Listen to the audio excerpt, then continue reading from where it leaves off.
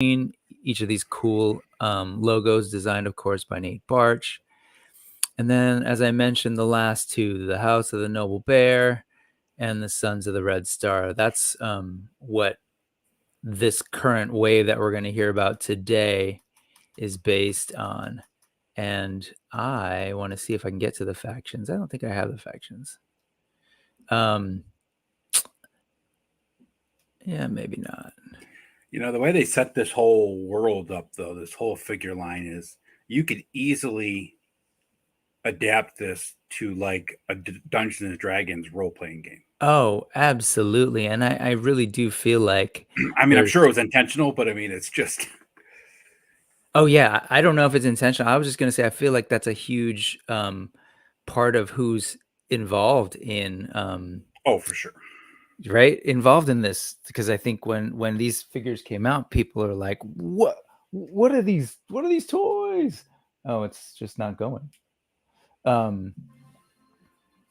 Yeah, I think a lot of these folks were like our D&D fans. I keep thinking about folks who like customize the minis and stuff. Yeah.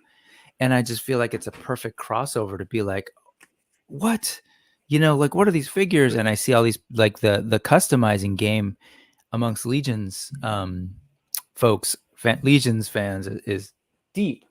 So if you think about it, though, before Mythic Legion started pumping out and becoming popular, there really wasn't much out there for barbarian, warrior, that type of, action figures. I mean, you'd see them once in a while pop up, but not, like we get a steady flux of them in now, right? Yeah, totally. Like more than steady, right? Like every third party is like, whoa. Yeah. And so I keep thinking like that same crew came over and maybe started buying more action figures as well as the action figures fans. And I think it's just built this dope community. I can tell you that NECA and Hasbro probably wouldn't have pulled the trigger on Dungeons and Dragons figures if it wasn't for Mythic Legions.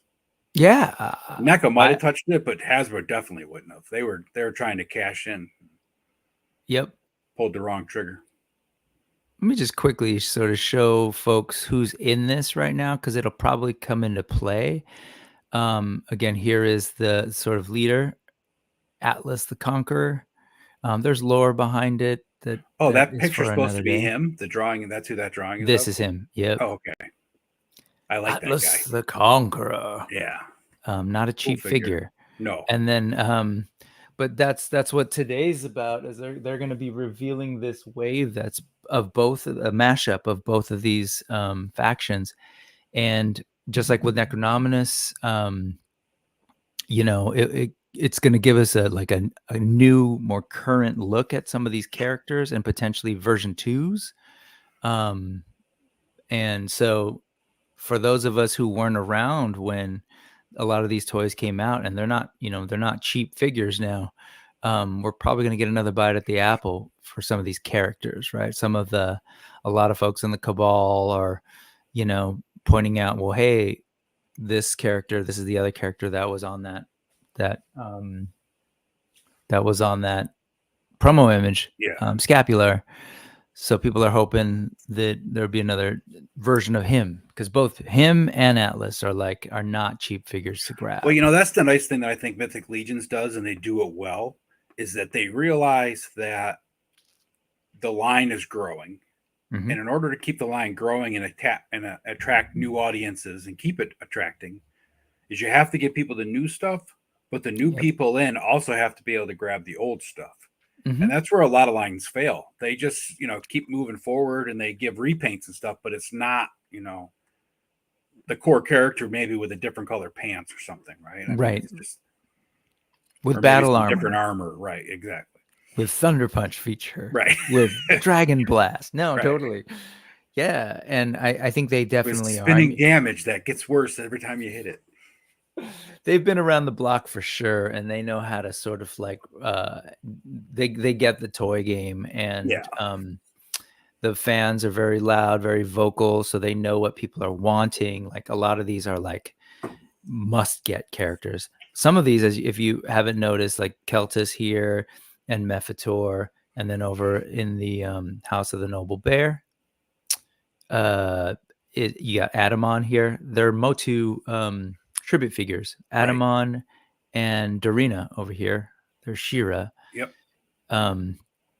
So, you know, that's sort of their it's kind of neat to see them embedded into these two factions, which is kind of perfect. I actually hadn't put two and two together, but that's kind of hilarious that these are my two favorite factions, right? It's like, oh yeah, this is also kind of the Motu faction thing going on with clearly, you know, Skeletor on this side and He-Man on the other.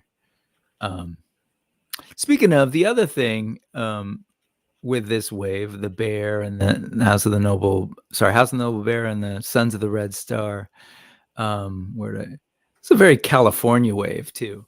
So I'm over here in San Francisco, right? And it's like there's the Bear, there's the Red Star, and yeah. Oh yeah, that's pretty funny. I never even put that together. Right? I did because I'm a big old nerd. What's going on, Ray? Yeah, I tried to post it in the community tab, and I'll be honest, till last night, I didn't know this was happening either. I was like, hey, Ed, let's do this. I'm going to be sitting here watching it anyway. So, and I'm glad Ed was able to join me. All right. So they're getting started. They're doing their intros. There's Jeremy Gerard, who looks like they're bringing on a barbarian right now. But he's their marketing person. He's the one who's going to be they're all going to be really busy, but he especially, like, this is his show. Man, these guys are great. I love it. That's part of the fun here too. Okay. What am I trying to get at? All right. Oh, they're already starting. So I'm gonna jump in here and I'm gonna let's go see. First character. Damn.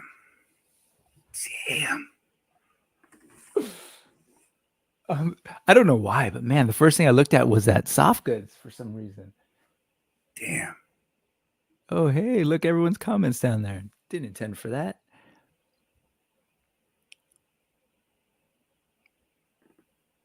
That reminds me of that one that Joe G just posted up the other day. Did you see that one with the white custom cloth or whatever? Yeah. Yes.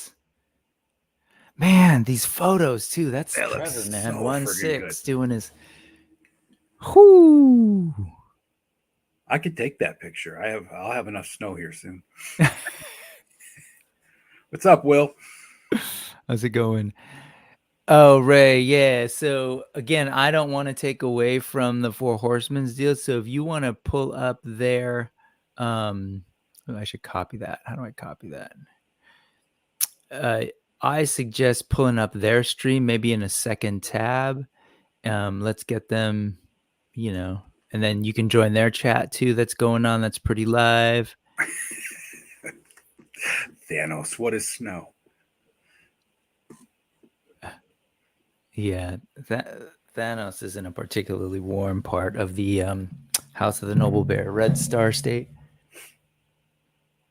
Man, look at that figure, though. Jeez. Man, look at the back of that. Yeah, right? God. I'm going to turn off the chat over here. Look at that soft goods, though, man. See Jessam.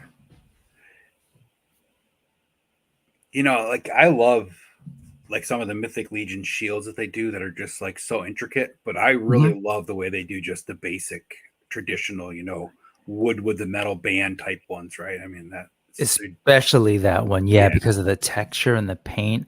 Yeah. I'll tell you, the ones that earlier I was showing you, Scapular, and he had kind of like a printed, the flat printed shields. Those were cool, but now they're replacing them with that cool like sculpted one. Yeah, I like those a lot better, but this shield, I love the texture of it.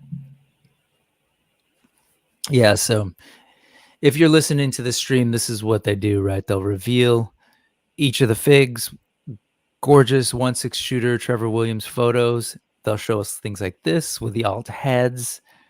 Man, look at that head. Oh, he's got a spear. Damn. Now, wait a minute. Does he have two different arms? Look at that one. Doesn't have sleeves. Probably have different parts. Let's see. I'm still stuck on those soft goods. Look at the weave on the soft good. I don't know if you can see it. It's cool looking.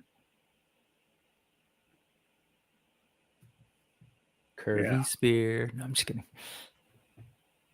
That's a great pauldron too. It's got that like woven.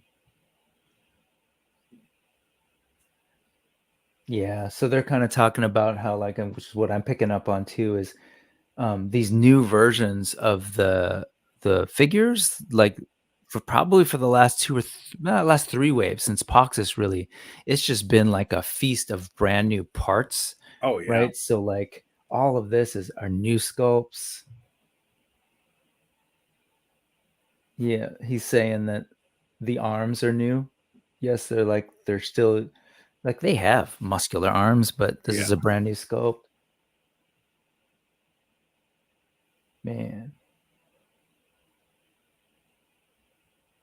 But they've also redesigned the elbows. You can see just in that spear throwing hand that elbow bends farther than some of their older figures did. And also this pauldron's in the way, so don't know if it could even go a little further.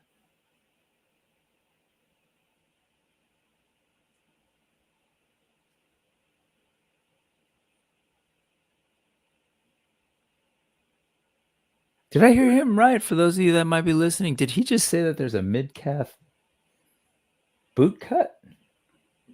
If so, that's huge.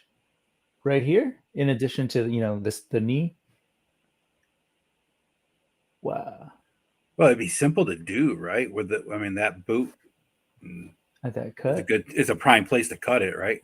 It'll give people the option because they know they're trying to make them all more pop and swap, right? Because that's what everybody's doing with them. So why not just offer another piece where people can pop boots on? And yep, Danielson. Yep, mid calf boot cut, baby. Damn, getting increased articulation on our Legions figures.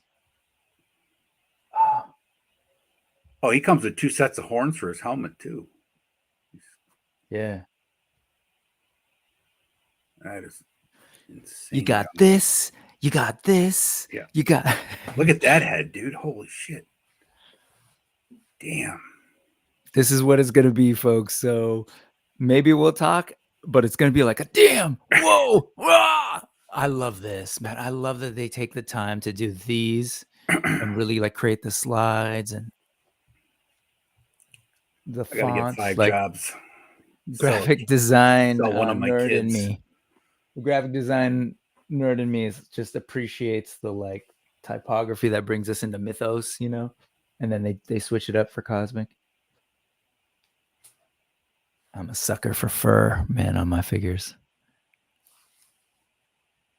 Yeah, he's reading this right now. Shit, there are a few places on the map of Mythos more inhospitable than the icy reaches of Bjorngar.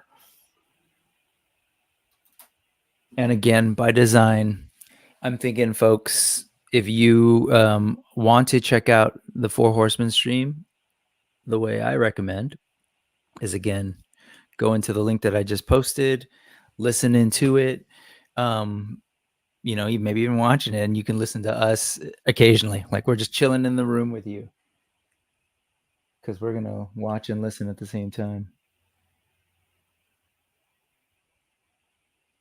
People are going to be all over this wave when it comes out with a new articulation and new sculpts and everything. God. I hope so. There's a lot of folks who, particularly on the articulation tip, really are like, struggle with Legions figures.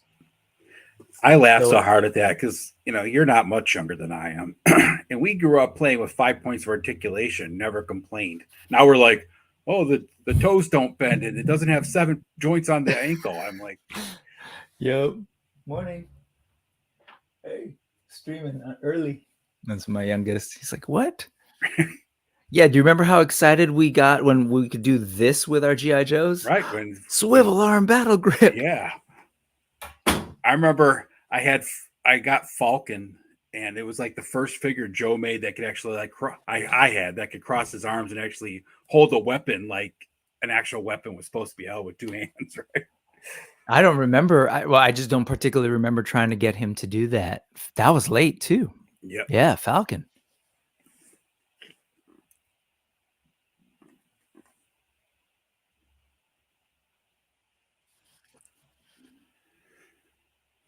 Man, such oof. So I guess he does have bare arms. It just looked like there were sleeves on that. He just has bare arms. That's all. House of the Noble Bare Arms. Yeah, it was probably the pauldrons maybe because Yeah. his pauldrons hang low. Yeah. This is really cool because folks who are really into the House of the Noble Bear haven't seen figures in such a long time. The same with Sons of the Red Star. You're talking about your shield. That's a brand new shield, apparently.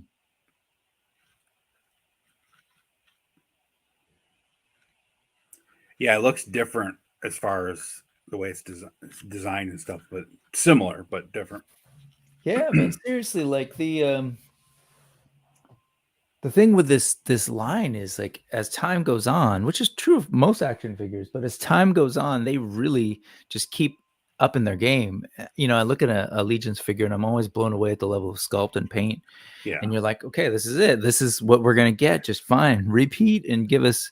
But nah, they keep like, hey, let's add in this articulation or let's do and this new the good part thing scheme. is like with that boot cut articulation, it doesn't take away from the sculpt because there's already a seam there, right? And I think that's one thing that they really focus on is that they're giving you enough articulation without detracting from the sculpt. Yeah. It's like I was watching It's Chad the other night and he had on Kirk Bogzignian from the old, the guy that was responsible for Real American Hero and stuff. He was Hasbro marketing back then. Yep. He was talking about how like the sculpt of a lot of the figures look really good, but him and Chad were also talking about how like some of the figures have so much articulation that it actually detracts from the sculpt. And I think Horsemen have put a nice, a good amount of articulation without detracting from the sculpt at all.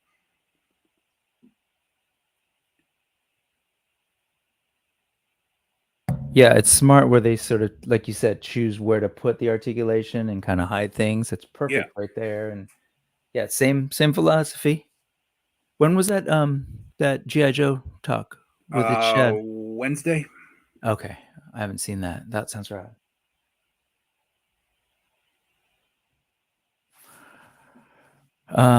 Yeah, sorry, I should check in with folks. They make weapon specs. They are starting to do like more accessories, but not quite. Have they done weapons? I wouldn't call them weapons. They're more like gear packs because they have weapons and helmets, and then they have the accessory pack like head packs and wing packs too. But. Yeah. Ray says that sounds like him. He's an articulation snob. Yeah, if I could get it on every figure, that would be great. Just that I don't let it hinder me when there's other parts, aspects of a figure that I love, right? Like I was just shooting this Tron figure or this Flynn figure from Tron. Diamond Select. My thing with articulation is if the articulation is there, I want it to work. If it's not there, I don't miss it, right? I mean, like I can take a Mythic Legions and put them in a picture and have them do just as good a picture as taking a classified or Valaverse figure that have 100,000 points of articulation, and it's just how you pose them. It is. It's all in how you pose them. They're doing Viking chants right now. I love the costume.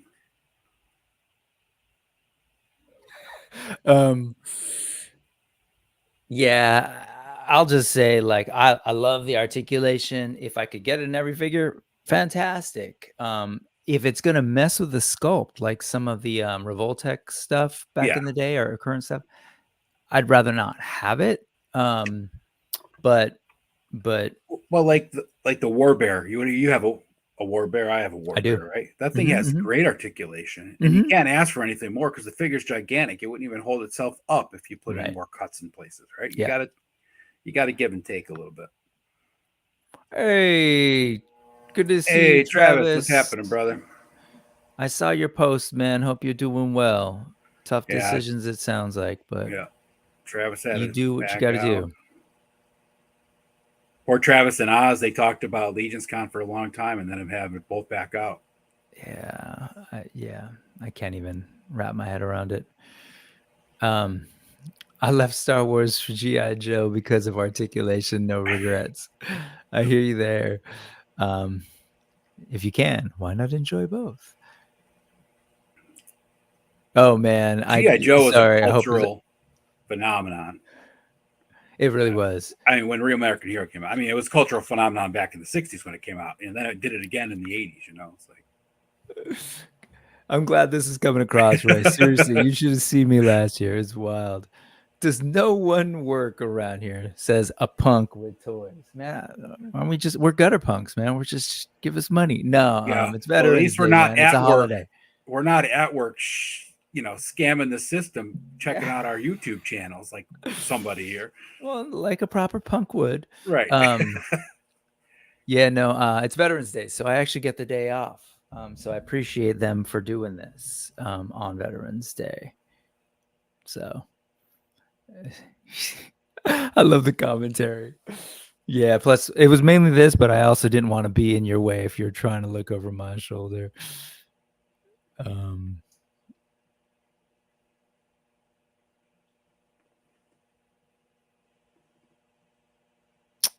Right on, man. I'm good. He says, bummed out. The product just wasn't ready. Everything I had tested good until it was time to do some final testing on the product and getting ready to package. Yeah, man. People will wait for it to be the way you want it to be. So. Yeah. That's what I told them last night, man. Don't go launching a new product with quality issues. You better wait, put the best thing out there and build from that point, right? People will wait. It all comes down to communication. Absolutely. Because you don't want to put something out that's not ready and then deal with the backlash of that. So people you don't recover from that. And if you do, it's years down the road, and it's a lot of work and a lot of effort just to get to where you could have been by waiting 2, 3 weeks, 4 weeks. Yep. So they're talking there. It's really cool because there are actually people in the audience. So part of this whole thing is, the folks from Intern for a Day are people that are Legions Con. For those of them that can fit into this room, and my understanding is that this is actually happening at the hotel where Legions Con is at this year. So they're basically doing a panel. Not always the case. Yeah, it's not always the case that they have the space for that. They didn't do that last year. It was in a different venue, I believe. So they're doing that this year. Whoever can fit in, I assume, is there. You can hear them in the background, and they pull folks up to help with the reveals. So it's Emil Wickman, and I wasn't paying attention to who else, but oh God, what's his name? Folks from Sweden, right? And Emil Wickman, one of the known quantities when it comes to Mythic Legion's customs and action figure design in general. He's a cool guy. So it's always kind of cool because they bring up the fans and the people in the community to come up and help reveal a figure. I love that picture of that dude in the snow, man. I'm going to blow that up in poster size and hang it on my wall. I'm looking over here because over here it's like teeny tiny. Which is, again, by design, because you should be watching this. Like, this Four Horsemen, man, visuals for days. They're artists, and so you got to see this stuff. And then they hire folks like Nate Barch, an amazing artist. All their amazing painters. They hire Trevor for photography. Yeah, Trevor for photography. So it's like you gotta actually look at the real deal stuff on their streams. So loving the posing too. This is like, these are all paint masters that don't move, and so he's got to be real careful with them not to break them. And look at all that detail on that beard. The beard's 2 different colors in that, right? One's red, one's kind of blondish. Right. Yeah, you're right. I didn't clock that. Yeah, 2 completely different people, I guess. Yeah, it's a named character. It's a named character, so I don't know. I mean, my beard's looking a little lighter than it used to be. Well, it's good because it gives you an alternate if you want to make a second guy for that faction, right? You can name yourself. Sure, just buy 2. Yep. No, totally. If you can pick them up at Mythic Legion's price for $37, it's not bad.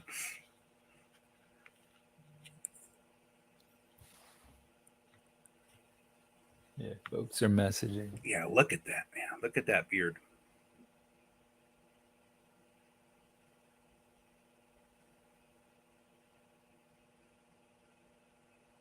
I love the cool helmeted heads.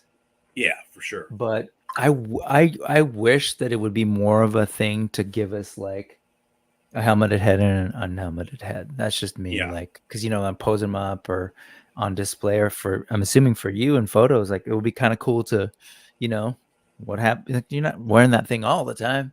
Yeah, it makes it tough when you're doing photos like a Dio, right? Because like a lot of these Mythic Legions collectors build those like taverns and stuff, and you're not going to be sitting in a tavern with your war helmet on. That makes it.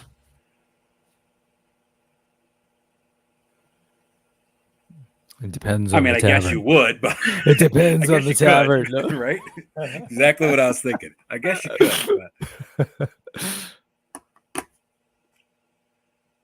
at least this helmet he can still drink a mug of ale or meat out of with his helmet on and not have to worry about it.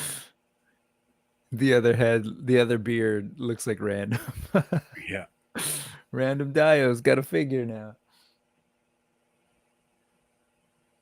Ooh.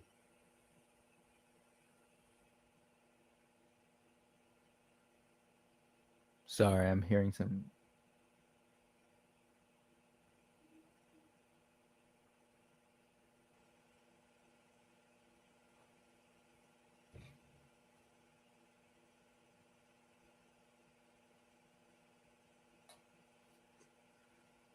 Wow.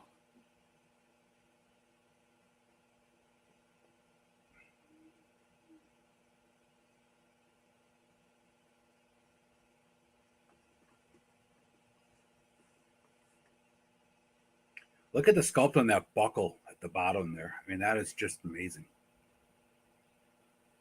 They're talking about that there's a full face sculpt underneath that other head. And I might have missed it. Thanos is a much better listener than I am. Thanos, did you happen to catch that? What did they? So the helmet comes off?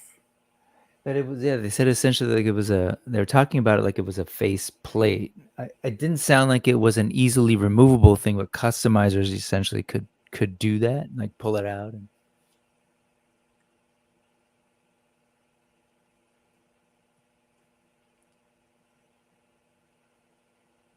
Yeah, they said it was a face plate, I think. So he wasn't listening either. He was too enthralled with the pictures. That's interesting, though. I wonder. Eric, head of the CDO, or actually, I don't know how. I assumed he was. If he's not, sorry, but talking about the modularity, like that was always built into these figures, and this is essentially he's talking about added modularity. So I assume, yeah, it's a removable faceplate, like some of the newer figures are, which is awesome.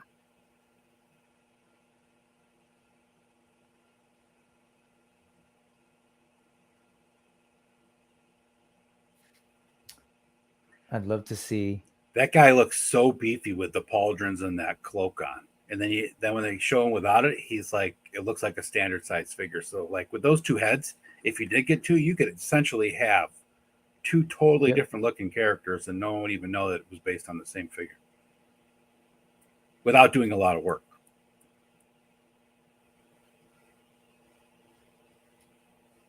Yeah.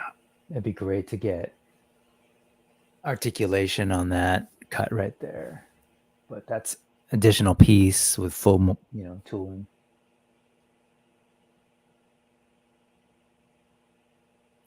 He's saying what you're saying, like, they're talking about updating these old parts or creating new parts, and that there is more bend.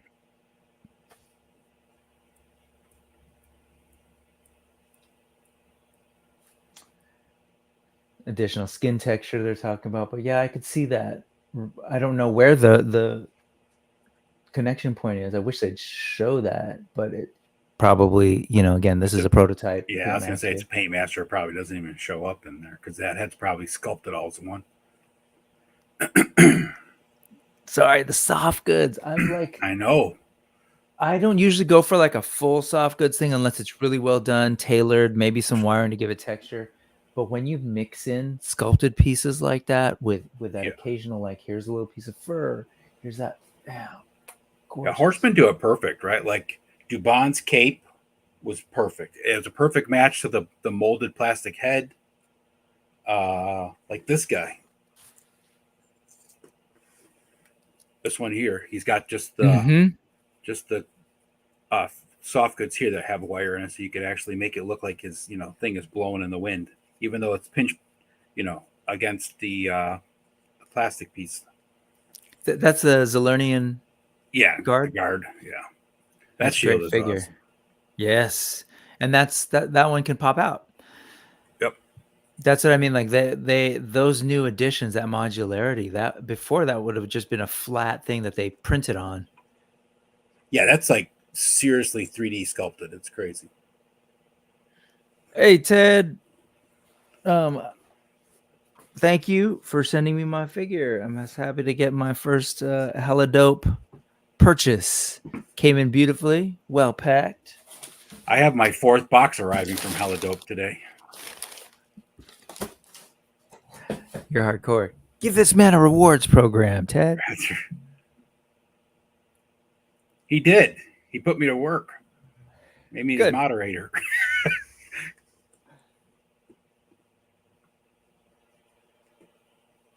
Man, and even just all the texture and the cloth, like you're saying, Dubon, like his undergarment, so good. Yeah, like all look when I first put the soft goods cloak on Dubon and then popped his head back on. Mm-hmm. If you don't go and actually look close, you cannot tell that the hood is sculpted and the actual cape is cloth. They're that good.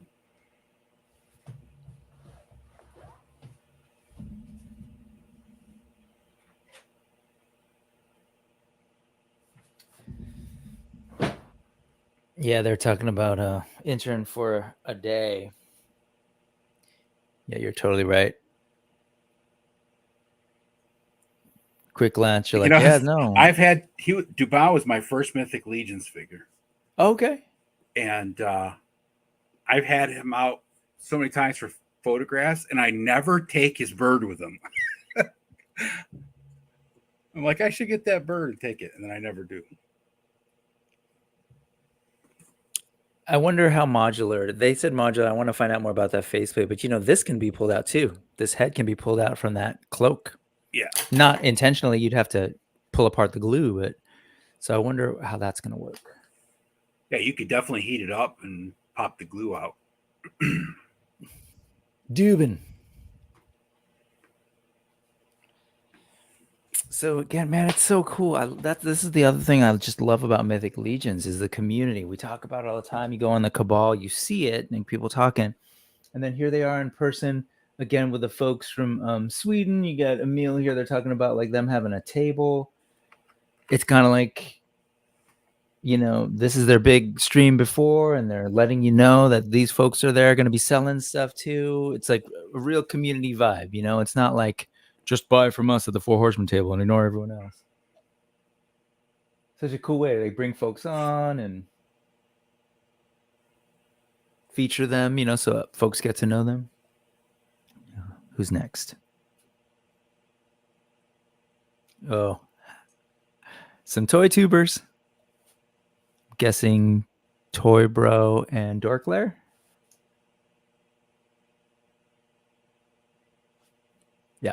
Yeah. Orange background. Jared and Bill.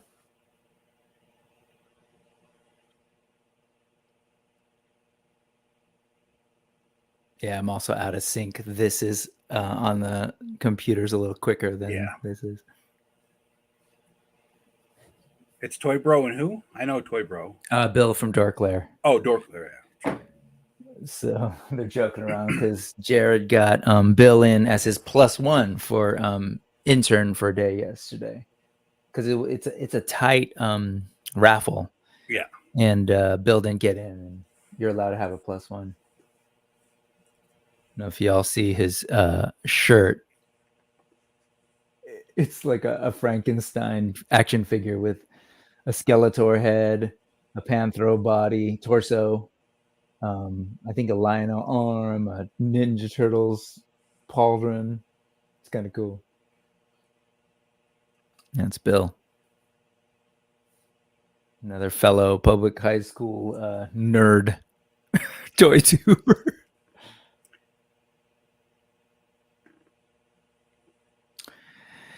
Yeah, man.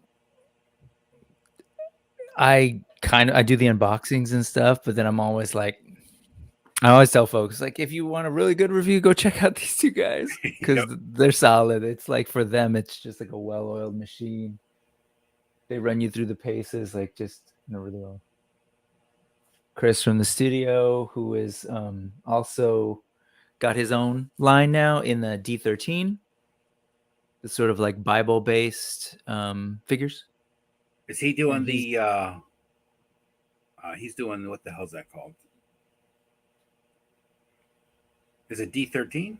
Yeah, D13. Yeah. Mm-hmm. Yeah, he just said, yeah, welcome to D13 Con. But he's also, like, he's been in the industry for a while, worked with NECA, so he does their production management stuff. So he's the one working with the factories and just getting all the logistics together.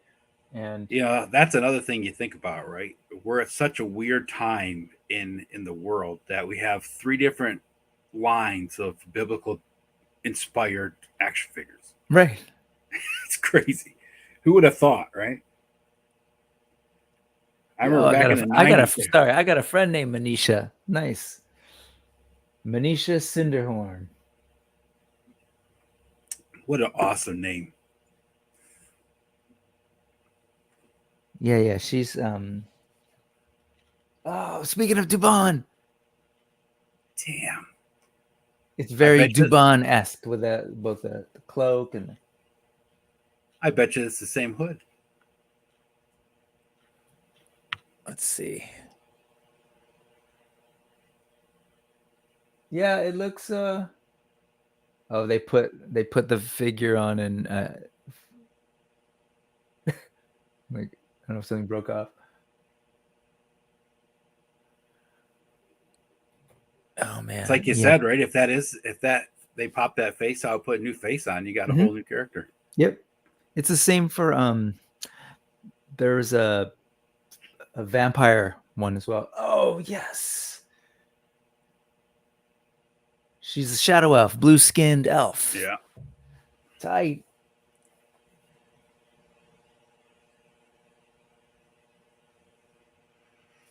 Same crossbow.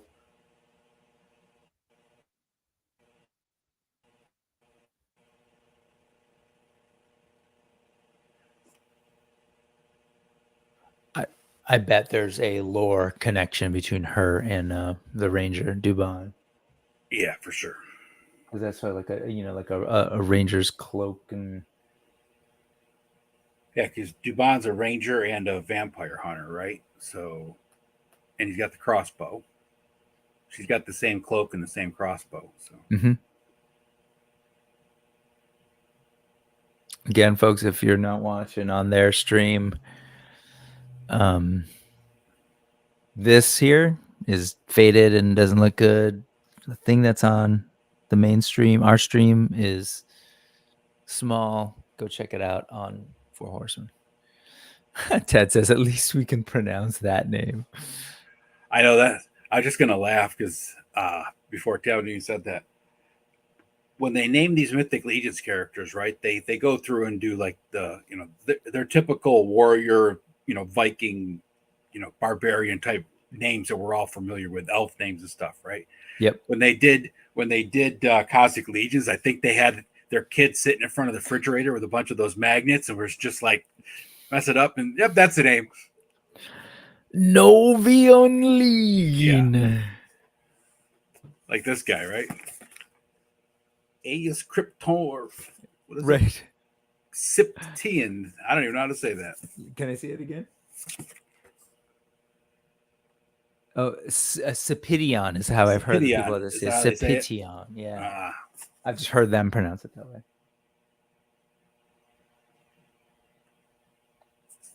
Yeah, again, even with these are brand new 2.0 parts. So 2.0 being the thinner buck and the woman buck.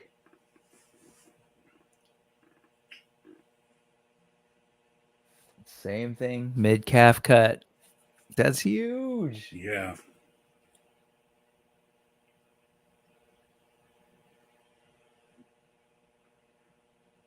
Again, that mix of the They were soft saying about that one Cossack Legion that she was the first female character to come with like standard brown boots, right?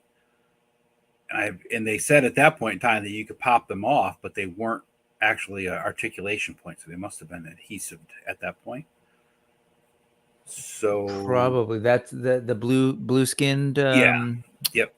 Yeah, I can't think of her name. It's probably on the back of this box that I have here in front of me. Zirian Spire, yeah. But those boots are the same boots that are on the Xylerian Guard, just his have the armor sculpted over top of them. But I bet you that's one of the things that led them to do this, because so many people wanted to be able to put regular boots. Yeah. This is like you said, we were talking about with the dios, right?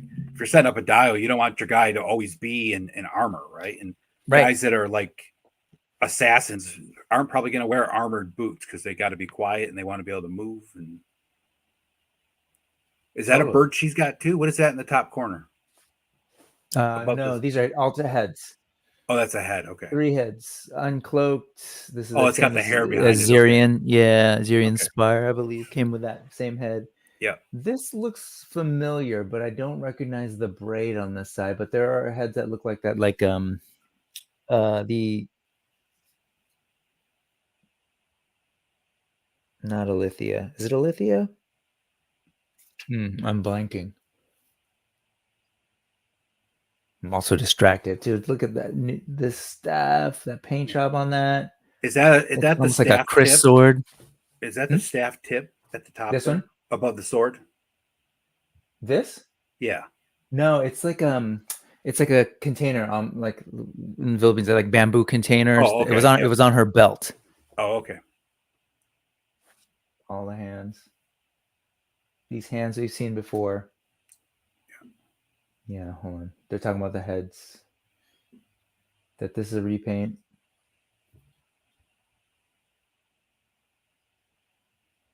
Man.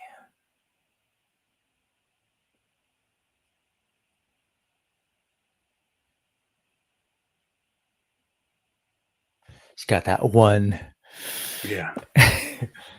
That sword reminds me of the one guy from Dungeons and Dragons LJN line had that sword. I can't remember which one it was. The snake. Yeah.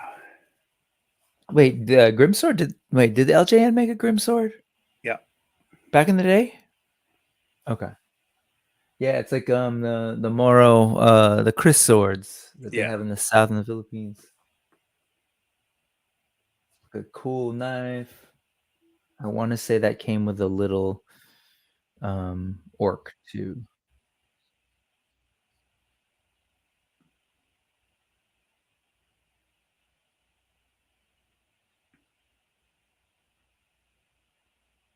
Oh, Jesus. So they don't have shots of, if you're not listening, with the alternate heads, because they just got this prototype to Trevor in New York on Monday. So he just turned these shots around for this.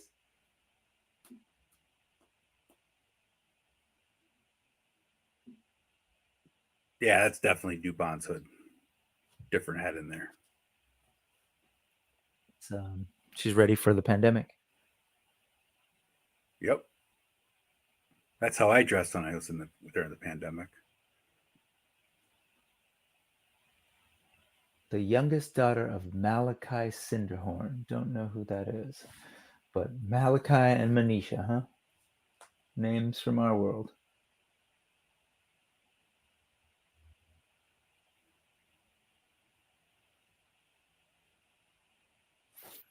Yeah, she aligned herself with the sons of the Red Star as a way to prove to her father that her people should focus on their own self-interests over fealty to a decaying god. So the larger lore is about these sort of forces of evil, and they're like the essentially the skeletons, and they're actually following the four horsemen of essentially the apocalypse, right? Yep. And so again, this faction is kind of like, hey, we shouldn't be following them. We should be doing our own thing. So it's true to form as to why I love these two these two factions. There's that thing, container thing. Yep. So is Malachi another figure in this wave, or is Malachi going to be coming later? I have no idea. Yeah, good question. Well, perhaps not, because yeah, I don't recognize the name, but Malachite sounds like is loyal to one of the other factions, to That's Poxus. true. That's right. Yeah. So, or he could be dead in the lore now. We wouldn't know. Do you happen to have any older figures that have the older non-wired soft goods? Okay, man. Like that's the thing with Legions. Like folks want to go back, and I'm not a big completist at all, and you really shouldn't be if you're into Mythic Legions.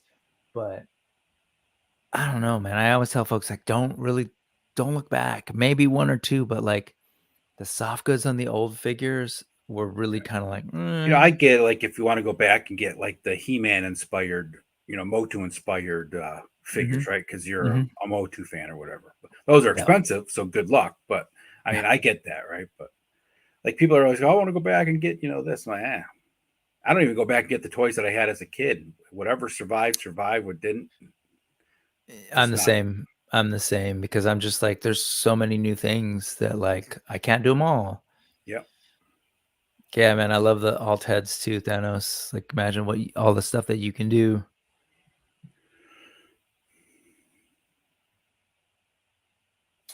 Get the armored legs underneath. Just cool sculpts. Very like these particularly remind me of like Insectoid or I was like just going to say that whole chest plate looks very crustacean or whatever, arachnid, something. Yep. Yeah, I was thinking Sectars, totally like that insect vibe. And that face mask matching definitely adds to that. That pop, right? That color pop right there. Yeah, man. Four Horsemen. I mean, they're artists, they're designers, and they've been doing this for a while. And I know they're like fans of art, and like they're always just feeding themselves with like aesthetic input, and it translates into these cool looking characters. Can you imagine what they bring to the table though, and then have to narrow it down to 5 or 6 figures per wave, right? I mean, how hard would that be? These guys are like, I got these 5 characters I created. I carried these 4. Oh, shit. That's the thing. Eric in the past has talked about, like, being in the game for so long, the one thing that has lost is the sketching process, because he's like, now a lot of times I'll sketch by working directly in 3D. So you don't have any more of that like backlog of just cool pages. And yeah, Thanos, I slightly backtracked to get the Horseman I missed, and Purplar. Yeah. Chris is fighting the urge to type woo every time 4 horsemen are mentioned. Yeah, man. Like, again, these are folks. Chris, I thought he was going to a meeting. People are at the meeting are going, why is Ric Flair here? Woo! Woo!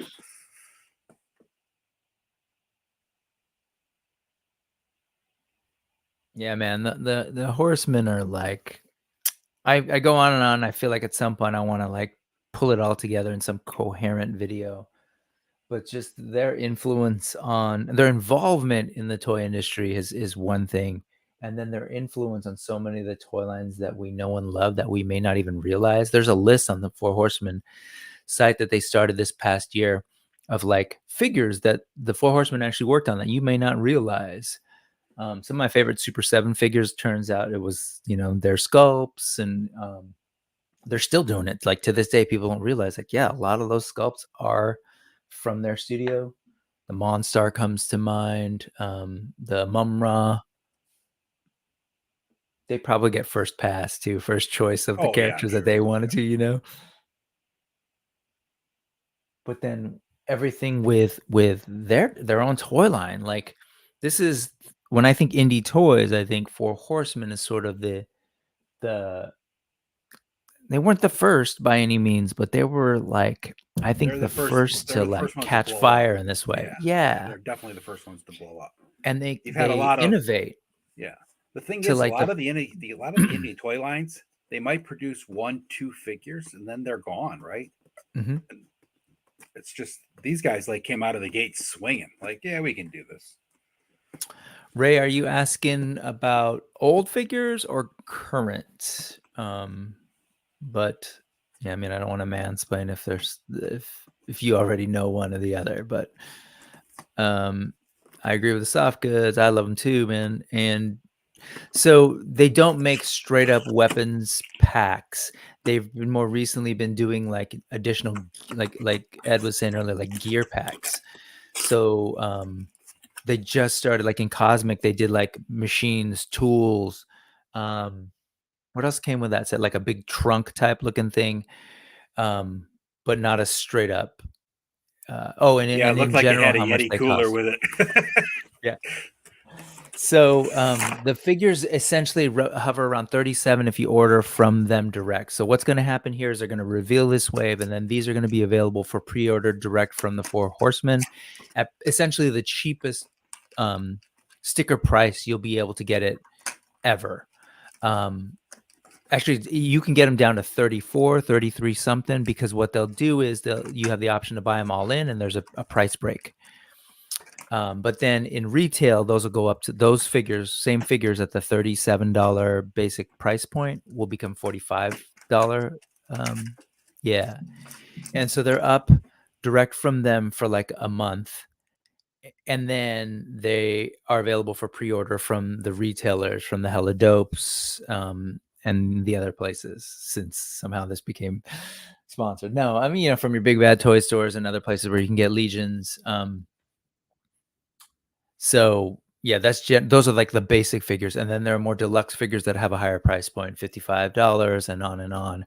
But if you're in a place that has a lot of cons where the studio is present, they do con prices, which are again at that pretty much the same direct price that they charge for pre-orders, like $37 again. And in those cases, they'll go through the warehouse, and if there's other stuff that older figures that they have, they'll be just put them out on the table. So all this weekend, we're going to be seeing on the Mythic Legions Cabal on Facebook, which is like the largest community sort of that is technically supported, like actually, because the person who runs it is an employee or contractor. I don't know how that works, but they're paid now. They weren't initially. Walter wasn't initially. But anyway, he started this Facebook group that is kind of like the hub for Mythic Legion stuff. And yeah, totally lost whatever my point was, because I'm like, wait, what are they talking about? But they'll do other stuff too, like heads packs and hands pack for every wave, especially the All-Stars waves. They'll give, but not so much weapons packs. I don't think. I'm trying to rack my head around if there's ever been a true these are just the weapons. Wings pack, the skull pack. Mm-hmm. They've done a couple of head packs, and then the gear packs, and that's pretty much it. They haven't done a true weapons pack yet. Oh, here you go. Oh, that's right. Pox's had a pack with the different staffs and a book and some effects, magic effects, because that's like their big sorcery wave. So I think they're flirting, man. I think they're starting to kind of explore. Well, it comes down to the modularity. I think they're realizing that they got to give people things to keep going. Modular. Yep. Same, John. Pox's is one of my favorite wave. Factions, sure, yeah. And wave, man, I can't. So it's named after the bad guy Poxus, and it also has sort of like good characters in that part of the lore. But that should be shipping soon. That one's been that's taken a long time because that sort of hit right around the time of the pandemic. And there you go. $37 for this figure.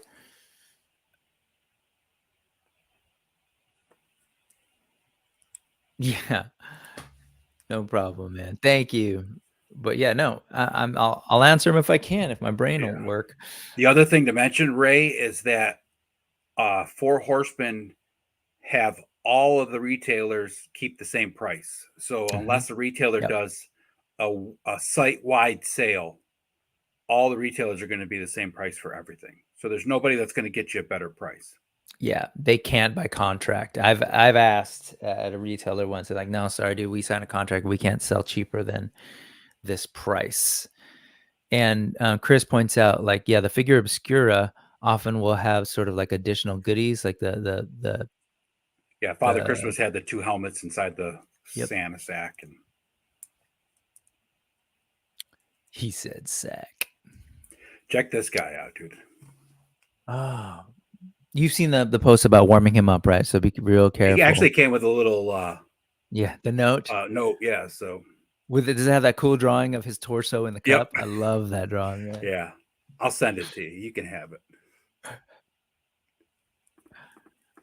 That's a great looking figure, man. I love the grays. I just couldn't go.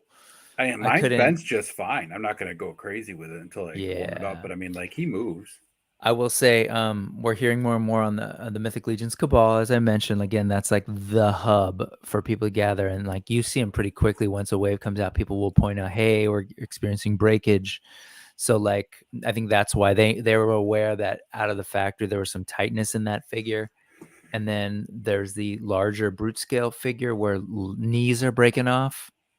People are showing, so really heat your stuff up, and we'll see, because usually the studio will be real good about trying to address any issues like that. So Ray, I'm curious, what you mentioned that you're not like, what do you collect? What's in your collection?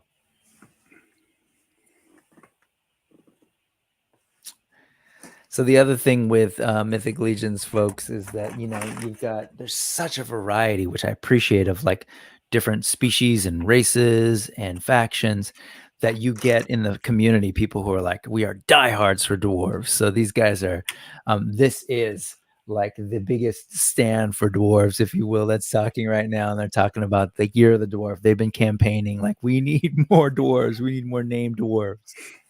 So I'm going to assume we might be getting a dwarf reveal. I would like to see them actually do more dwarfs without, like we're talking about, without a helmet. Because all of them had the full helmet and then just the beard hanging out. There's a few. There are a few headless, or a few of them helmeted-less. Yeah. Definitely. Oh, here you go. One right there. Yeah. Bada boom. So these are dwarves that are affiliated again with the House of the Noble Bear, sort of more roguish heroes. Roguish in the sense that they're not an organized army. They're just like,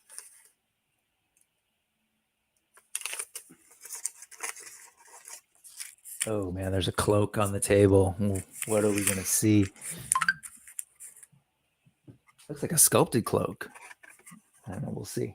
That shield, man. I love that they're working in that geometry. Yeah. Right. Again, if they're like pretty standard now lore about dwarves and being miners and gems and stuff. Well, there's a whole bunch of lore between miners and the gnomes, right? That are like, the gnomes are machinists and the dwarves are miners, and it's cool. Great new feet. Knees. Yeah, it's nice to see him with some regular type of boots, not squared off armored boots too. Steel toe though, for safety. Yeah. Well, OSHA does exist on Mythos, especially in the Noble Bear state of California. So far, the two House of the Noble Bear that we've seen have that same hoop, that sort of dual snake-headed hoop thing. It's hanging on his belt. Is that what's hanging on the back of his belt? I saw that. The other figure had it in his accessories list. Yeah, I saw that too. Interesting. What does it mean?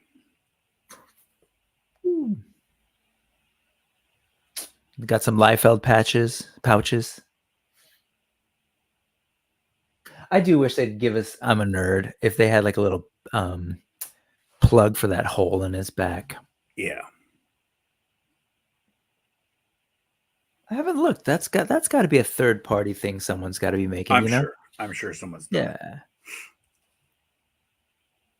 I'm wondering though, like if the little clear ones that you get from Cosmic would fit. Careful, Chris. You work for a school district. But you're right. Spelling counts. I swear I didn't know they were a minor. Got it. Raised in Master. Yes. Oh, yeah. They're with you on the Masterverse classified, I'm assuming, for Joe's Valaverse. Nice. Yes. Cool, cool, cool. Yeah. You've got like a mix of like the key 80s IPs. That's dope. Yeah. Turtles, Joe's. Oh, dude, look. Turn around. Oh, see, I thought it was sculpted good. I was a little worried. Like, is that a sculpted cake? Because it looks like the actual hood is wired. Fabric too, yeah. It is. It's fabric. Oh my god. Oh, and he's got the whole. The Poxus Wave has more. The Wizards have the hooded ones. See, that's perfect right there. They got the helmetless one, and then this, like you said, right? Give us one of each. Yeah, exactly. That's what I want. I love the Acroyer. I call them the Acroyer ear thingies. Man. It's just so good looking. That's the thing with these figures. Man, I'm going to be in trouble. It's the same as last year. And the difference from last year, because last year you'd think it's all skeletons. Oh, wait, what? What? Exile from Under the Mountain 2-pack? 2-pack. So what's the other fig?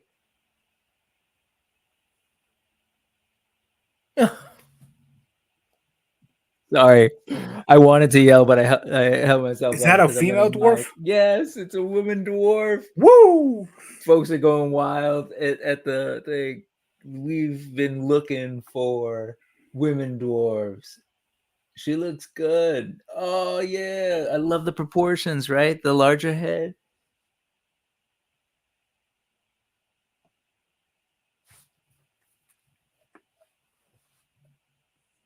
Oh my god, looks like. I almost took the wire out of my mic. Man.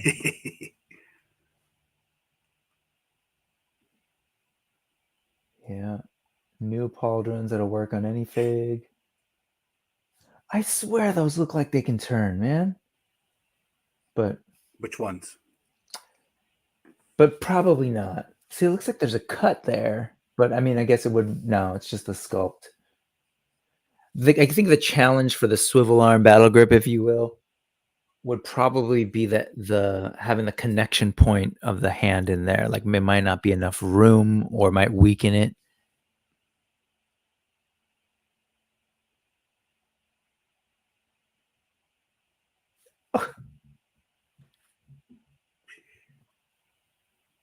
It's got it. That torch is awesome. And is that a Warhammer? Yeah. See, he's talking about, so Ragnar Stormforge, who was on the thumbnail of this video and in a part of the wave that originally had the House of the Noble Bear, she's meant to be a dwarf, but I have the figure and he's saying like, yeah, I kind of lightweight regret it because she has very like human proportions on the torso. And this is like a complete redesign of what a dwarf would look like. The proportions here compared to the legs, this totally looks so much better than that original Ragnar figure. The hair looks amazing. Yeah, cover us up real quick, but that's Ragnar here on the left, sort of Polaroid behind there. Yeah, and yeah, it just sort of looks like a human upper body with dwarf legs. Look at that head, man. So you get to see the face, which is dope, but woo, $75. plus shipping and taxes were available. I didn't mention that, or were applicable. Were available. Look at that head. Man. You and I live in the 2 highest tax states there is, so we know all about available taxes.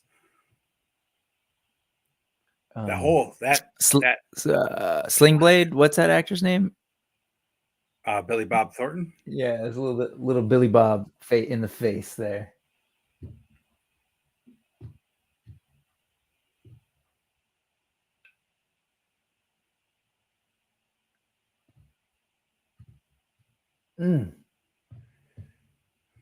So these will go out for pre-order soon, and it's usually what, a year to turn them around, right? Or 6 months, something like that. About that. You mean to get these out? Yeah, it's a year out. It's definitely like a year out. Yeah, but they haven't even been. Well, they might. They're moving a little faster, so they might get them quicker. They're catching up because of, again, factory issues during the pandemic and everything. But they had to shift things around, so Poxus got moved in the queue, and so it's a little further delayed. But it's roughly a year out. The thing is, they've been doing this, so there are going to be new Legions or Figure Obscura or Cosmic or Mythic figures available. It's going to feel like every 2 months or so as they kind of roll out. Now that they got Cosmic coming out, so this is a year out if you're pre-ordering, but if you're not and you're just kind of out there and you're seeing things pop up on like Hella Dope or other retailers, it's just kind of like, oh, there's new Legions coming out, right? And it's constant throughout the year now, which is hard but exciting. Where's Kayla? Hard but exciting. Anyways. Yeah.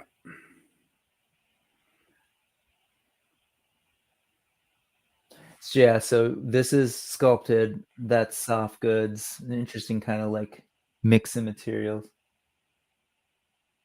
I love this armor too. So there's this armor, and then it looks like these little like pieces of ingot or something that are just kind of strewn together. She looks so good.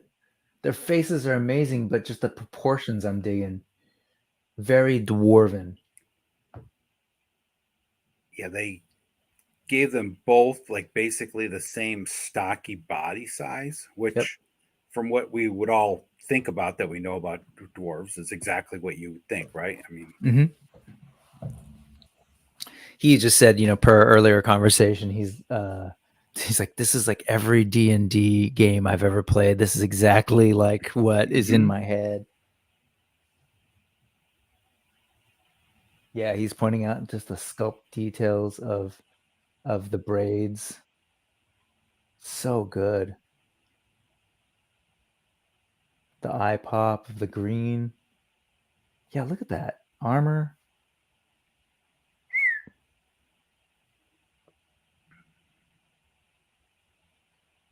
Yeah. Again, they're the dwarf cheerleaders are saying the amount of army building that we need to do for dwarves, this is going to give us so many great parts to do that. $75. Two dwarven figures. Not bad at all.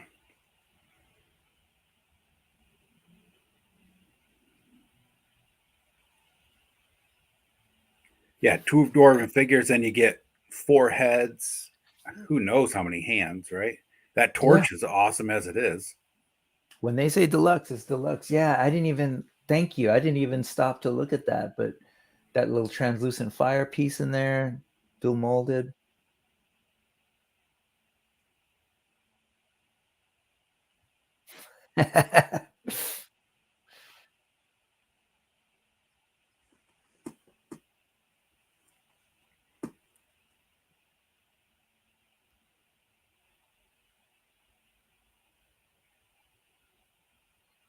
Yeah, man. With those ears, that's straight up Micronauts.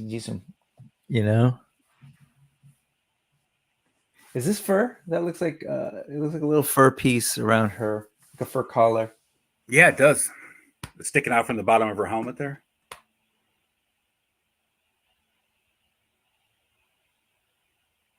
Yeah, so these new soft goods are working with CGSM's a team, a husband and wife team up in Canada, man, they're solid. So this is what a Four Horsemen indie studio can do that I don't think, you know, a Hasbro and Mattel can do with they're just more nimble. So like, you know, they're developing these toys and people are creating these custom work, whether it's their custom photography or custom bits and pieces, parts and soft goods. And so they're like seeing this stuff and they're like, hey, toy photographer, 1/6 shooter who's been shooting our stuff, like, yeah, let's work with you. And now he is now a part of the studio. And same with CJSM. Hey, you've been creating these cool soft goods that people buy to put on our figures. Why don't you just design stuff for this next line? And like, here they are. I think it's awesome. Like they had a couple of those figures that were made based off of people's actual customs they actually made and sent pictures of. It's like, I mean, they've even gone so far as like doing tribute figures to actual fans, right? Yeah. Like, and employees, which is so cool.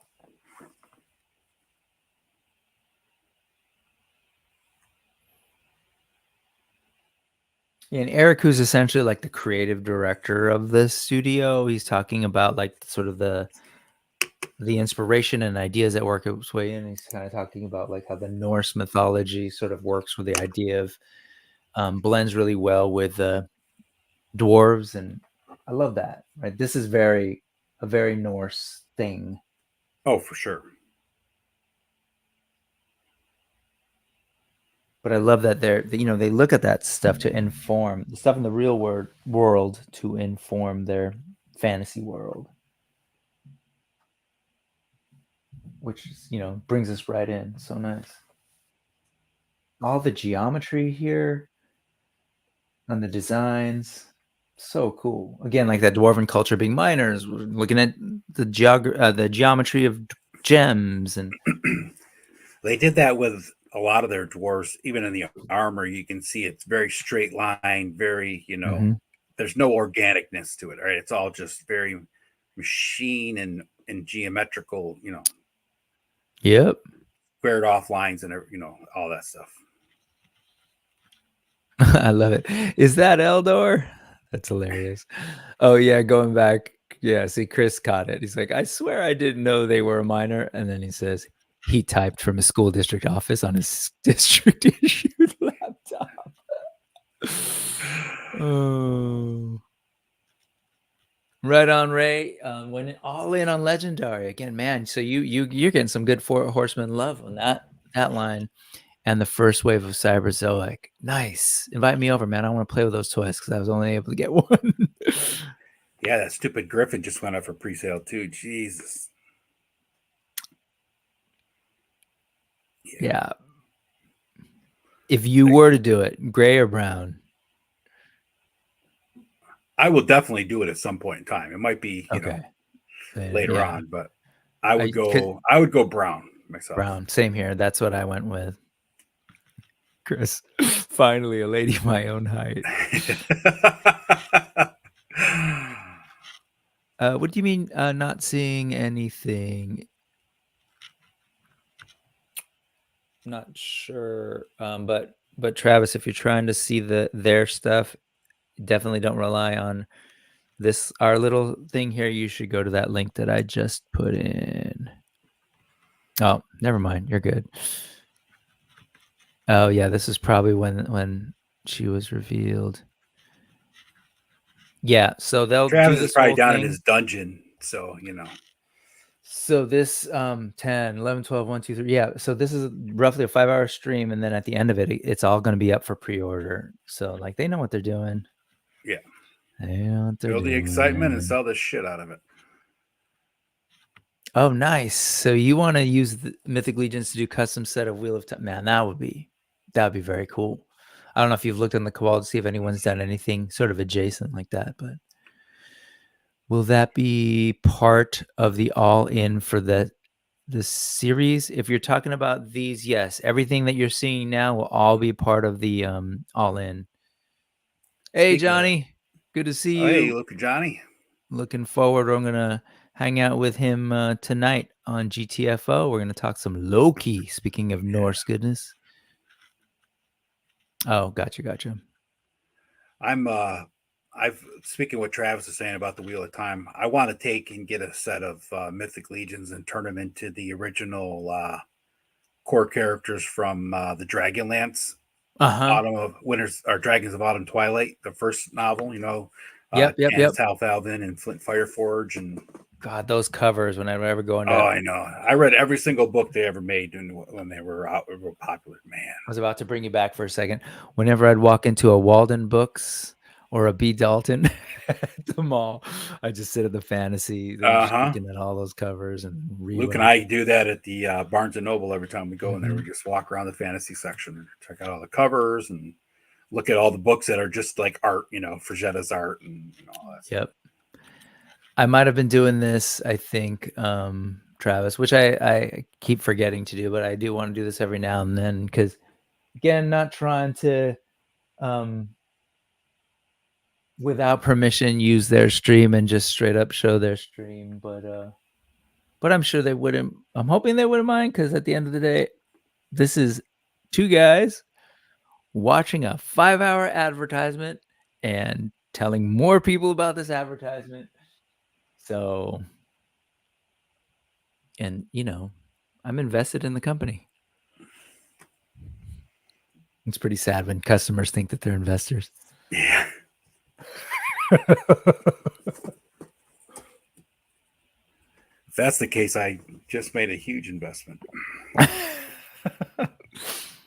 I will say, okay, never consider toys as an investment. However, Mythic Legions, Four Horsemen stuff, thus far has not lost value, and if anything, it's appreciated. This has been my Lego.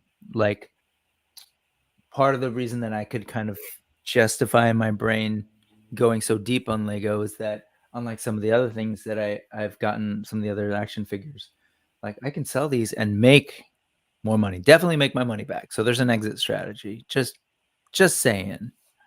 Lego is so wild of a story. How is pretty much on the verge of bankruptcy, and then bam, now it's the biggest thing. The biggest toy line there is. You're talking Johnny's language with them deep fantasy books, Dragonlance. Yeah. Actually, not too many hands in this one. No, I guess not. Ungloved hands, gloved hands that are interchangeable. Man. I would love a Warhammer like that, but have it made out of wood, like the actual head. Ooh, nice.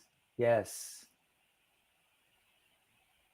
They've got a couple of different hammers. One for an ogre that Nate Barch designed. That's really cool. You've seen that with the goat heads?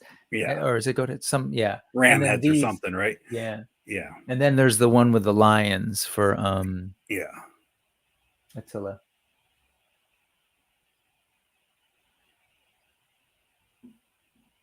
God, that's so cool. Whew, they're building out their dwarves finally. Yeah, Thanos, he wants to do some nice. Yes, Band of Hawks. They always freak me out, but yes.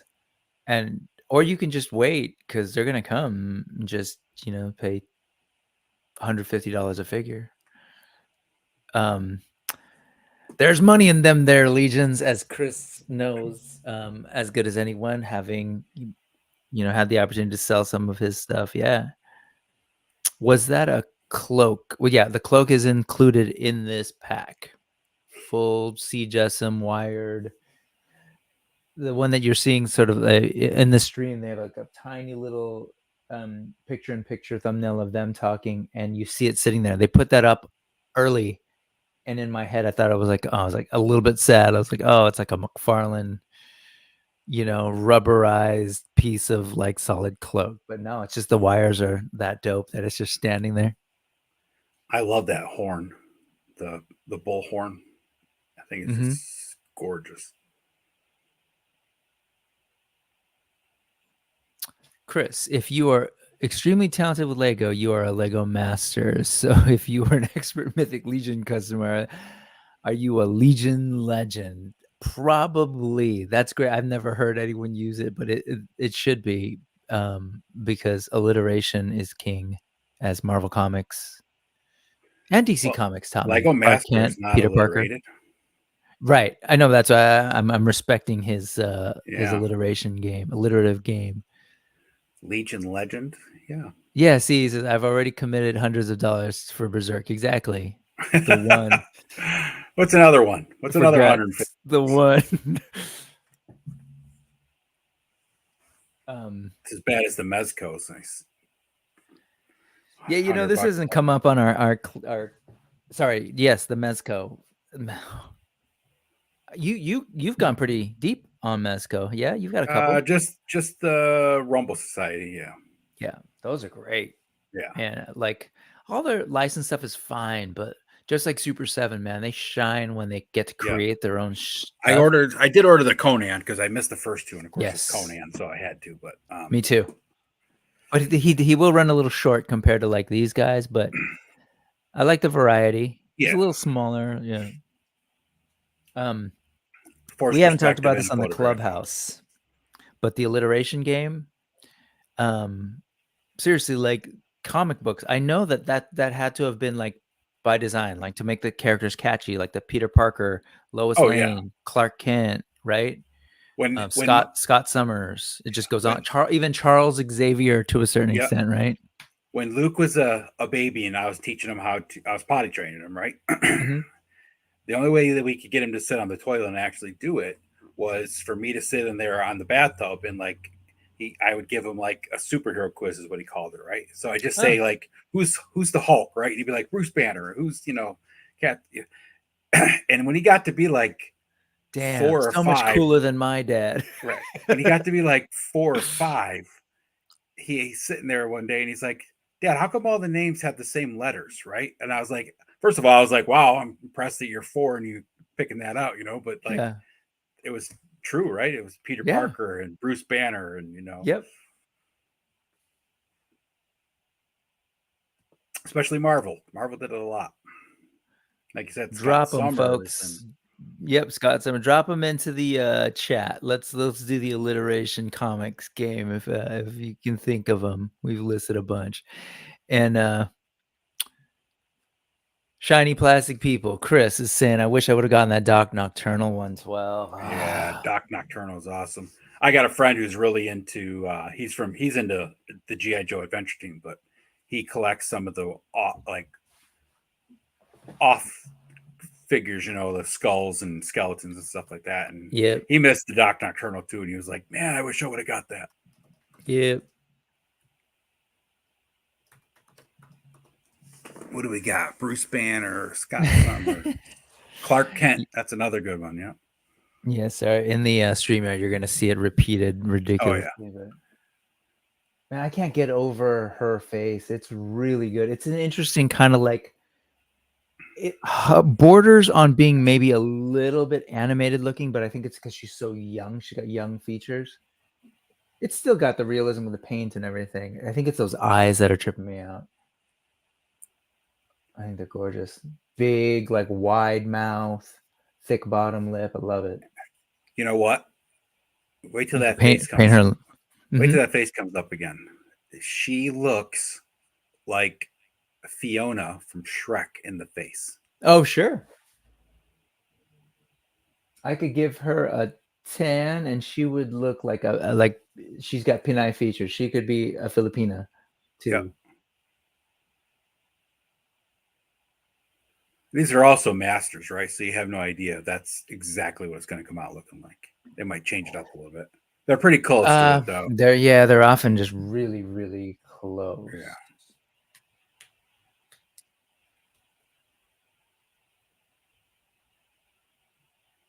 Yeah, hair is so hard, even when drawing. You're kind of like, to what degree do I put in some details? Take care, John. Yeah, like, but they do such a good job. It always trips me out when they sculpt it, and it's like, because it's sometimes if you get too realistic, it gets a little uncanny valley. But yeah, that's what I thought. I think you were behind, Travis, but yes, absolutely, toys are investment in our joy. Wally West, that's right. If you speak Spanish, Hal Jordan. No, I'm just kidding. Hal Jordan.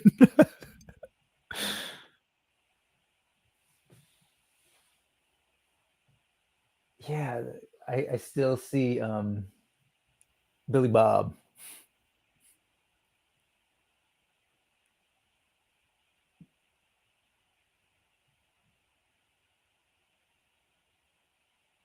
Oh, Guy Gardner. That's another good one. Chris came up. Oh, yeah.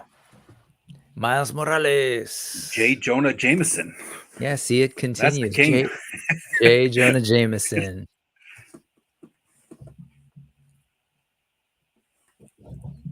What's the other? Oh, no. Kyle begins with an R. That don't work. Yeah, Carl Rayner? Radner. Yeah. Radner, I think. Jessica Jones. That's right. Man, all of it.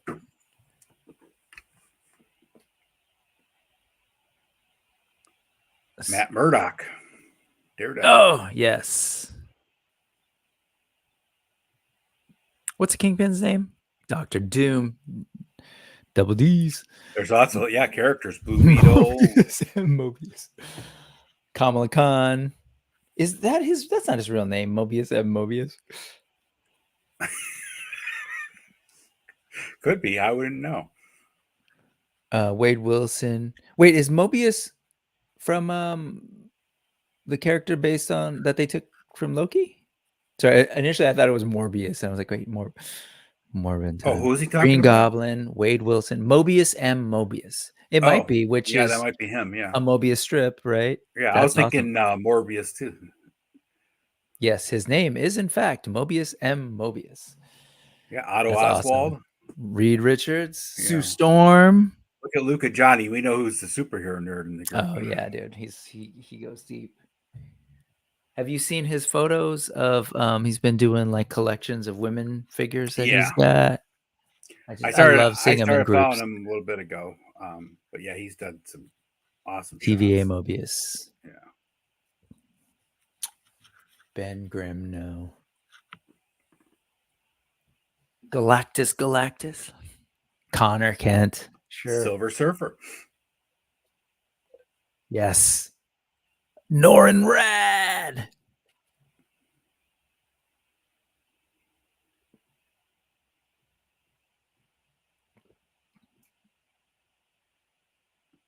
Yeah, see, again, this is from the Euro Legions podcast. It's so cool to see like the community pop up and then just all of these like Legion specific podcasts and YouTube stuff. And wow, I don't know. There's a book to be written that will come out, I'm sure, about the Four Horsemen Studios and their contribution to toys. And hopefully it'll end up in the Museum of Toy Culture, aka MoToy, that I someday want to see happen. Wonder Woman. That's a good one. Lex Luthor, yeah. Oh, Otto. I think I said it earlier, but I didn't throw it up on the screen. Otto Octavius. Yeah, let me put him up for the replay crew. Love it. Look at Johnny. Johnny is the walking Marvel Universe handbook. He's like, I got a couple. Hang on.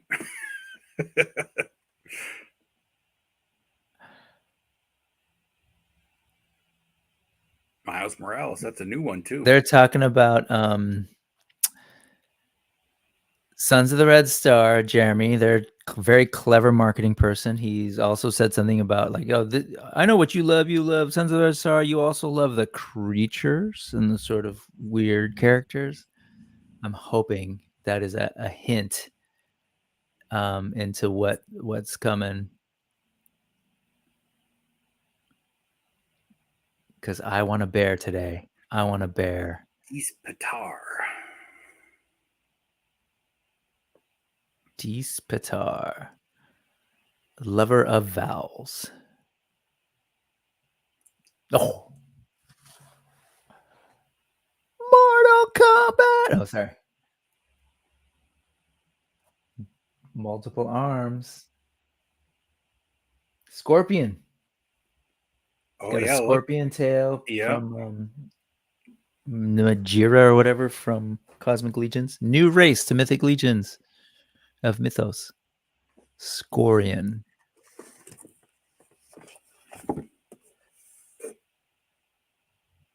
Yeah, so that's parts used. That tail is parts used from Mbira. What is it? Such a, again, the wild cosmic leech. Mbira Jumjira. Alliteration. Spirogyra, anyone?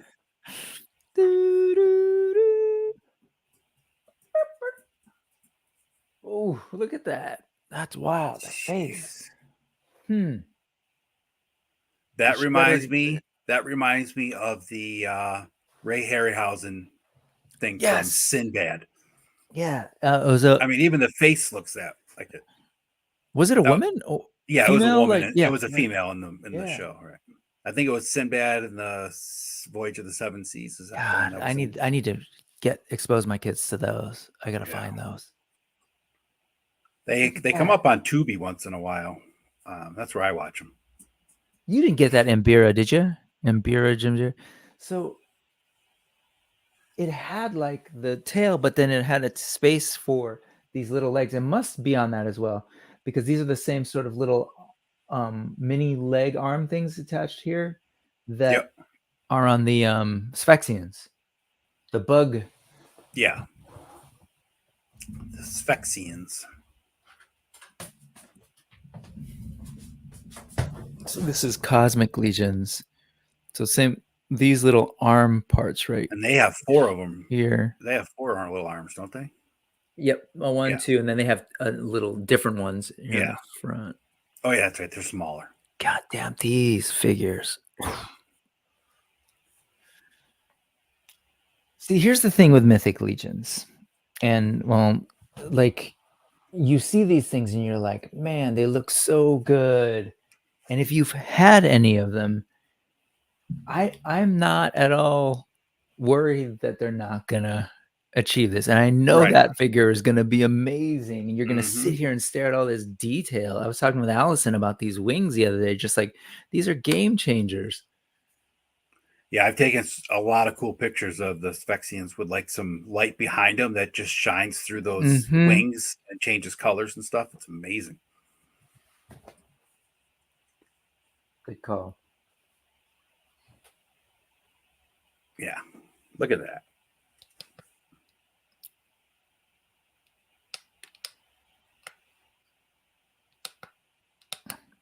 Yeah, man, these are just cool. Oops. So fun.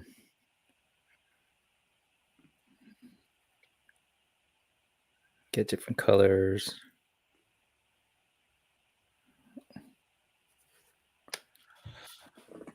There's all the parts. Man, look at that. Ooh. Is that a green flame torch? Yeah. Oh, wow. I wonder if did they have that in? They might have put that into boxes. I don't know. I've kind of lost track. Yeah, I think that is in boxes. I think that the evil wizard dude, whatever the hell his name is, has that. That guy, that wizard, totally looks straight out of old classic D&D. Oh yeah, LJN. Both of them do. The two. That's the two that I had on pre-order.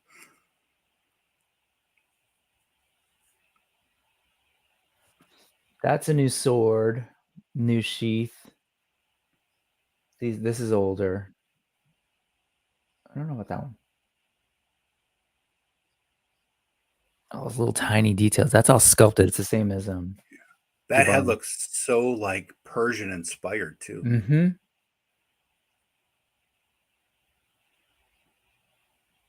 Even that sword on the bottom, the scimitar style shaped one is.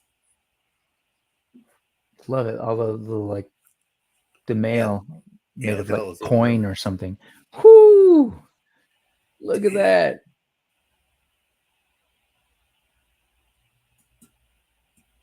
Wait, what?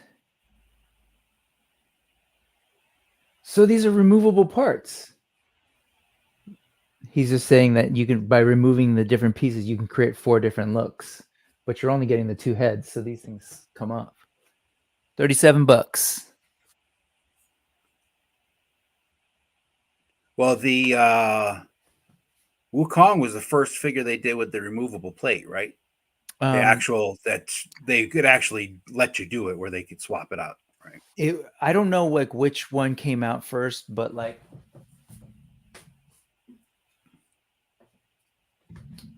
Leodicius, this face does come out.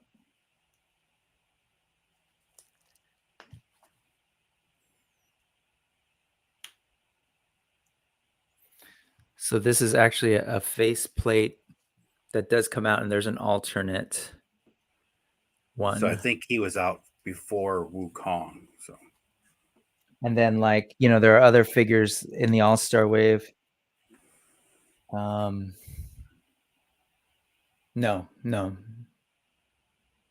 I think this might be the first one.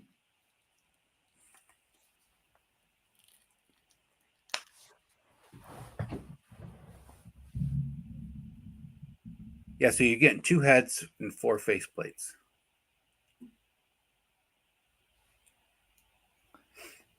Yeah, I mean, again, you buy.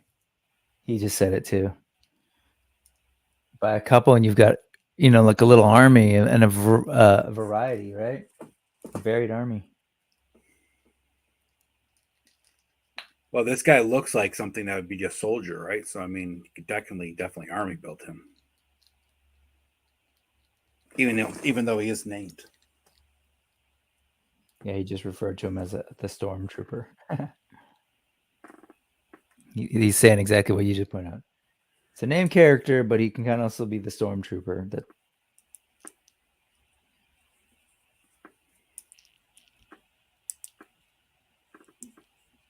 man, yeah, people troop building. I didn't know about troop building.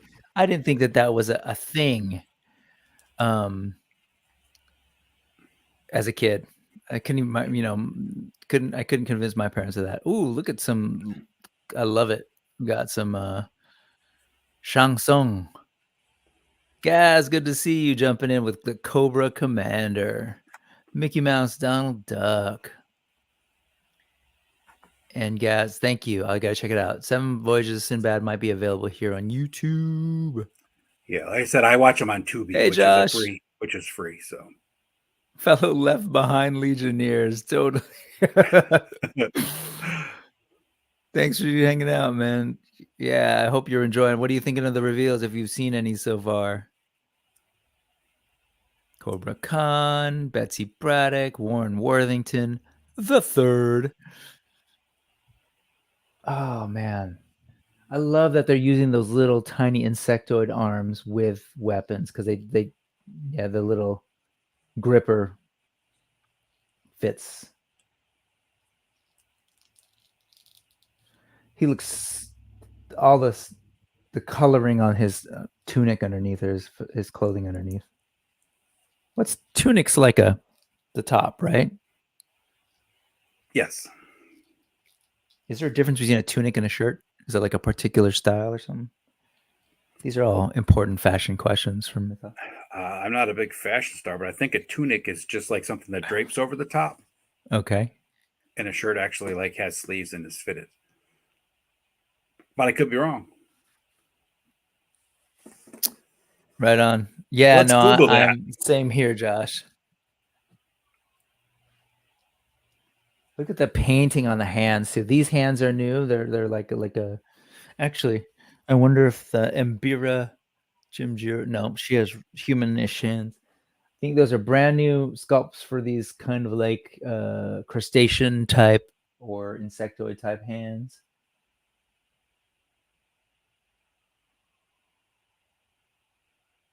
Love the color blend on this tail.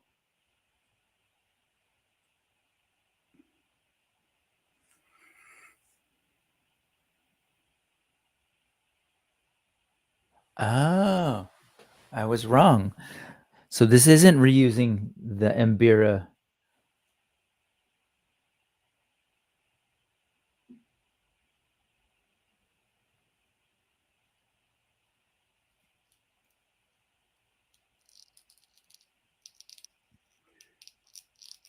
So they did a brand new brand new tool piece for this guy.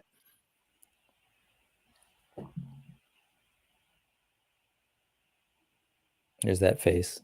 But it's a slightly different system. This is kind of held on kind of just by friction under there. Yeah. I think you're right that the modern style with the hole in its head is probably Sun Wukong was the first.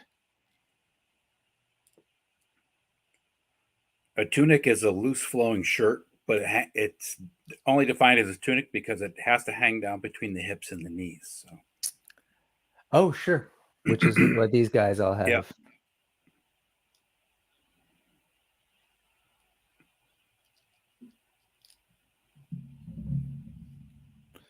The Headless Knight.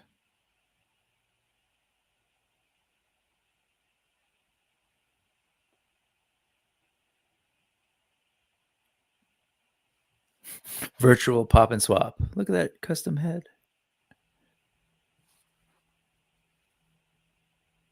Yeah, just the paint detail. So it's got that colored blue to red kind of thing going on the tail and on the hands and on the feet. I've said this before on like Legion's class. I want to be a fly on the wall in the factory because I mean, it's a factory environment, right? And people are just doing like little things here and there, but how they get that sort of blend, I don't know how that all is working. These are artisans. This isn't like I don't think it's like our mental idea of like turn a screw, which is hard work.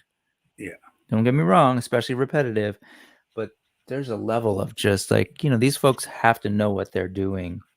Well, like look at this guy right here. This on just this little belt right here, he's got what? And just this area right here, there's 4 or 5 different little colors just on little bolts and stuff, right? It's not like you can just send it down the line and have a sprayer, pop, right? Pop, right? Rip. Yep. That looks like Mbira's head on his back. Yeah, they were just saying on the stream that that initially that was the plan. They were going to reuse the same part, but there was a parts change between the prototype and what went to production on Mbira, so that when it came back, it would no longer work for the design that they had in mind for this guy. So they went ahead and just tooled a brand new piece for him.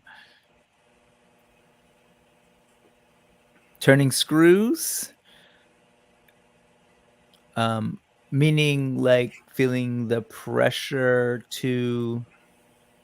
That's what you guys do as teachers, right? Turn screws into. Oh, turning screws. I'm sorry. Thank you. Yes, the assembly line. I was trying to think of what the reference was. Yes. What did I say? Did I say something weird? Probably did. No. There's Payne. $37. I know. What's up? Yeah, Friday morning stream. Condolences to your budget as well. I hope it's fine. But I'll tell you what, the more I handle this guy is friggin' awesome. Maybe. Yeah, I'm lost too, Lucha. Or Johnny. That thing looks so good. I want to believe. Trust no one. Okay, this is slightly weird. This guy is on the Euro Legions podcast. I believe he's Irish. Yeah, can't tell from the accent, but from what he said, he's got a brogue. But he was on Legion Sounds the other day, and people were like, "Make him read this. Make him read this. He should read this. We love his accent." And it was just like, I get it, but it was also a little bit weird. It's like make the monkey dance. Here, read this. So people are doing like super chats. Yeah. Like, well, that's like when Rama Toys was on Hella Dope for the first time, and he started talking. He has like a really New York City accent, right?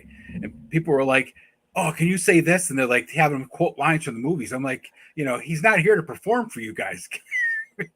First of all, he's just a photographer. I mean, let's go. It's not like he's an actor or something. People are so weird. I used to hate it when my kids were little and people would be like, "Oh, can you say grandma? Can you say grandma?" I'm like, "Mom, shut up. He's not saying grandma, right? Let it go." He's so cute, baby. Yeah. Hey, Ray, like, is that any different from any? No, absolutely, man. I knew, man, if I had a camera on for Necronominus last year, it would have been, I had just barely sort of figured out streaming and everything, but I figured it might be fun to hang out and watch. Is AS or IS is so cool that figures most almost elegant in hand. It looks it, man. That looks really good. The sculpt on that, the skin texture. I couldn't, again, like I said, jump in on that second book of Cosmics, but the more recent gray that they had with the robes that looks almost like a monk robes, I grabbed. Yeah. So that'll be my first gray. This is the only one that I got from this week too, book 2. This came in, I opened it up at the beginning, Aaron, from my first order from Hella Dope. Came in yesterday. What's going on, Tony? We are geeking out on some Mythic Legions, lamenting the loss of some funds, but the gain of some dope toys. Plastic goodness. Plastic goodness. Pretty plastic. Yeah, even just like the way that these pauldrons fall is different to give them that triangular beetle thing. This thing looks like a beetle, but yeah, it looks fantastic. I mean, so far, if I can swing it, this is one of those all-in situations for me, I think, if I can swing it. The biggest challenge, so I kind of set an asterisk when I was talking about like this is the cheapest sticker price you'll get.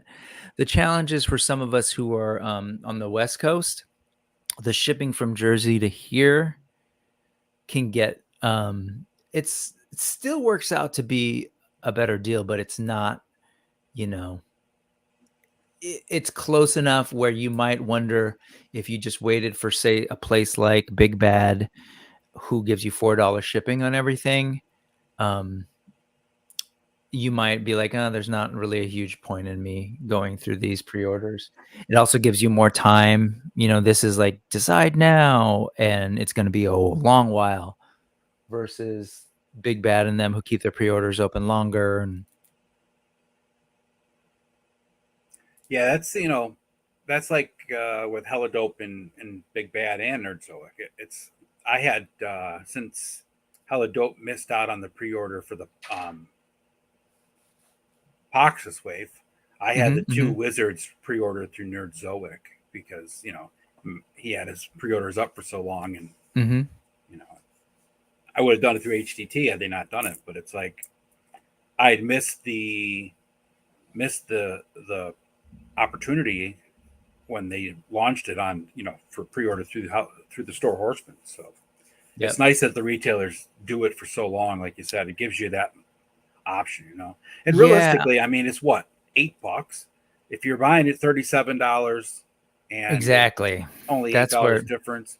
Like you said, you might be saving on shipping, so it's probably a $2 that's wash. What I mean. It really is something you got to look into a little bit more depending on where you're at, who your retailer is. I've got, if you're in Southern California, and there are other places around, like Chicago, I know has some places, actual retail stores or retailers that you can walk into and get them. Down in Frankenstein, there's one retailer. There's a place over by Disneyland that's a shop. So, yeah, Josh is saying I'm praying the pre-order window stays open into January.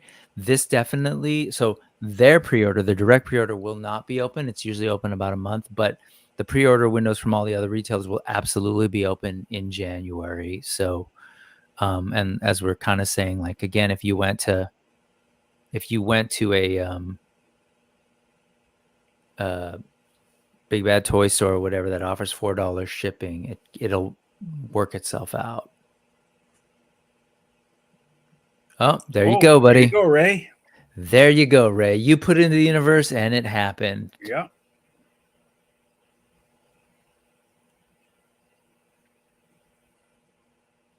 Oh, started here.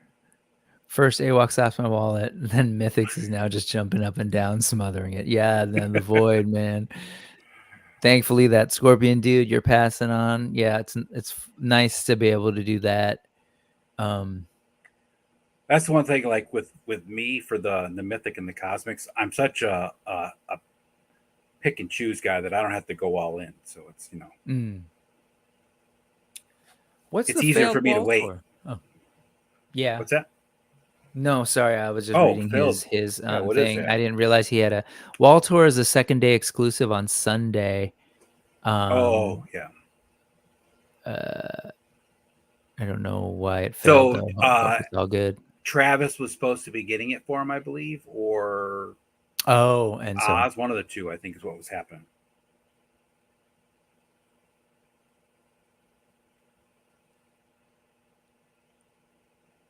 if you're in the cabal, you could still sort of ask someone there. And then I know that there is a sort of like a groundswell movement of people trying to get extras to kind of Bill from Darklair was trying to encourage people to do this. Buy extras of the exclusives, and so hopefully we can prevent some of the scalping that's happening.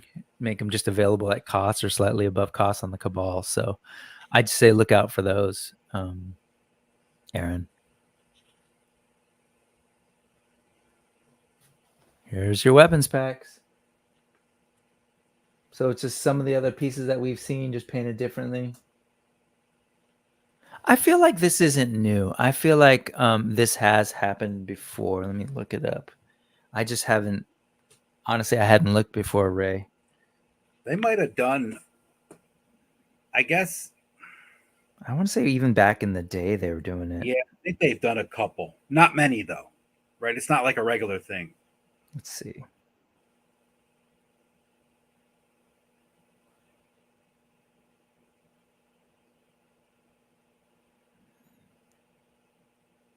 Yeah. I think because I'm looking up on Big Bad right now, there is the Poxus weapons pack, Necronominus weapons pack. Yeah, they I have guess I older just ones don't too. attribute it to like an actual weapons pack because it's more like an accessories pack, right? That's how I've always looked at them. There's weapons, but there's also, I guess I just never looked at it. Yeah, I just honestly, I think I missed it. Even as way back as like Advent of Decay wave, I guess it's a thing. I didn't do all in, so my now that's a first weapons true pack right there. wave, yeah, barbarian weapons pack. Belt buckle, maybe? The bear? Oh, nice. So that's a cool weapons pack right there.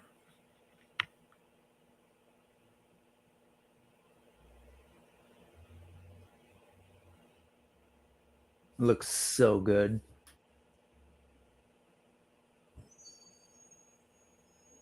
I like that, Jeremy. Is that this thing pops out and you can put that thing in there? I was just going to say it's probably the center of the shield. I was thinking that. Yep. Oh God, I'm so glad Eric is like thinking more about the modularity now and working that in because one, it speaks my Lego language. Two, that's the best thing about Mythic Legions, and it just builds in the longevity of the line because you're like you can use your older figures, your newer figures, and you can create such a wide variety of figures. I mean, you could buy 5 of the same figure with a couple of different things, and you could have a completely whole set of a whole army of guys that are, all look similar but absolutely different characters. It's just for these Ray, you might want to look like those are the kinds of things that people do sell, and they don't sell for a ton. It's worth checking out if you want to. If I don't know if you're on Facebook, but sort of like try and get into the group and just hang out and like people. It's wild. People will give you stuff. You'll be like, "Oh, I'm looking for this piece. How much?" And then all of a sudden, it's just like, "I'm sending it to you." Like, so I don't know. I'm sure you'll be able to find someone who's selling those things. The weapons packs, like he's saying that there are weapons packs available in BBTS, but they're sold out. But there are a lot of other vendors, and I just think people. Those are the kinds of things that people. There are just so many, that come with.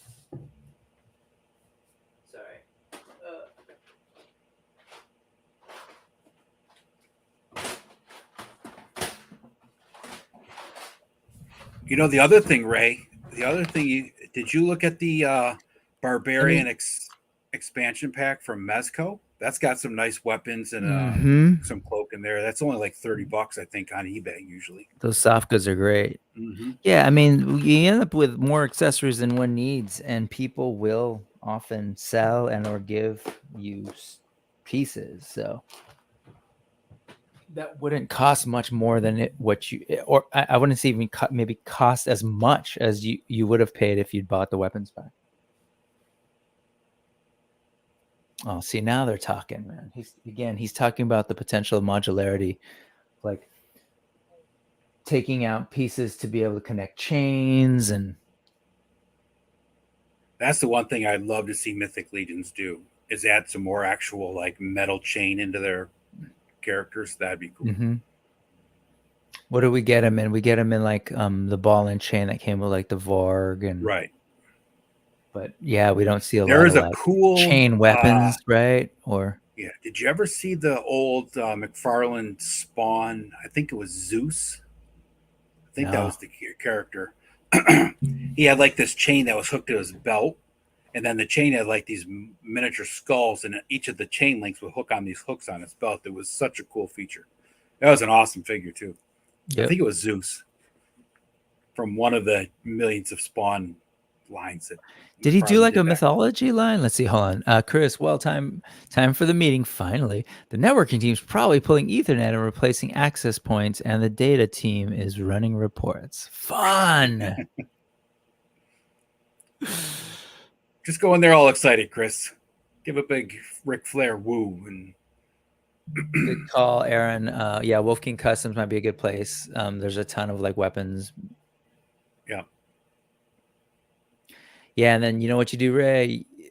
Make yourself a cool weapons, like the ones that used to come with a $20 each. There you go. $20 for those, $20 for those.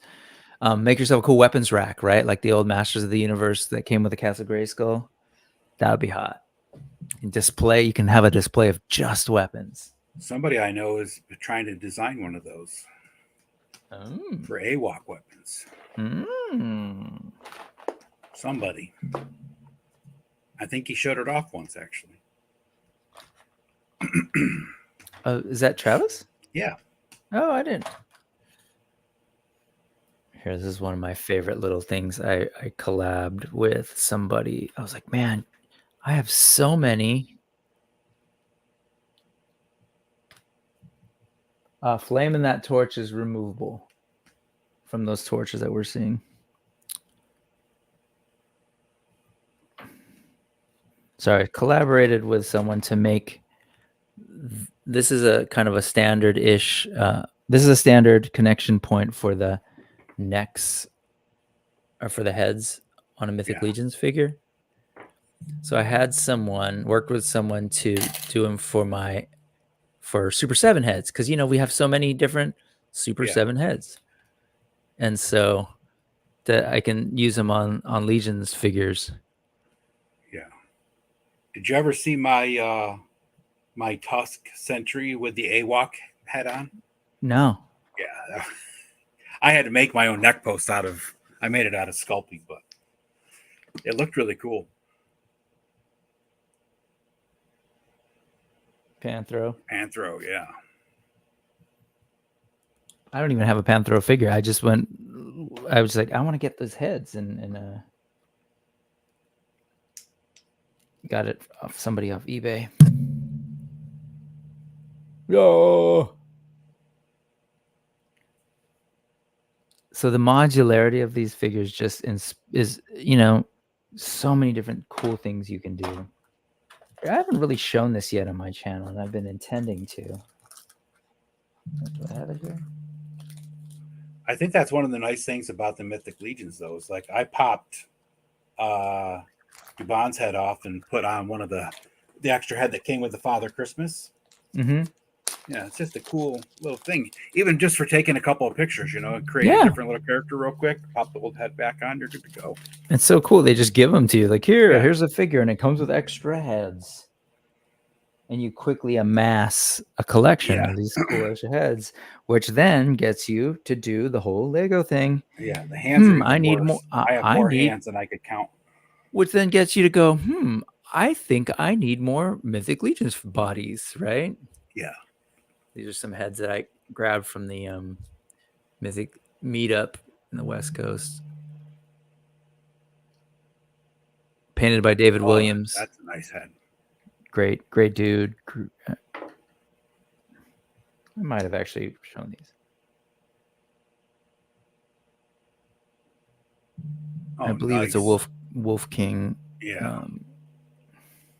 That Noble Bear and Wolf King both do some awesome stuff. Noble Bear, I can't remember what it's. No, it's Noble Bear's the faction. No, there's a Noble Bear customizer that does 3D prints. Yeah, okay. He does some awesome stuff. He actually made a Sasquatch head for the War Bear that can pop on and off the War Bear and make it a Sasquatch. That's rad. Yeah. Isn't that essentially what That's what Monster Force. It is, right? Yeah. It's called Noble Bear Customs, I think is what it's actually called on Instagram.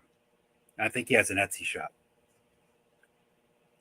And he does nothing but Mythic Legions for the most part. So you know where he got his name from.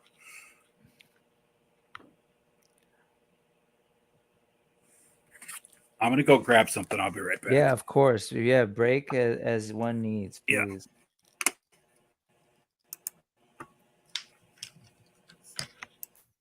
Make myself a quick Lion-O custom here with this piece.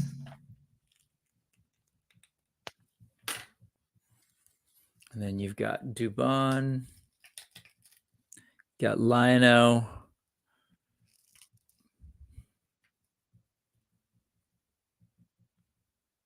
On Mythic Legions. Hey, Carol, good to see you. John's back. The Briscoe 1 2 3 4. What's going on, man? Yeah, Josh. Seriously, like even the flames are modular. And I know for a fact these guys are Lego heads. I got to sit with them at the Mythic meetup in May, or a couple of folks, not necessarily from the studio, except or Nate Barch from the studio. He's really into Lego. Is the Wiz is really into Lego. So there's definitely crossover amongst the Legion fans and Lego.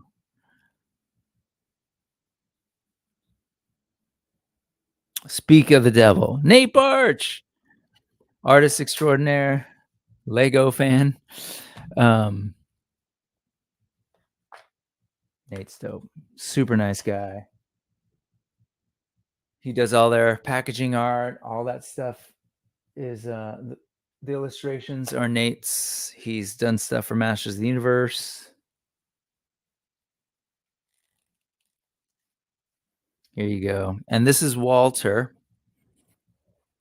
who runs the Cabal, who started the Cabal. He's from here up in Northern California. He has a tribute figure that is the Legions Con exclusive this Sunday. That's Waltor the Mad, the one that Aaron was looking for.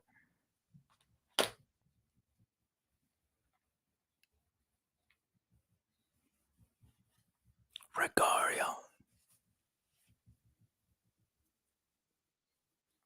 Yeah.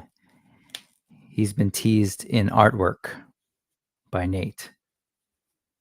And so we're going to get it in plastic form. Regarion. We got our Minotaur. Oh, and they're using that Nate Barch hammer that we were talking about earlier. So this is an ogre scale, like a 9-10 inch figure. I don't have any on me. Oh, yes, I do. We're getting a giant Minotaur. Yes, we are, baby. Oh my God, I'm so in love. Yeah. This is ogre scale. This is your standard Legions figure.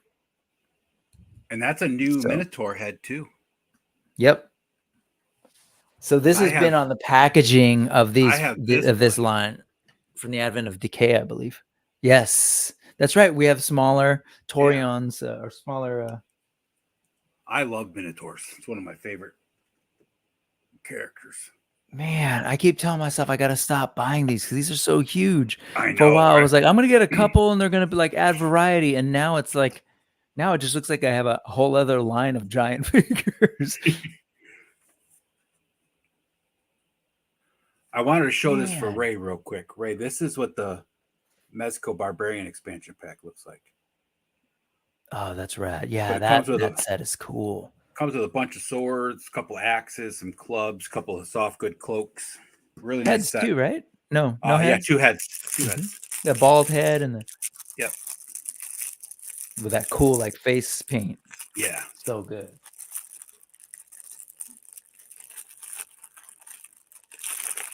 Again, they're going modular, so these knees are gonna pop right out, and you can switch them out to get different looks. Which was a problem with the original ogres. They all kind of had the same armor.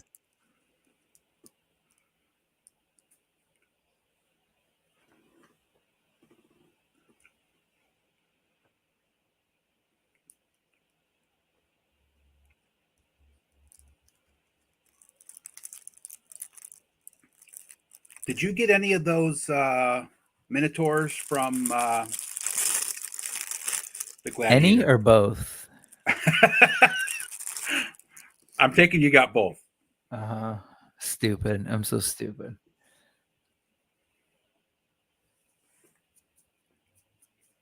So yeah, this is this is a brand new handle, which is cool because all the ogre scale stuff look the same. But I'm looking at that, and that's different from the one from the old set, or like at least different animal sculpts. Maybe they pop off. I don't know. That's definitely a new Hammerhead. I don't remember seeing that one. Damn.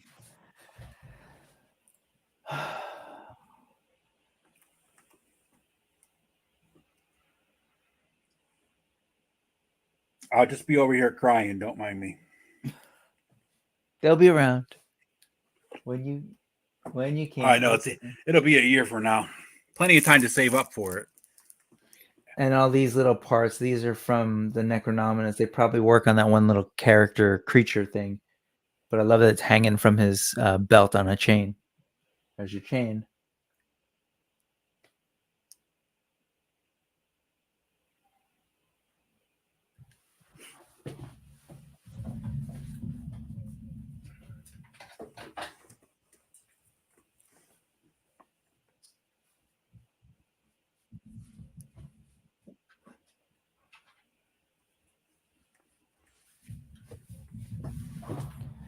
So they're talking about how old and how long the concept for this character has been around, which is why Nate teased it on the packaging art so long ago. And what's cool is because they're talking about was it the first G-Con? And this is the 5th Legions Con. I don't know about G-Con, but what's cool is because the marketing guy, Jeremy Gerard, was just saying, yeah, I was here, but he wasn't part of that. He was just a fan. He wasn't a part of the studio yet. Same with Nate. He was working and doing their packaging, but he wasn't an actual employee until early this year. And Walter, I don't know if at that time, he started the Facebook cabal as just sort of a fan. And at a certain point, not in its earliest days, it took a while, but at a certain point, they brought him on and they started paying him as well because, he was basically like, the old Macintosh language was you'd be a Mac evangelist, or right, going around telling people about it because it was, an upstart company. Yeah.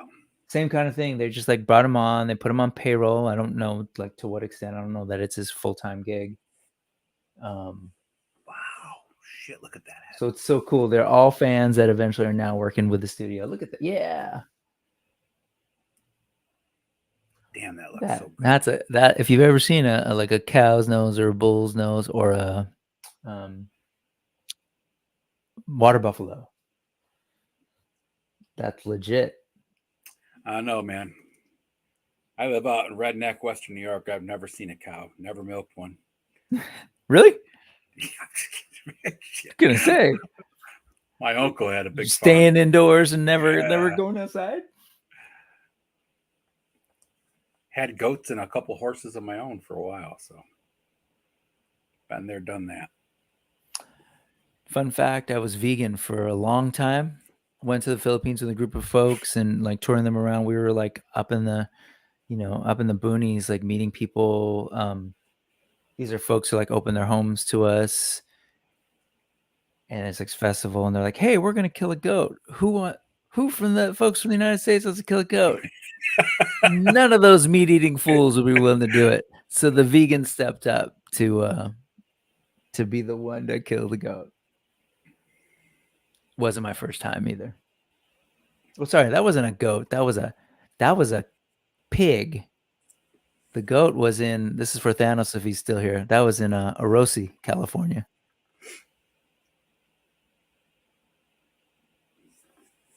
Did you? Did they cook it up like over a fire after you killed it? Oh yeah, they did the whole thing. They Awesome. used the blood stew. And God, that's good. sorry for any animal folks, but again, if I was vegan at the time, I was vegan when I left here. I told myself if they offered me anything, I would eat it, and I did.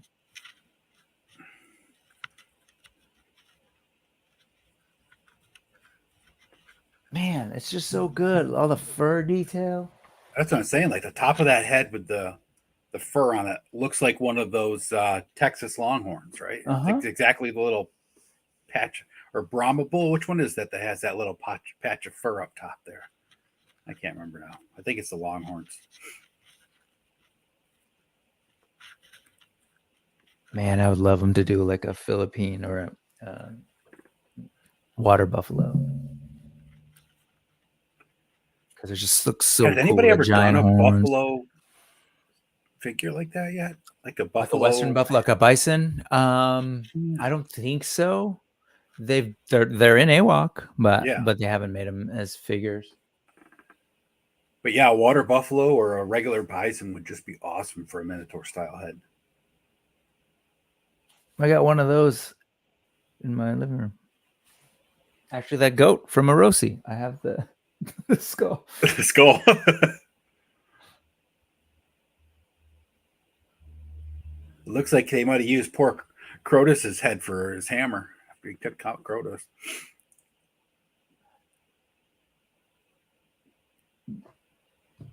Those are the ones that are hanging from his belt. So cool. Now, is he Noble Bear or is he Sons? Noble Bear. Noble Bear. He's been on the back of that, the card backs for that wave, Advent of Decay, where the Noble Bear was introduced.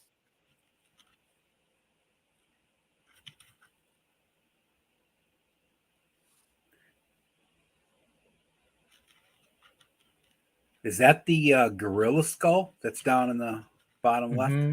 It looks like the same one from that thing from Necronominus. Yeah.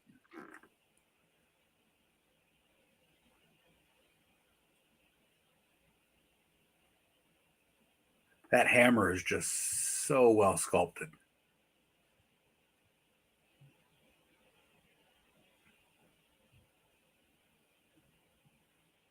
Man.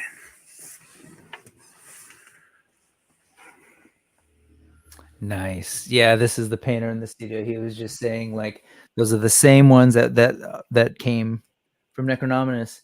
And so he said I made sure to paint them in the standard bone color so that you can put them on. I was like, oh, there's a 4 Horsemen standard bone color. They've done enough. Bucks. They've done enough with bone. I mean, you can't beat that for that size figure though. $60 with all that detail. Jeez. It's cheaper than my Zezre Minotaurs. Mm-hmm. Which I think I might. There's a part of me that might cancel them. I don't know. We'll see. Which is too much lately.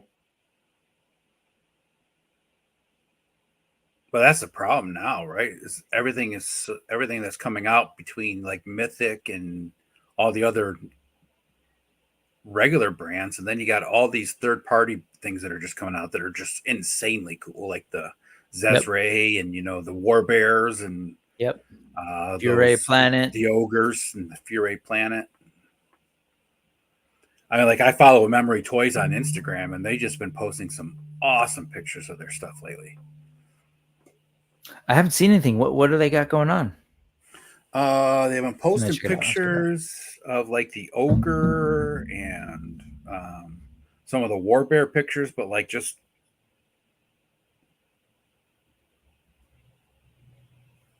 That's rad.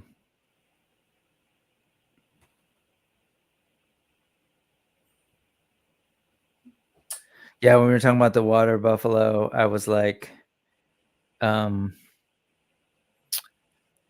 yeah, AWOC has it in the comic book. I know nothing, so I wish they would do it. But for the Void, that was something I've been sitting on for a couple of months. And in the last episode of AWOC Talk, Monkey Business over on Adams, the prompt was like, what are figures that you want to see come out? And I was like, dude, we can't do that. Like, we're gonna sit here and like, yeah, it would get awkward and be like, I don't know. I just didn't know if we could like pull it off and lie, but I think I pulled it off okay with the Void. I was like, yeah, I want to see the Void. It's hard when you know something's coming and you're all excited about it at the same time. If someone says, do you know if it's coming? You're like, no, it's not. I don't know. I don't know nothing. Well, these days, man, my memory's so bad that I just like, no. Kind of easy to fake it because I don't remember anyway.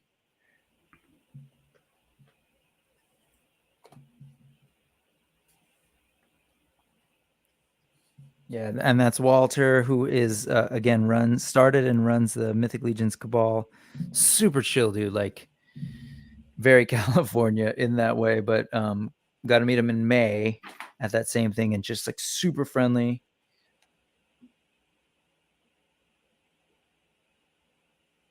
And so yeah, they're talking about how on Sundays, con exclusive figure is actually based on him.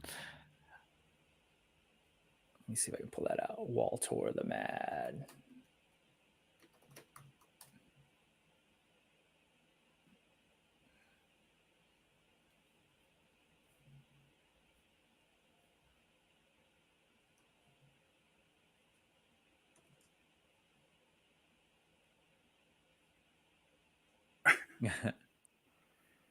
He's like, yeah, don't make me cry on camera.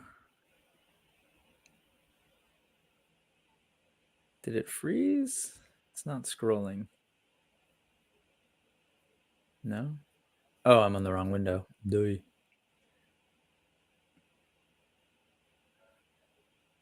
That's Walter on the left. So that's Eric from the studio, Cornboy from the studio. These two are actual horsemen. Jeremy, who is the marketing person now and has been. Let's see. I talked to Jeremy for a little while at PowerCon. He's an awesome dude. Oh, that's rad. Yeah, he seems like it. I've never met him.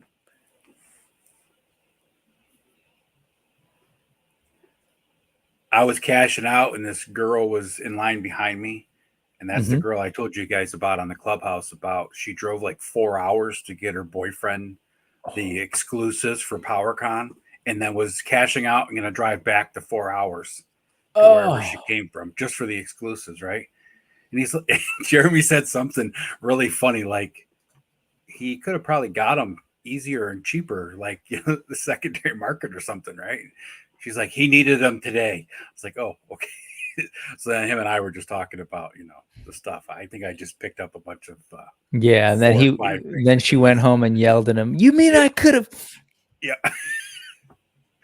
She did, right?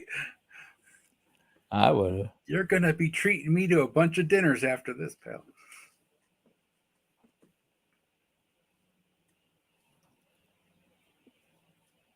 Yeah, he's talking to the painter. That's Sherry, and I don't know this guy's name.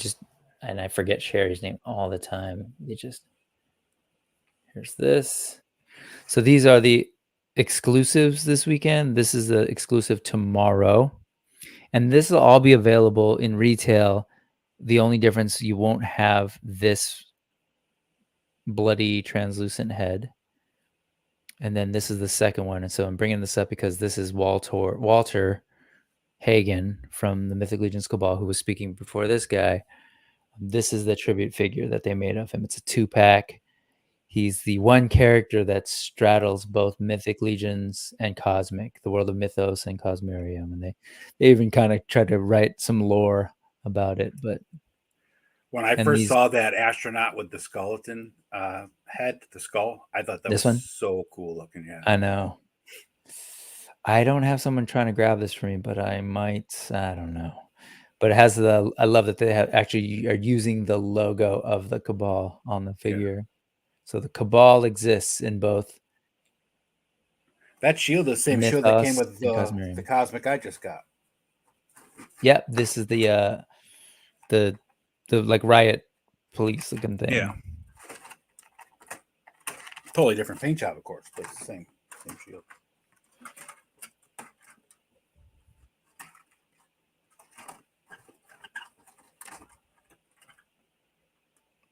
And yeah, Walter's out here in California, so I don't know if he picked up on the Sons of the Red Star and House of the Noble Bear California connection either.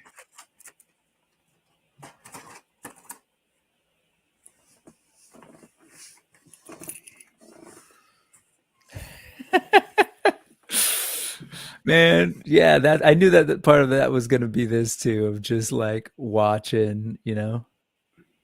Oh, good call. Yes. Time Bandits. Yes. Love Time Bandits. Thanos, you're vegan? Okay. So yeah, I think he said something about that. Recently. Okay. There you go. Yep. Man, I was that kid looking at Mac User and Macworld, checking off all those boxes, Johnny, to get all the free garbage that got mailed to me.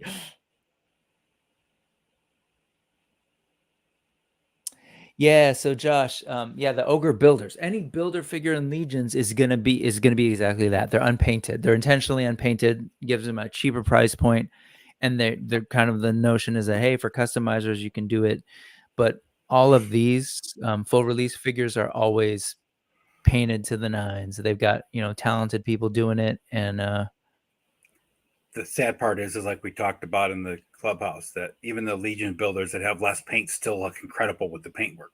It's like, yep. It does. Yeah, that's what I was thinking too, because it's got the hairy fur. That's what it is, the Highland cow. I knew there was that one that had a little patch of hair on top. Thanks, Aaron.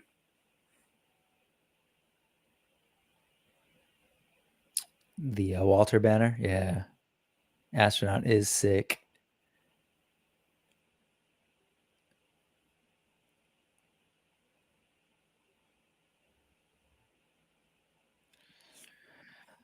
They're going to bring in their next thing.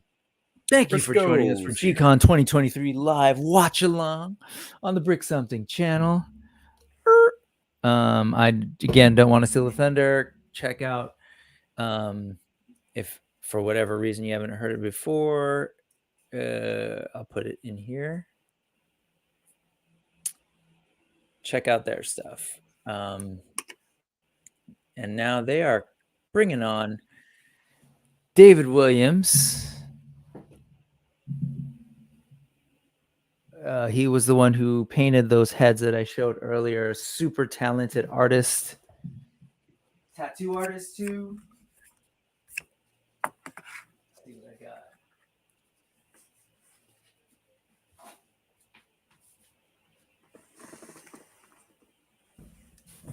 got. That's a David Williams.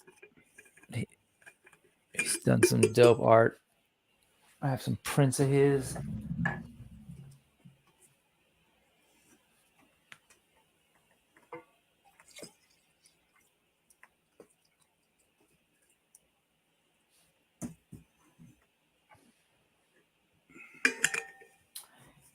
So yeah, David, and then you've got folks from My Wife's Gonna Kill Me podcast and Legion's Lounge. Oh, dude, we're going deep in the Asian influence armor. Some of that is Sun Wukong. Look at that. That looks like the red scarf thing that came on Mask of the Red Death too. There is one on Sun Wukong too, though. That I think Yep, is yep, it that's might true. be. That's right. Yep. There's this, the armor, but that face was dope. But I'm just like, man, didn't I just pre-order that? Did you see that third party or that import orc in samurai armor? Yep. I was like, Yep. oh god, look at that color pop.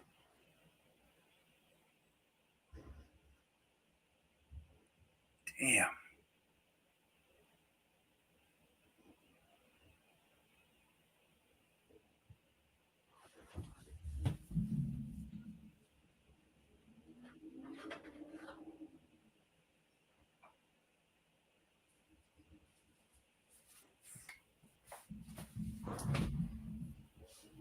Yeah, they're looking at reuse.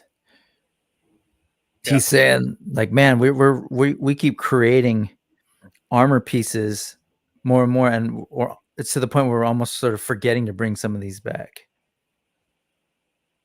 This is largely Sun Wukong, like in that piece in the. Yeah, I was gonna say even like the feet kind of resemble it, don't they? Yeah, it's just different. Although this doesn't have his pauldrons, so I believe those might be the same pauldrons that came with him. I just don't have them on right now. That head is cool.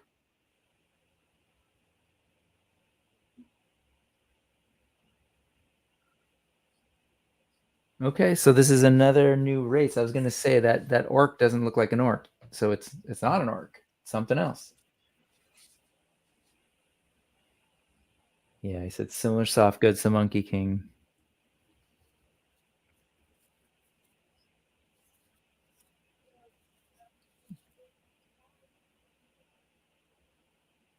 Yeah, that's right. It had to be Monkey King, not Master Red Death, because Red Death's scarf goes over its head. It's a hood. It's not just a scarf. That's right. It's Wukong's. That's I was thinking of. Yeah.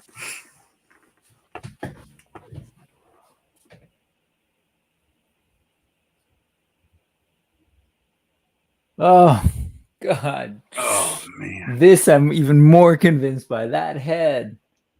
I think the first one I was kind of like, wait, this feels really familiar, and I'm really like, yeah, because it's basically Sun Wukong. Damn, that headpiece is dope. Look at those the horns, the two little horns, and these bigger. That is such a cool picture too, though. Someone's gonna light that up from the inside. Oh, that's totally Asian influence right there. I mean, that looks like is it the Kodo Bakui masks or whatever the hell they're called? What are those masks called? The red mask with the tusks. Yeah, I know what you're talking about. I don't know what they're called from Japan.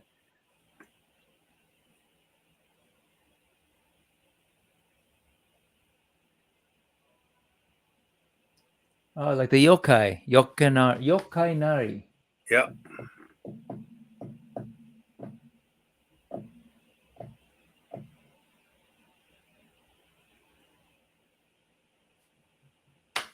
The ghost of a demon.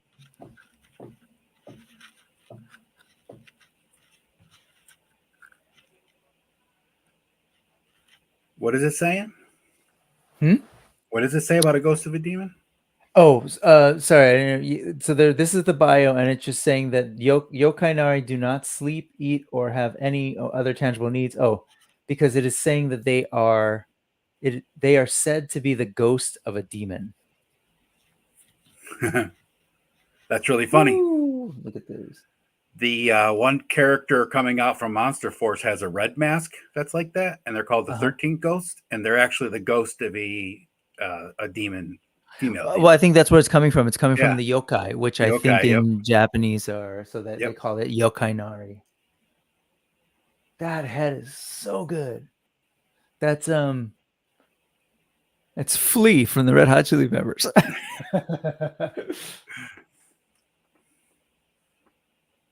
What was he? He was in what was the name of his character from Back to the Future? Who knows? Who knows? What was Flea in Back to the Future? I can't think. The movie I always think of with Flea is when him and Anthony Kiedis were in that one movie where they drove the monster truck, and it was like they were trying to stop. That's you mentioned it last time, and I thought it was the surfing movie Point Break, but you're saying it's more of a comedy, and I don't remember what that was. But yeah, I can't remember what it is either. I have to check that out because it's driving me crazy. Every time I think about him, that's all I think about.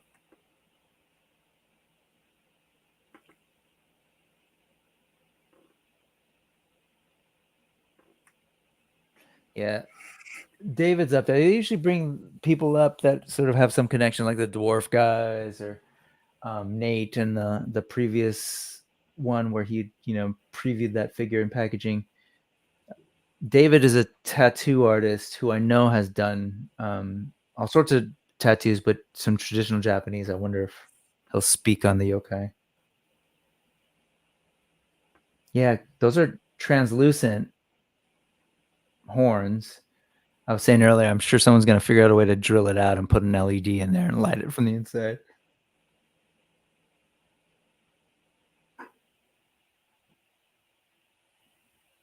Man, this stuff is so cool. This is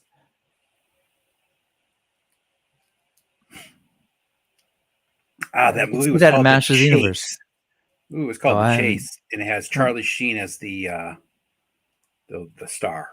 Oh, I don't think I've ever seen it. But they drive this monster truck, and they're just like crazy ass rednecks, and you know how Flea is already. Because too funny. That sounds familiar. I feel like I don't know.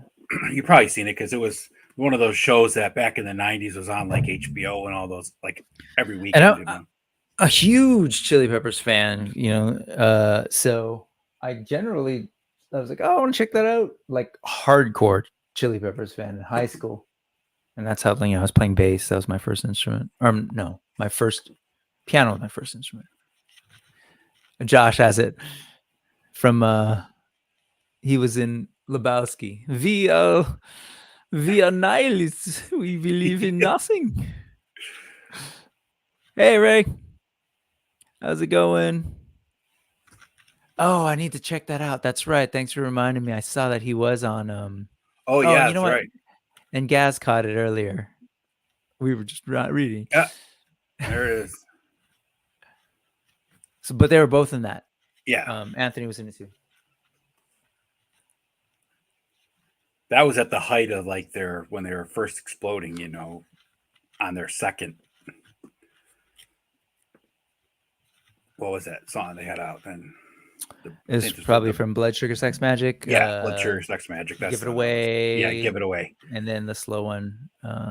Sometimes Under the Bridge. Under the Bridge, yeah. Sorry, I totally made fun of his list. My bad. Yeah. I love that pose too. The sort of like he's this dancing demon, but brute. The way they described him was that he's like awesome. The way he looks. It's all Trevor.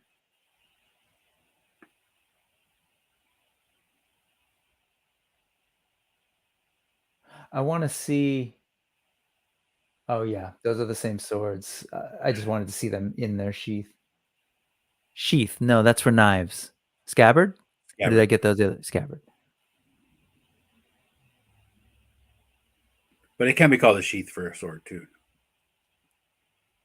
It works for both. But most of them call it action figures. That's all I know of anything. These weapons. Right. Oh, Trevor's having fun with this one foot thing. What did he do here? He photoshopped a stand. Probably has a. That's so cool. The Dutch angle and everything. I love that helmet with the tassel out the top. Yeah, I did too. Awesome.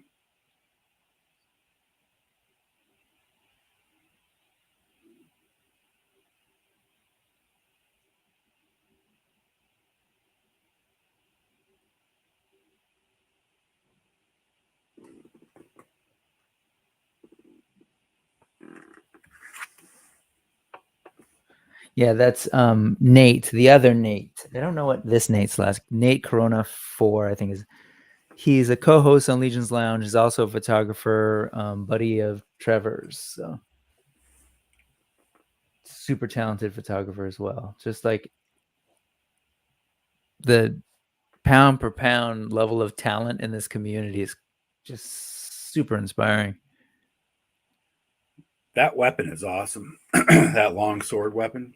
I love it. I know there's a name for it. I can't remember what the hell it is right now, but I don't remember it either, and I don't know because it has like it's a weird thing where I'm like, is this Chinese or Japanese? Because with the Sun Wukong, they definitely went more Chinese. But anyway, just in the recent thing, everyone here, if you haven't already, you should check out on Netflix this thing called Blue Eye Samurai, a animated series. Incredible. But they talk about that weapon in particular, or this kind of weapon, staff with a blade, and how it's good when you're outnumbered. Yeah. And but I think China and Japan both had a version of that. Yeah. Just the shape of the blade was a little different, I think, is what the biggest difference was. Blade on a stick, but yeah. Josh, I'm keeping this up here for a reason. That's exactly. So that album came out in high school. I was a fan of theirs since like the 6th grade from Mother's Milk. But then that album came out, and then that documentary, Funky Monks, of their filming that Blood Sugar Sex Magik in a house in the Hollywood Hills with Rick Rubin.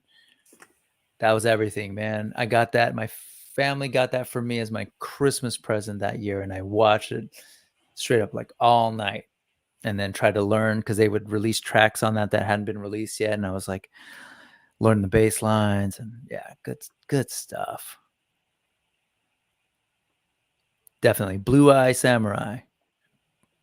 Blue Eye, not blue-eyed. Did you like it, John? It's good. The first episode was free on YouTube too, if you don't have Netflix. I'll have to check that out. I haven't watched that one yet either.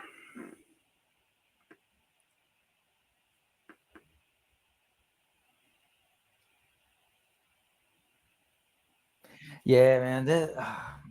This, I mean, definitely like I'm coming down a little, just the shock of all these like, but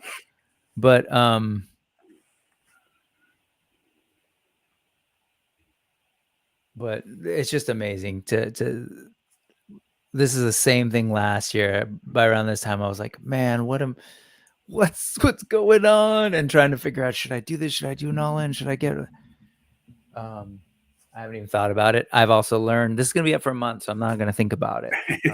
I got to move some things around and figure it out. Like I said, I can reconsider the Zezrai Minotaurs and some other stuff, but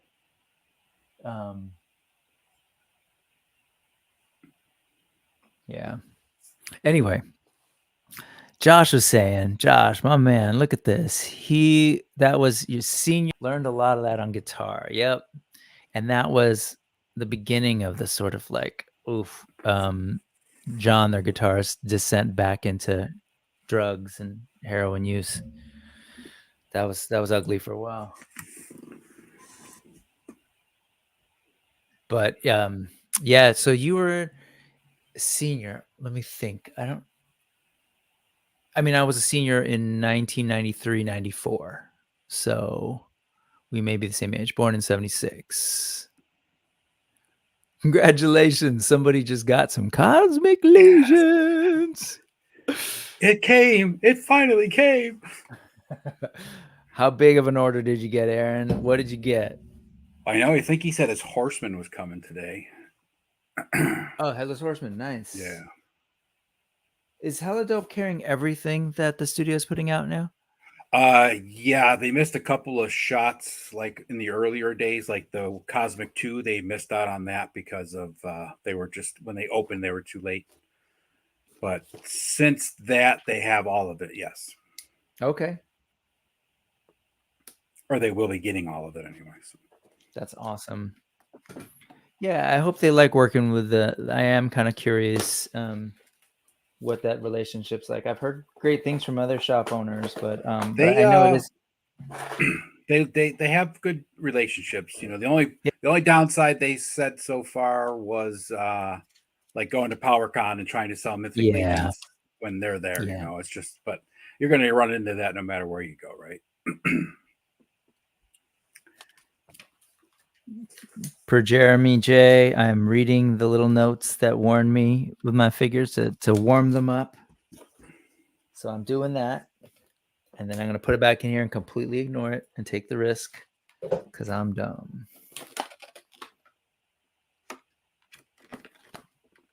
God, just this is the way to do it. I've got figures here. Again, I'm reminded of the quality. I remember seeing these things being shown, and they're better in the sense that I can move them, I can play with them.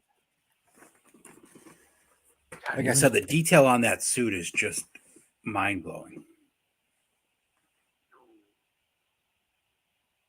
100%. And again, just reuse. This is like the same as that Dubon Ranger guy, but they put it into space.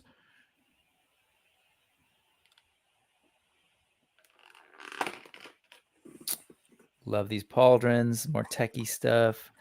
This is great. Between Mythic and Cosmic, you mash them up and you've got Cosmic of the Universe, Mythic of the Universe.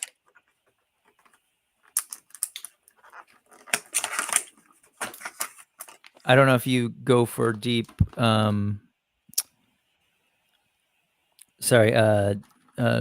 Ray, if you do like guns and stuff too. You must, I mean, you're a Joe collector, but again, I haven't paid attention, but I bet there's been Cosmic Legions weapons packs as well that I just have not at all been on my radar. So Cosmic, I don't think they've done Legion or weapons pack shit. That I do know. Except for that one that's coming out now, the generator kit. That thing's wild.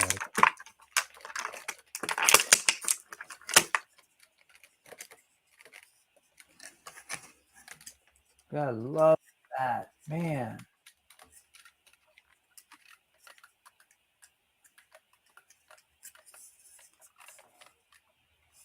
My only thing is I do wish that he didn't have the exact same armor combo as Sun Wukong.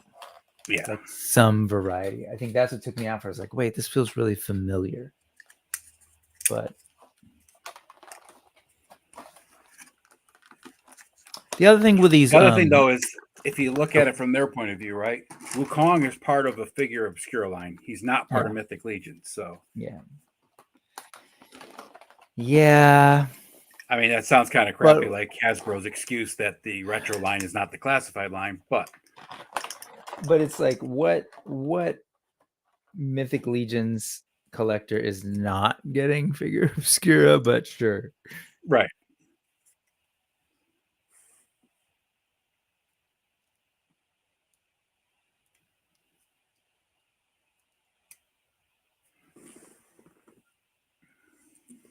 Yeah, this suit is so good. If they gave this guy 4 arms, he'd be a perfect example of those aliens from that John Carter of Mars movie that was out from Disney. I wish that movie did better. I like that movie. I actually enjoyed did too, and it just had some really weird marketing stuff behind the scenes. Yeah, they had no idea what they were doing with that movie. Was the problem. They got scared. Yep. They spent a shit ton of money on it too, which didn't help. But of course, like that source material between that and Conan, I want those things to do well, and it just a company like Disney does something like that, and then it doesn't do well. Like they get jittery, and oh, guess I'm not going to use that again. I can feel the tightness on this. I really should heat it, but again, I'm not. I'll just go slow, loosen. Huh. Oh, look at that. With his weapon and his staff.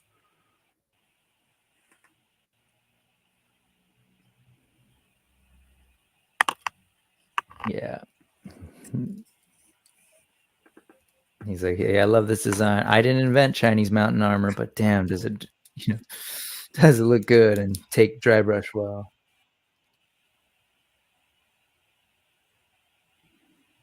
So good. So yeah, I get that, like they tease these things, they reveal these things, and it's going to be like maybe a year and 2 months before they come out. But we're at the stage now where it's not like you're not going to have access to some great current Four Horsemen figures. That's the same helmet canopy that's on the Tusk guys. Yeah.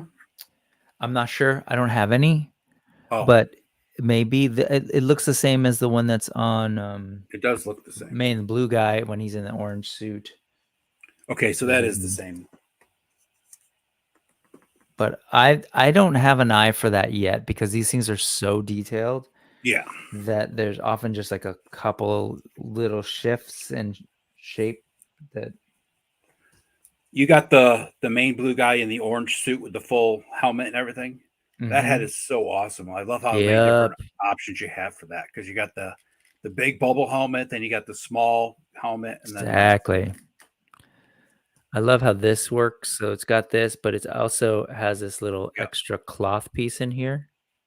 Yep. And get that cool looking scarf. So good without the armor. Oh, kills me because I was like, I want to put a different head on him, but this looks so good too. That head looks really good that way without the because it gives you more of the contrast of the shape, right? Gets lost in that thing. So, again, real talk, I love these figures. I would absolutely love for that knee joint to move more.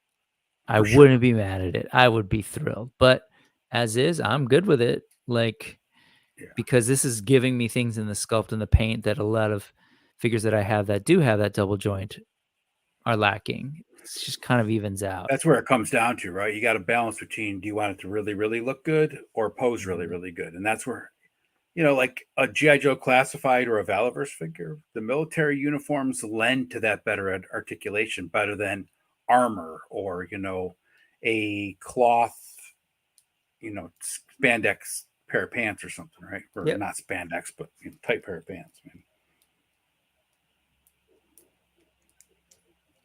Oh, so good. What have we gone? Four figures? Well, there's a 2-pack in there. 2-pack, 5 figures so far. 5 figures. Probably got another 3. Yeah, 5 figures with the 2-pack and then the 2 sword set or weapon sets, rather. Give me a creature. That's Sherry. Painting master.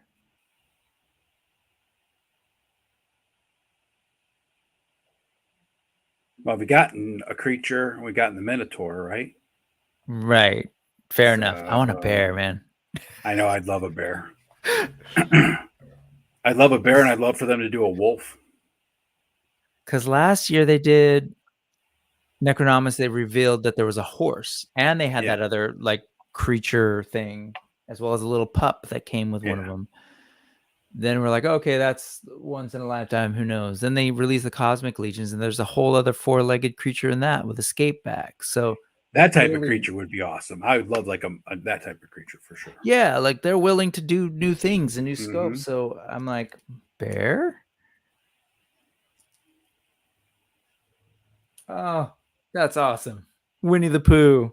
House of the Noble Bear. I love it. House of the Noble Pooh Bear.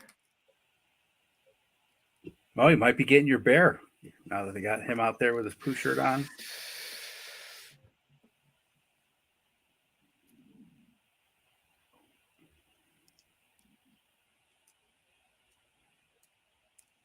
These boots are hot. Oh, yeah. Yeah. I want those. They remind me of my Palladiums, but not metal, all rubber.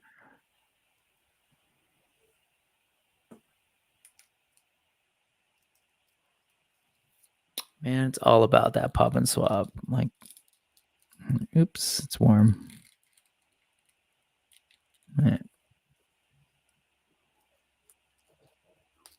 Oh, how do you pronounce that? Neve? It's Nev Campbell. Nev Campbell. He said some people expected bear, but he said, but not in this one. No. Okay, yes. This is my other thing. Was a barbarian, woman barbarian with the Vorga buck. I think that is. Yep. The more buff Vorga from Cosmic Legions. I got They what I hinted about wanted. this already, though, too. They So just need to give me the bear. yeah. Give me the bear, and I got everything I wanted. I put it in the community tab too, and I think in the description of this. Bears with a bear. Oh, she looks so good.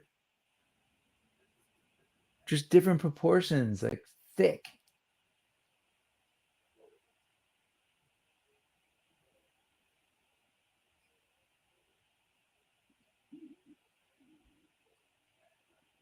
Cool little medallion piece.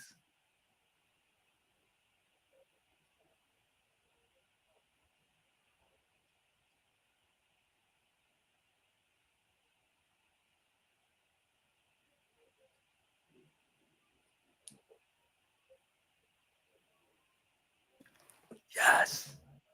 She needs one of those white sheep cloaks. Agreed. I'm not so into when they throw helmets on barbarians. Cassia was like that. In this Cassia, and they, yeah. Especially Like a lot of a the helmets knight's helmet. Yeah, a lot of the helmets they choose are more knight associated helmets. They're not just like dome caps that like a barbarian actually might have worn. But. Right.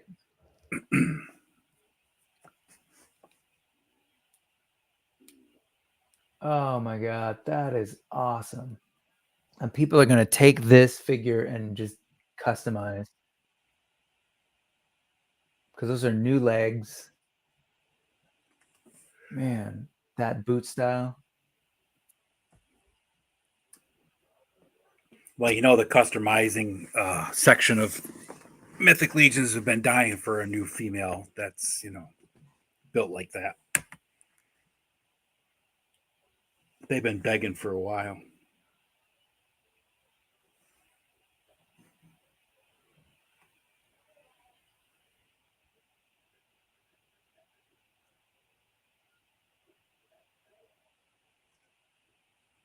Mm-hmm. Top to bottom, new parts, the new torso for 2.0. 2.0 is Legion's like terminology for the thinner buck, the non like bro buck. But now they're saying, yeah, this is a thicker version of that. I thought it was going to be all Vorga, but they give new stuff.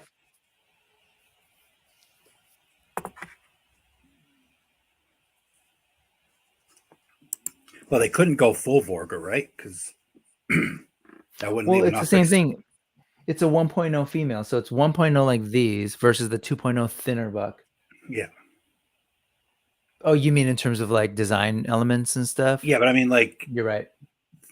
Vorga's got a full cloth suit on, right?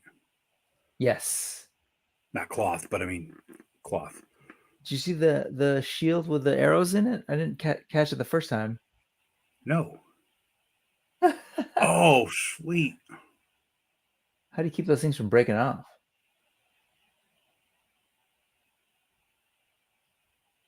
I wonder if they're magnetized or if they slide into a hole. Looks like a hole.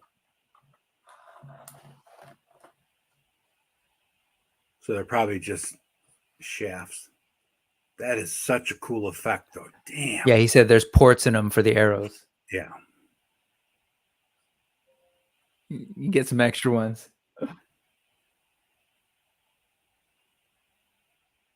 Oh yeah, there's other holes. 1, 2, 3, 4, 5, so you can fill it up.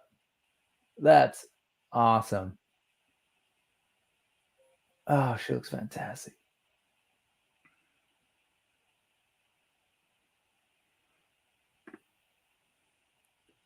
What's that up by her pauldrons, that round thing? Is that a medallion? Yeah, it was a medallion that was hanging on her belt. Oh man, that face looks so good. It's on her back. That face would look good with those Mezco barbarian heads. Exactly, the paint. Along with it, yeah, that's got that blue stripe. Former gladiator, $37.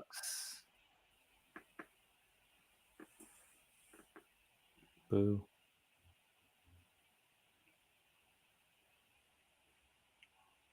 She was exotified by her Mercurian captors. I guess that would be neve, right? That's what that I little didn't hear swoop how over his. the. I think he's been saying like, yeah, he hasn't been saying it like that, but that's how I would have thought too.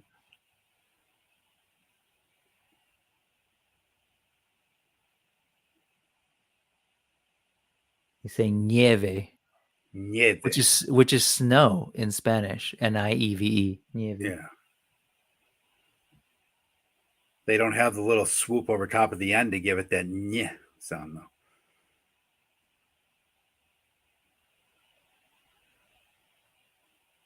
Whew. Yeah. How you doing, Aaron? Are you still there? Because you said you were passing on that one. I wonder, are you passing on more? Oh, we're skipped a bunch. My bad. Where we at? Okay. I see Aaron pop in and say, I see lots of potential there. Yeah. You're thinking like a customizer. Love it. All right, here we go. Oh, you graduated in 92. I graduated in 94. Man, yeah, we're all in the same area. Yeah, we're all a bunch of old guys still playing with toys. Oh, so he got the rest of that Cosmic Legions wave. Actually, let me listen to Sherry talk about the painting.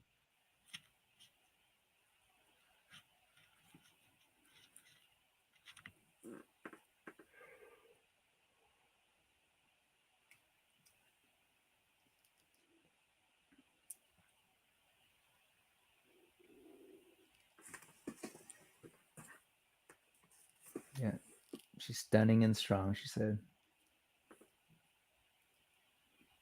I love that.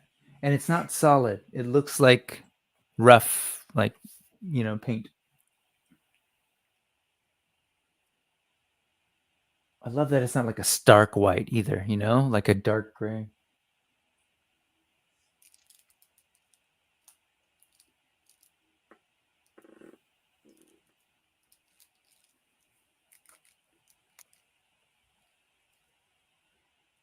Damn.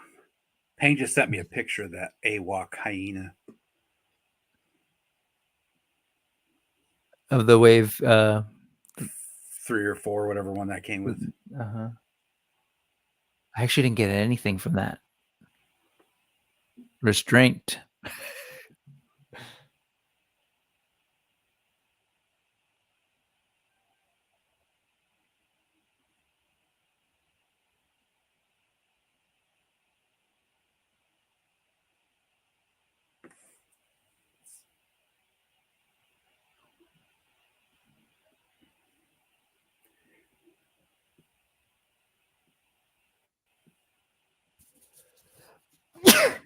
Yeah, see, that's what I wonder is like, how does she as the painter, thank you. Sorry, I hope that wasn't too loud. How does she then communicate it to the factory, and how do they break it down in terms of like order of operations to replicate this? Well, I know like the face is used a tampo a lot, but like, where it's kind of like it's just put on, right? It's a position the head and put it on. It's like it's a process. But these guys don't look like they use that, right? I'm talking about like for like classified and stuff. Yeah, right? for classified, they're using pad printing, which is like the Tampo, which is the brand, right? Yeah. Or Lego was doing that. This is like hand done. Yeah, I'm just looking at this. There's nothing you're printing on here. Maybe the logos. They'll do Tampo for like the. Oh, I'm sure like what logos. But yeah, like how do you? But even those look good. I mean, like look at this shield. It looks exactly like someone spray painted that logo. Let me try getting it right here. It looks like that's so legit cool. spray painted. I mean, it's all faded and everything else. I keep going the wrong damn way with my camera. That's amazing to me. And again, I just maybe I don't even know. Maybe there's a quicker, more precise way of doing it. But like, I want to know how do they just send you the picture of the paint master, or do they show you like the order, because color order and what goes on when matters? Huh. There's that medallion. Well, the other thing is they're not using like, just stock colors. You know what I mean? It's not like even this white, it's not just white, right? It's white 127536, whatever the hell it is, right? It's like it's so crazy. And then, like you said, how do they get it so it's perfect? Hey, Ken. Ken's got his Headless Horseman on the way too. Cool. You're getting the Scooby-Doo one, the dope, like awesome colorway one. Josh got his first AWOC figure from Hella Dope recently. Awesome. Super quick to PA. I think you meant thank. Thank was the word you were looking for, Josh. No, just kidding. Glad you got some AWOC in your life. Thanos got some Cosmics from Hella Dope. And Cosmic did do a weapons pack, Thanos is saying. Absolutely, Ray. AWOC, great quality. Ooh, who's looking like Garrus Vicarian from Mass Effect? This one, right? Is that... I don't know Mass Effect, but I'm assuming based on what I know of it. Maybe not. I don't know who that is either. Agreed, Lucha. Yes, the fig brick just shows, so it must have been this guy. Gonna open Pale later. Nice. Came the same day as Mike Cosmic, all in. So I'll show this to Ken. Look, check that out, Ken. That's what you're looking at. The thing is gigantic, Ken. The color. Open up the box again, because the color on that was gorgeous. First of all, check out this backdrop, dude. Oops. Overlay don't quite work. Forgot. See, now you guys know my secrets. How I laid this out to hide that browser. And then, see, that thing is so cool. Even this picture on the back is pretty dope. Man. Nate. You're doing and the the pumpkin is awesome because it's got a smiling pumpkin face and then one that's got like the flames and the mean face. It's so cool. Hey, Chase is saying hi earlier. I don't know if you saw that. Travis posted that. He was watching and says hi. That's his son, I'm assuming. Oh, that Chase. You met at PowerCon. Travis said. Travis. Yeah. Yep. Right on, Fat Red Foo. Have a great Friday. Later, Fat Red Foo.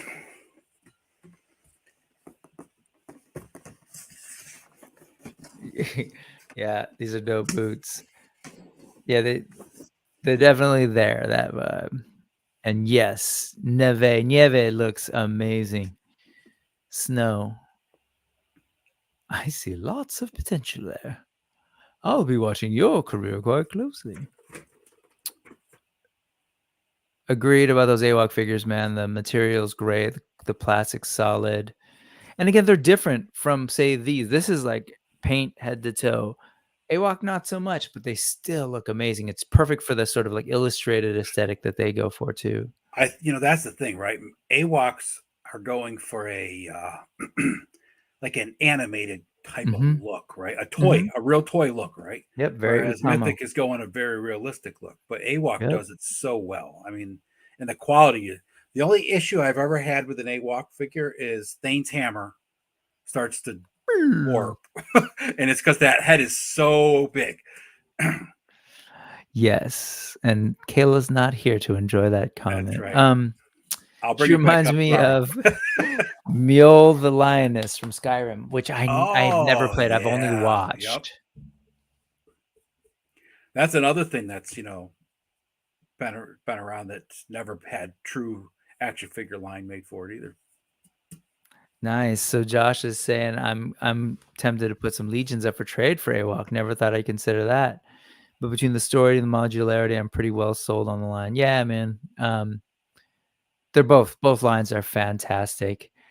Articulation, AWOC takes the cake. I love how those figures move. Yeah. I've got my AWOC. You totally are, Ray. So it's amazing.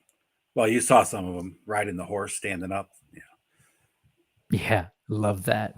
As a toy enthusiast, it's a great story. AWOC, absolutely. I love her hair too. God, the detail on those braids and the different sort of like this going back, these on the side. She has a really young looking face too, just like you were saying about the dwarf, right? So. Yes. It's California. That's why. Plastic surgery. It's the Noble Bear. That's why. That's more of a Southern California thing. No, I'm just kidding. As someone who grew up there, I'm aware. Let's see.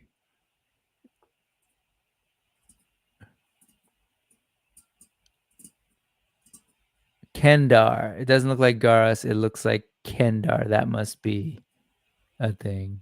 Yeah, I think that's from the what the hell they just say? Mass Effect. I played it once, and it's really cool. It's huge. It's sprawling, but I didn't stick with it.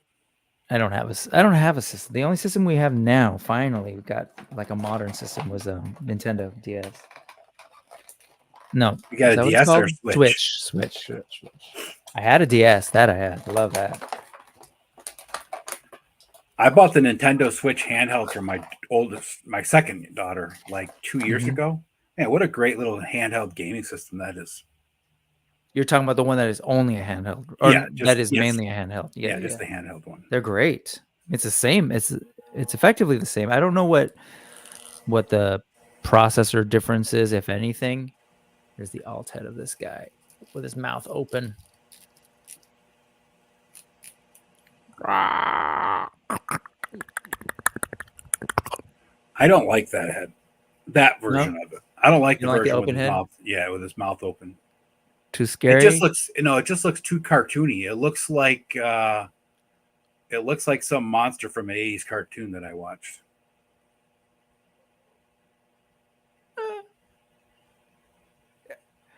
But I mean, I'm sure the right lighting and the right packaging, or the right picture, it could probably be really cool and scary looking. But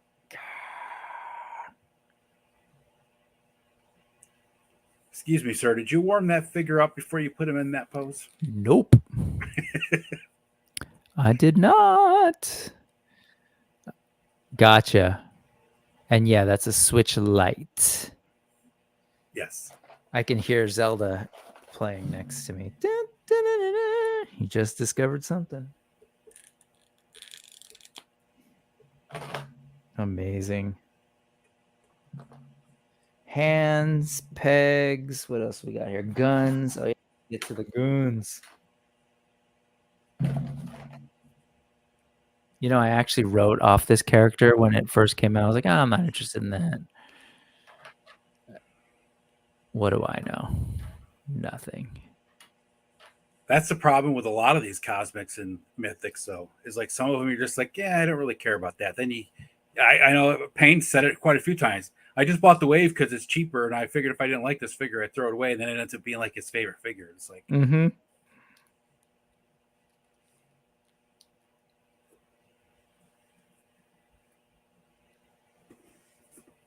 God, look at that! Oh, that picture's so cool with the arrows sticking out. That's an awesome effect. I have to find that shield and just do it. Yeah. What a great job on that boot. The idea of having it be a mid calf cut. That is so cool, and the way they raise the fur above it, so cool. This might bother me a little. It's a hard plastic or a rubber piece. The loincloth thing. Yeah. It looks great aesthetically. It's what bothers me is when you're in a situation like this and gravity isn't quite working. Yeah. That's what bothers me. Nerd. It's weird how they overly particular nerd. Like this guy here, he has this one, which is plastic. Yes. Then he has this red cloth over top of it, right? It's like, but the one you pointed out wasn't it? It's not really. Is it meant to be cloth? It looks like it could be some other material, though, right? Like a hard material, like an armor. No, that's definitely a cloth thing. Oh, it is. No, that could actually be scales. Now that I'm looking at it. Yeah, that's what I mean. So it's like that kind of works for me when that stuff happens. Okay. I was thinking it was cloth when I first looked at it, but now that I look at it closer, it looks like it's scales from a tail. It's probably that guy's tail that you got. This guy's a murderer. He went somewhere and killed a goat. It's not a murderer. That's sacrifice for everyone to have dinner. Oh. I haven't played the latest Zelda, but I love Breath of the Wild. Yeah, that's Tears of the Kingdom, and it is in fact the shiz. That is scientifically accurate, John. So this guy's That, got a tiny little that's my medallion question. on, and Uh-huh. there's actually like details in the medallion of like 1, 2, 3, 4, 5 different little shapes in there. I mean, you can't even see the medallion; it's so small. I wonder if it's. Oh, okay. I wonder if that's the symbol of. Maybe not. It looks a little different. That's cool. See, I haven't even gotten deep into the lore, and they haven't gotten too deep into the lore either. There's a No, lot of mystery. There's a general story, but I don't usually follow the lore of any of the toy lines I collect because I just make all my own. It's like well, you've been going deep into Monster Force on the channel, right? You started Monster doing like Force, I those have, things. yeah, because that whole thing is just blown my mind. But It's cool. yeah, Especially after wave one, I was kind of like, because again, it was like a little too of this world in the like he's wearing a suit, yeah, or he's wearing, and so that wouldn't really kind of work with what's going on over here. But some of the more military sci-fi stuff, and then they of definitely course like took the more this. They monstrous. took part 2 of Wave 1 and blew it up Mm-hmm. with what they've offered. But I just love the whole mythos. Like I love Egyptian mythology. You know, they Mm-hmm. got the Apophis Legion based on the world devouring demon, and you know, the Forgotten King was a horrible pharaoh, so they like buried him and said, you know, never mention his name in history books again. And Yep. then you got the whole monster thing, and I've always been a Van Helsing fan, and it's like all that's it's like everything I could ever dream of together, except for you know maybe some aliens, which they might get them in there at some point in time. Oh, I'm sure. And And then that I saw whole Sasquatch at PowerCon. That totally sold it for me. I was like, yeah, Sasquatch, I gotta have. right. So you've seen that, and you have the Memory Toys War Bear. Yep. What was your? Did it feel different enough? Because that head is very unique, right? Yes, it's the head and the overlay totally change it because I think it's got like a neck overlay. So Mm-hmm. when the head goes on, it sits down, covers up the Okay. bare chest, right? So it totally changes the way that looks. And of course, they gave him more like human type hands, but kept them the size they were. Oh, they don't have the big claw They don't have the big things. claw on him. He might come with extra hands because he's got hands to hold the The gun, humongous rotating the BFG. minigun. Yeah. Mm-hmm.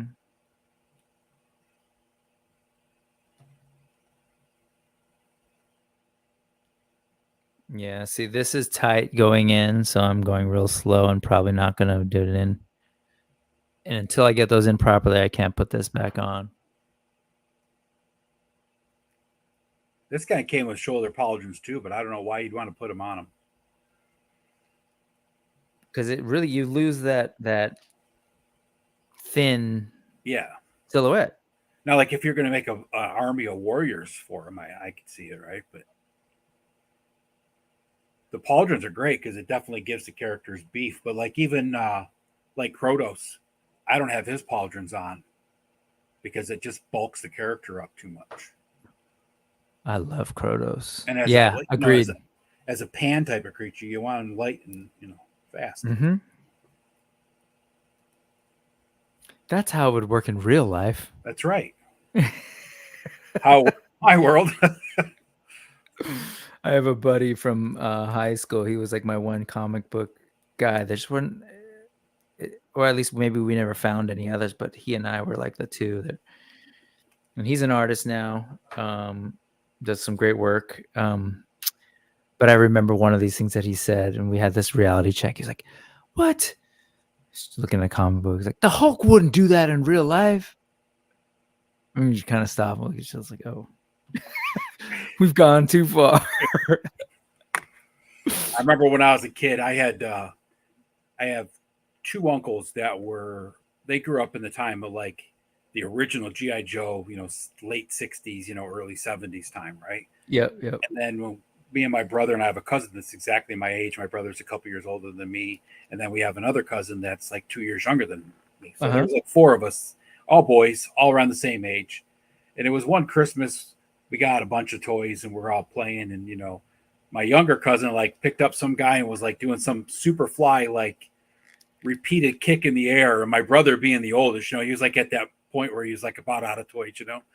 He's like, you could never do that in real life. My uncle's like, you're playing with aliens. You're not going to find it. Like, what the hell are you talking about? Totally. I'll never forget that, though. You wouldn't do it in real life. You're not in real life. You realize that? Well, it should be, damn it. Yeah. Of course, he was the same uncle that always picked on the fact that the Joes are small. Your little Joes suck. Big Joes are the best.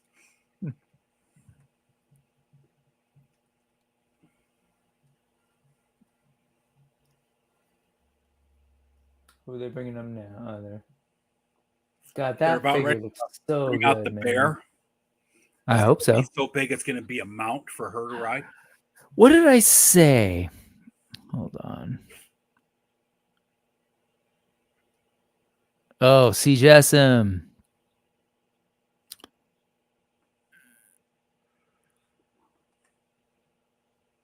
Is there CJ of CJSM who does the soft goods? And then the other two Legion's Lounge folks. I'm assuming, is it Trevor Nate or Trevor Bill?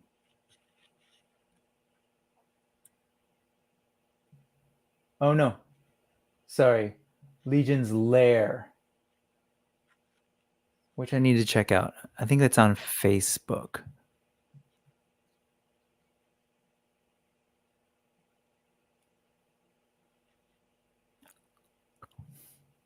Bear. No, it's got to be something with soft goods. It's got to be a V2 scapular or the Amir. That's a lore pull.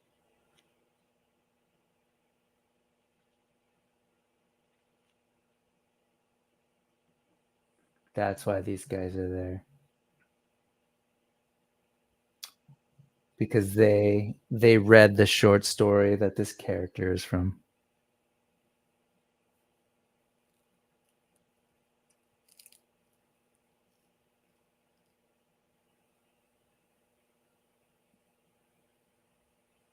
Oh, reveals. I am not a big enough nerd to know why that matters, but everyone's going, oh. So they left out his last name in the story. People are going wild. Oh, it might be because it's his real name. It is. Sorry.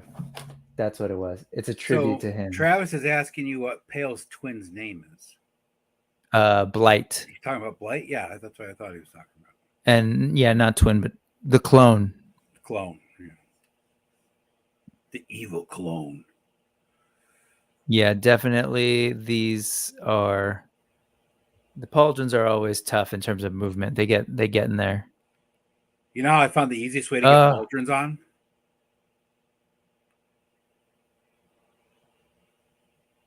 God, full on soft goods. That's so interesting. I love that scarf. Is that white sewn right into the scarf? White.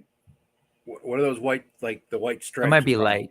No, it might. If you're looking on my screen, or those are knives. Knives. Yep. Okay. Yeah. So I love everything sculpted. Damn, that looks good. I will be honest, the robes they look a little bulky. So that's the weird thing with soft goods for me. I think they look good, but it has to be done right. That's the problem. And a lot of times in 1/12 scale, they end up being bulky. Yeah. Right? Yeah. Like Mezco is one of the few that I've actually seen able to pull it off correctly. Like even their 3-piece suits that the Death Brokers wear is phenomenal.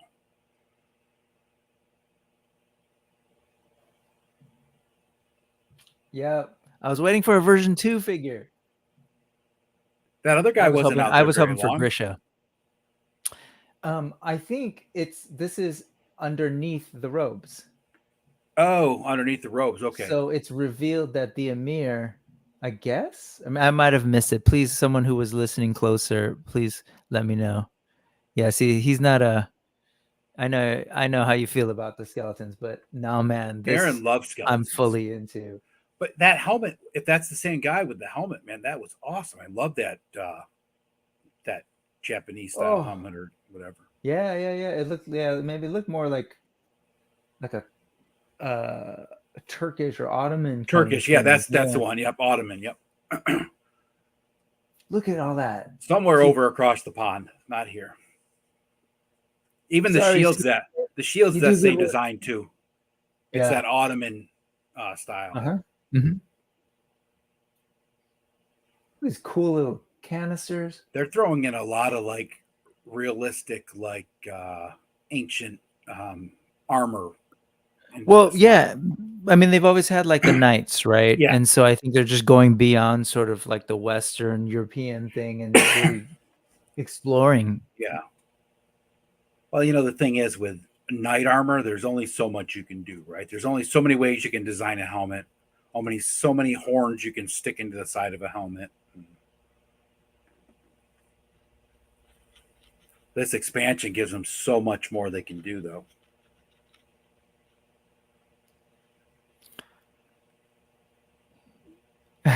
He's like, now a nope. Good. That's good. You got to exercise the no gene every now and then, Aaron. That's good. Yeah. So thread size, the size of the weave is, yes, always throws me off with soft goods. The size of stitching and the individual threads are too big for the scale. Companies need to switch to microfiber for soft goods. I mean, I'm not mad at a lot of these, and they do find like you don't really see it in a lot of these at all. Mythic Legions does when good. you get to these puffy kind of things like they did, that's where I think it's more of like it's a felt thing that added a bulk on that original shot we saw. So that thing was just a face mask. So folks, if you were listening better than I was, you could say we because I wasn't listening either. Was the I statements was the Emir basic and Emir Kaspar? Are they saying that underneath it's actually Scapular, which is the head of the Suns faction? This is the second version we've gotten of him. I was gonna say like we haven't gotten the a version 2 of the head of House of Noble Bear yet, and I think that's got to come. And then my bear. Where's my bear? Which is a stretch if they do a bear, but because that's a whole new form factor that they haven't done yet. Big thick foreload. Yeah, the clothes don't lay right a lot of the time either because it just doesn't have the weight that something at 1-to-1 but you can't really do anything about that. 100%, and I think that's where the eye of a talented person who handles soft goods could figure out. And I feel like for the most part, the team that they work with does a really good job. And that's what I was reacting to when we first saw this figure. I was like, "Ooh, he looks like a puffy, like I don't know, like a not cute looking doll." Like, but look then, at this Mezco's talks. I mean, jeez. Yeah, man, Mezco's that's soft goods, and it's not bulky on the figure at all. No, it's perfect. It's like really well tailored. Sewn at the bottom, and it's tailored, and it's like the thread is the perfect size, right? It's not bulky thread. Okay, let me see here. Oh, it's a deluxe figure, $48. Okay, so it's definitely the two of them combined. Crypt Breaker 2. Yeah, I was saying while you were away, this is the first one that we've seen that's a version 2 figure of a previous character. So I wonder if they're going to do the leader of House of the Noble Bear Part 2. They have to. They haven't released that figure. He's the head of the house. And that sounded weird. And that's one of these things. Give us, folks who are newer into the line, access to that character.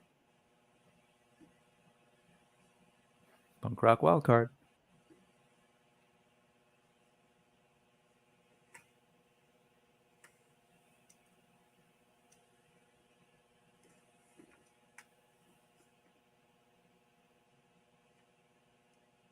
Got it. Yeah, see, bulky. Was that the same robe, I wonder, as Father Christmas? No. No? No. Yeah, well, it might be, but it doesn't look like it. My Father Christmas is over there in the Christmas dial, so I can't grab it. That thing is cool.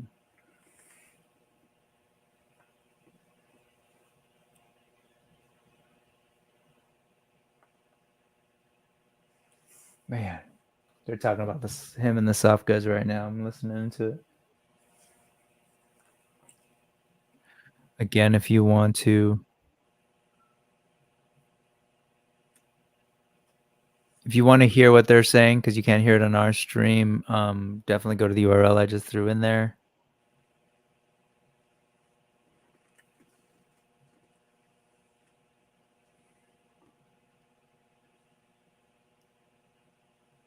Yeah, I love the faceplate on the mirror too. Yeah, the faceplate is just awesome.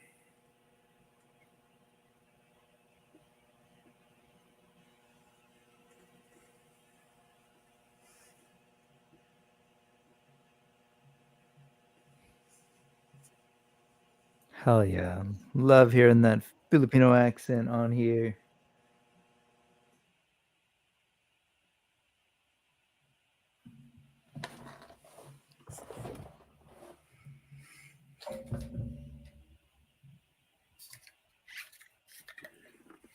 This is a cool piece too. Again, contrast of that plastic sort of like scarf thing with the fabric.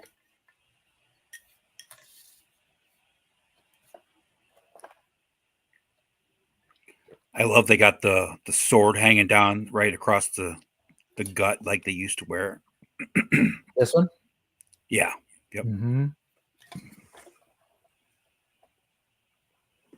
I mean, that's a noisy assassin, though. This guy's jangling for days. When you're good, it doesn't matter if they hear you coming or not. Mm.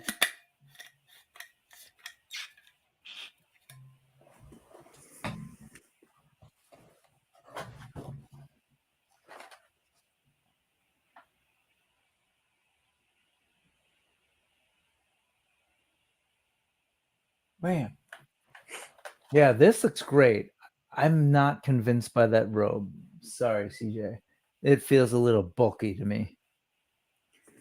And so you just kind of lose a lot of shape, right? It looks good, but in contrast, especially with these pieces, I don't know. It's a little Migo to me.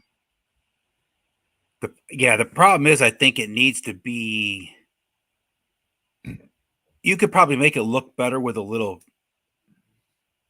shaping of it, right? Because right now it's set up just like a traffic cone, which is one of the problems that I have with like the biblical adventure series. Yes, exactly. Those robes are just too much like a traffic cone. Yep.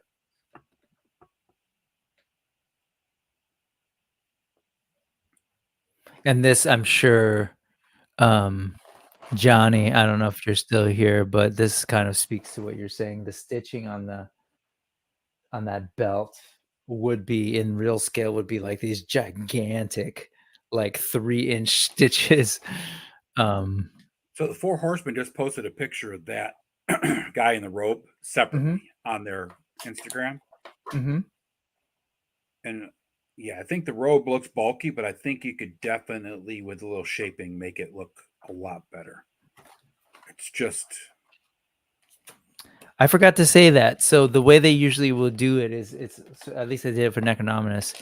They'll show it here, and then as each figure is revealed, then there's all of this stuff is available on Instagram on their. That white thing in his belt has like a dragon's head, and it's got to be like a blowgun.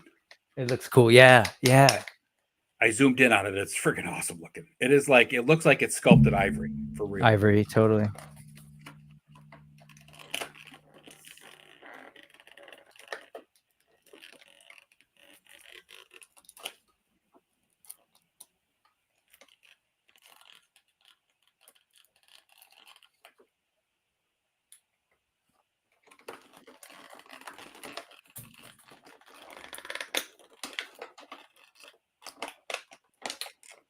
Yeah, they're talking a lot of right now about the sort of like how the studio made the jump to this kind of soft goods with CGSM, and just pointing out, like, the old stuff was literally just chopped out fabric and punching holes in it to put the pauldrons through. Super basic, super simple, no stitching really. Yeah, no stitching at all. And they had to kind of work out with the factory and realize what they're actually capable of producing.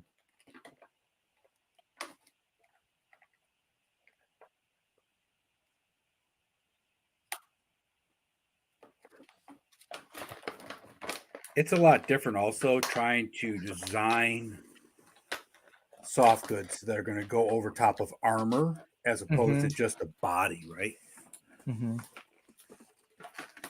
Yeah, for sure. That thing is covering everything but the pauldrons.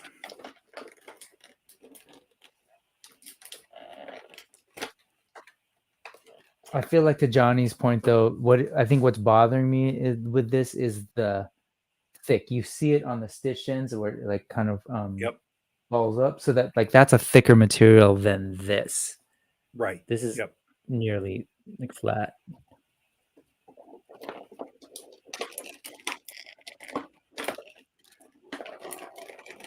Well, I think that was one of the reasons they were trying to go to that thinner wire like they did on the Mask, the Red Death figure.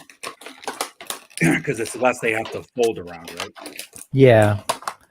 But oof. That was no good. That was no bueno. I've heard that on there's been another phase in Cosmic where there's soft goods. I don't know. Didn't the AS have soft goods? Do you have like a little thing in front of him? He's got a little soft skirt thing around him, yeah. That wire's good though. It is? Okay. Yeah. But it's only this long, right? It's only an inch and a half long, maybe. Oh, sure. Whereas the Mask of the Red Death is, a full length scarf type of thing. So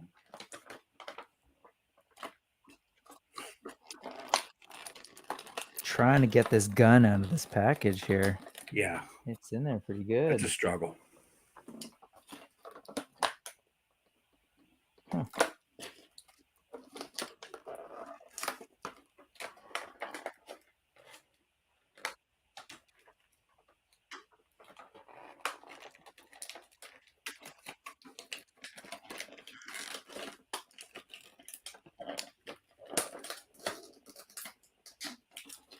Okay, I'm gonna do what I don't normally do, just cut into this.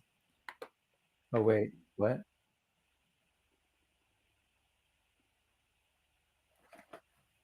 Steed?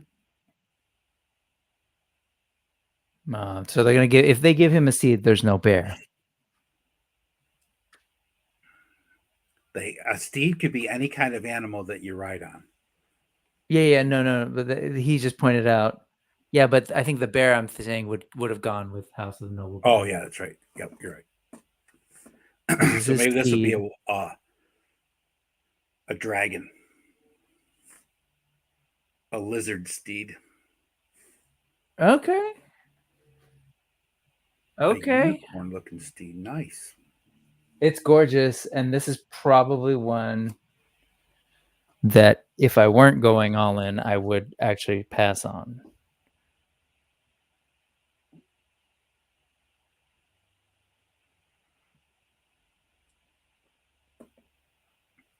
You got to give Four Horsemen credit also for creating as many horses and then the moose that they've done, right? I mean, that's not something others do. No, and it's not like the horses are just like, here's a bridle and a saddle. They got armor on them. They got different manes you can pop in and out, tail shapes. The horse is running, or if it's just trotting, standing still. Man, I just can't justify this on the. I mean, I'm probably fine away. I'm talking griffins, right? But like that is gorgeous. The whole. It would definitely be good for an Asian type of armor like that. Like again, that whole Persian thing, or like the Turkish. Yep. Ottoman. What do you call that on a horse? There's a word for it, like all the stuff that they wear. Regalia? No, not Regalia. I don't know. But everything looks cool, and I love this. I think it. Well, you can call it Regalia. I've heard it called that, but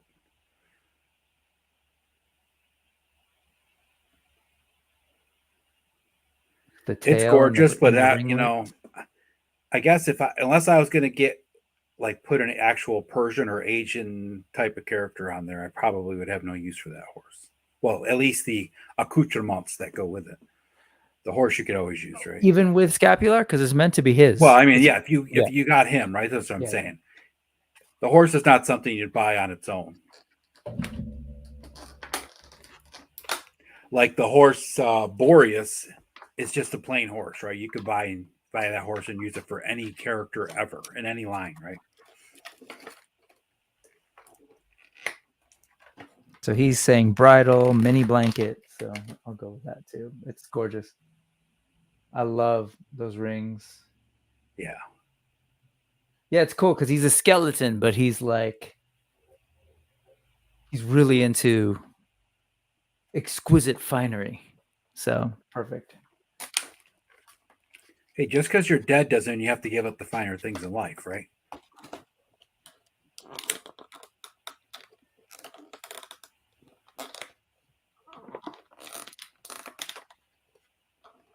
See, this is me. Tack or barding. Thank you. See, I knew it. Give me the RPG guy. Yes, horse tack. I should know that. I have plenty of people that sell this shit around here. So the bridle and the blanket and stuff would be the tack. The armor and the accessories would be the barding. Yeah. Respect. Look at fucking you, nerd. John. Johnny's such a nerd. We love you, man. That's awesome.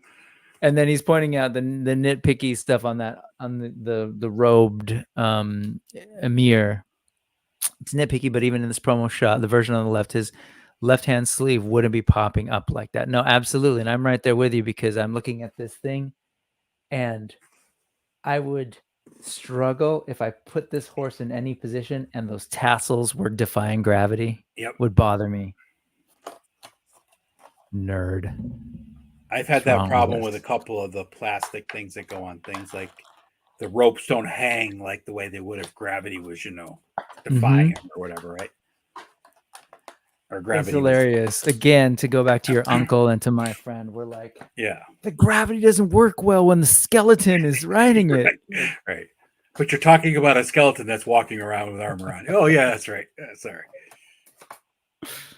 And yes, Johnny is a nerd because of the second edition Advanced Dungeons and Dragons Arms and Equipment Guide. There you go.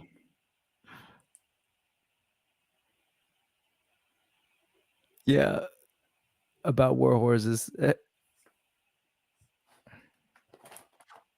All right, let's go. $60 for the horse. That's good price. Jeez. That's right, because it was 70 something, 74 when I bought Boreas from Helidope. So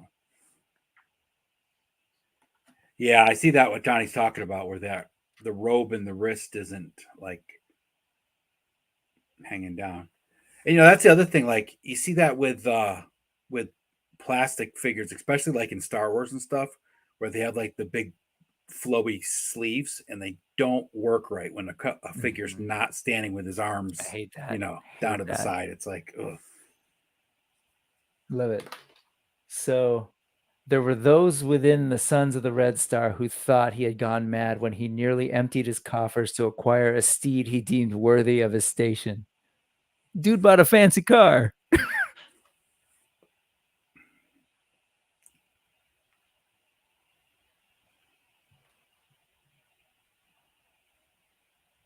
Nice.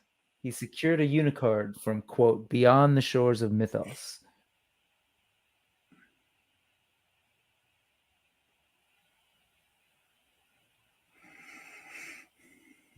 So I'm already invested in horses because of the Four Horsemen. So I had to have, every quote unquote horseman in the lore that I have, which I'm getting all of them, has to have their actual horses.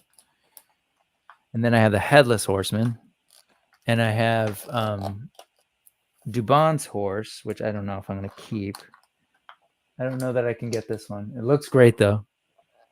Or I don't know that I can keep this one because again, The other strategy with the all-in, if you can swing it, is to then just piece it out and sell stuff. Well, like you said, there's always people buying, right? And if you're if you're selling it just to get your money back and not at a hoarder's price, you're going to sell it no matter what.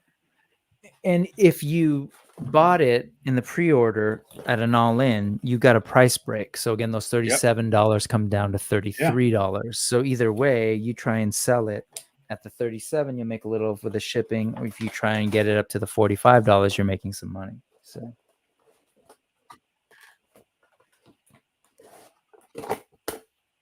Oh, they look great together. Did Trevor take shots? Of course he did. Come on, give me this scapular on it.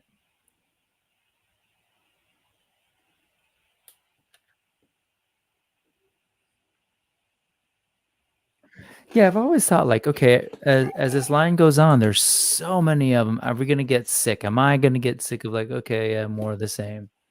But they just keep upping both the quality of the sculpts and, as you pointed out, like they're venturing into new art styles and right, like with the more Eastern armor and everything. And none of this feels like passe to me. Now Templars. Sorry, Curtis. Not my Templars thing. are cool, but Templars are just so mainstream because it's just something that's been in movies and TV and everything else. Right. You have chosen wisely.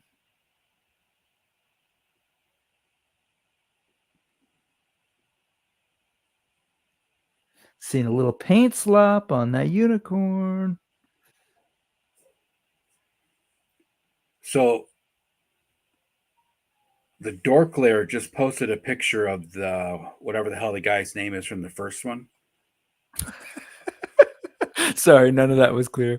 Just posted a picture of whatever the hell the guy's name is from the first one. The first picture. The first picture. Oh, from this. The first figure reveal. Amir. Right? Yeah. The barbarian Viking dude. That's That's the paint sample sitting on the table. Dork Lair just put that on his Instagram page. Yeah. As he was stepping away from the table, you see him taking shots. Yeah. It is amazing looking up close. And the boots look great. They got fur at the top. They're brown, regular boots. With the fur. Yeah. He's got the apple bottom jeans on. Yeah.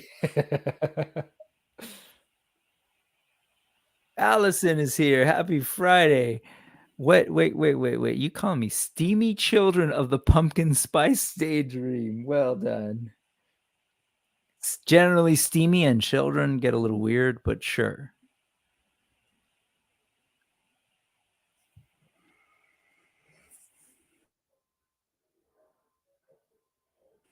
Man, that looks good. Something's happening. What are they talking about? See, it's funny though, like with Mythic Legions, there's so many variables of collector in that market, right? You have the guys that collect it and they're just art for them. You have the guys that collect it and it's statues. You have guys like me who just take it and do all sorts of photography with it. Yep. And then other people that just kind of, pose it, play it around and just use it as a thing. It's just and somewhere in the mix there's women that do all those things too. Just kidding. Exactly. Yeah. Well, it's like Oz just put it in the clubhouse chat that about how he's gonna probably just stick to Mythic Legions and Cosmic Legions because it's just giving him everything he wants, right? It really is. Yeah, I'm seeing all the photos that Thanos is posting in the clubhouse chat too. Very cool. Man.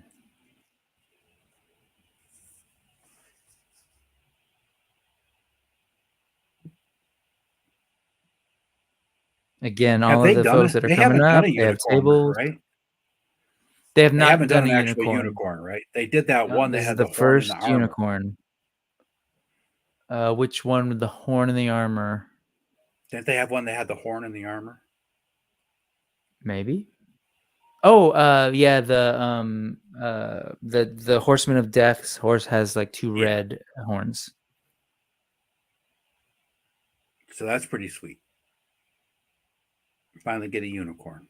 And it's a black unicorn, which is a rare type of unicorn from the Lamborghini dealership.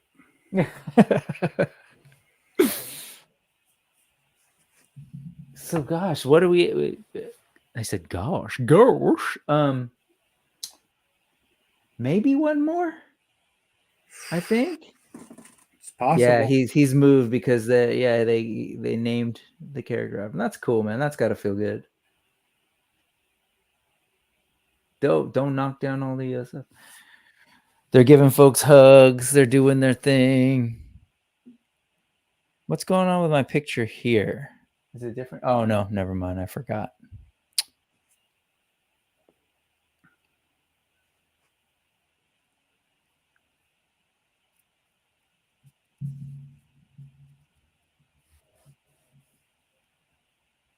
Yeah, the guy who usually handles the talking stepped off for a little bit.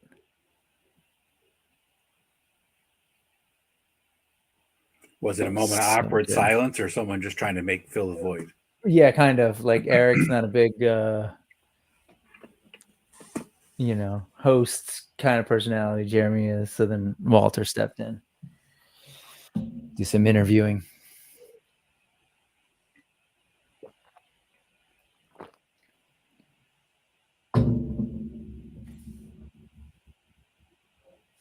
That looks cool. He looks better there. Yeah, I was going to say it looks good there together. Ray's like, yeah, wow, a cool unicorn. Yeah, unicorn's cool. How are things in the Pac No West, Allison? Beautiful day here today. Sorry, Ed. How's it over there? Cold?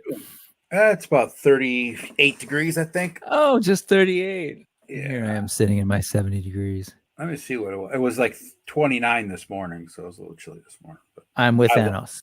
I love the cold. I'm with Thanos right here. I do too. But I don't like having to deal with it. But yes, Thanos, Atlas 2.0, and Bear Mount. But they've never done two mounts in a wave. So, but maybe Atlas with like a cub. I'll take that. That hangs out with him. And yeah, it's absolutely crazy how toys have gotten to this level. I mean, yeah, at a certain point, are they still toys? 50 in Central PA. Yeah, it's 45 here now, so warmed up a little bit since this morning.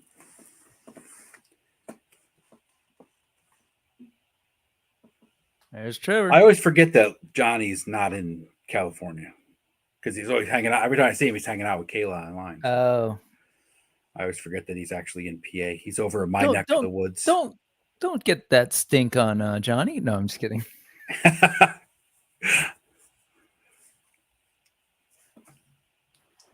Bushati, Trevor. What are we gonna get?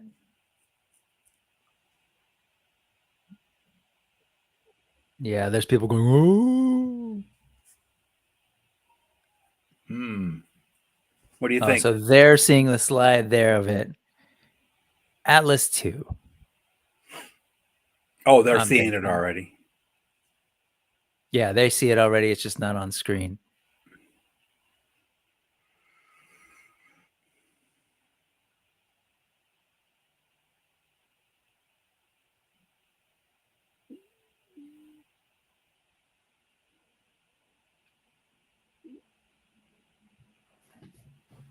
Atlas.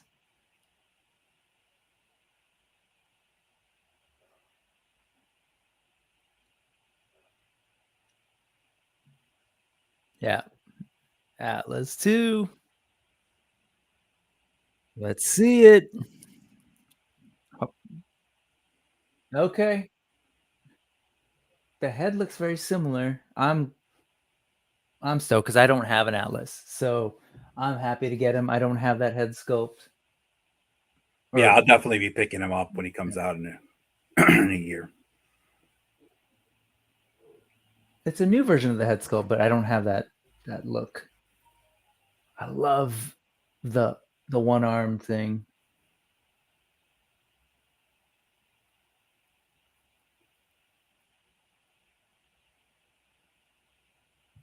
Like the asymmetry. It's cool that the asymmetry goes opposite sides from top to bottom too.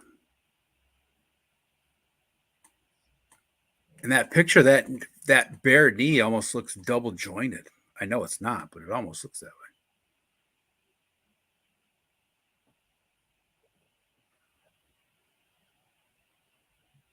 Yeah. Sorry, folks. I'm going quiet because I'm.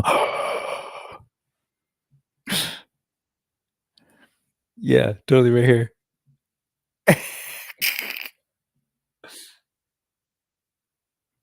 Look at the fur. Oh, man. Damn. Man.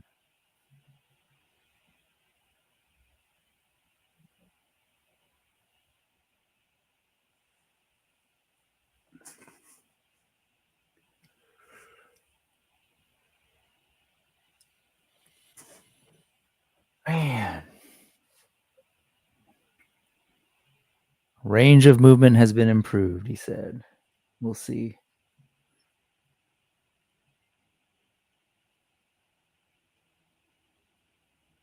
The other nice thing is with like the releases like this, though, is if you have the original one, right, and you don't want to mess with them, you can buy this second version, customize it, play with it, get it dirty, whatever, right? And it's not going to make you cry.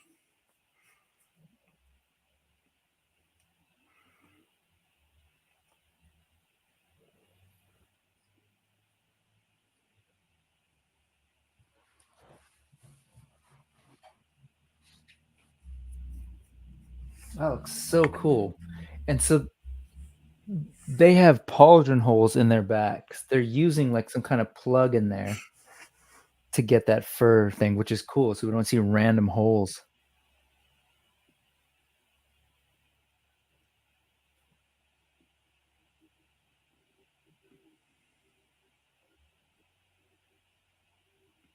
Now, him having a big bear walking next to him would be awesome. Exactly. Right?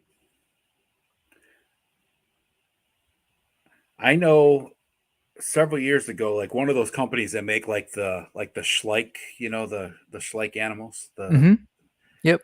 There's a company that made something similar to that. That was a bear that was almost scaled to like a 1/6 scale figure, right? Not that big, but I mean like a bigger bear, right? It would have probably been perfect for this type of guy because it'd be a fantastical size, but it wouldn't be so large that it'd be out of it'd work in reality. Let me just put it that way. Yeah. So were they posable? No, it was just a statue.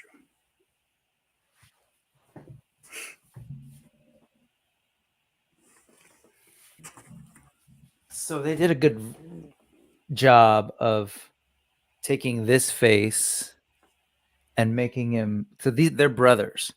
He is the older brother that sort of renounced his claim to the leadership of this army that is one of the main armies in the mythology, and kind of did his own thing and ended up leading the noble bear, still fighting on the side of the good, but not, he's not a paladin, if you will. Right. But I love that they have you see that underneath the hair and facial hair, you see that they're brothers. Attila and Atlas. That's her name.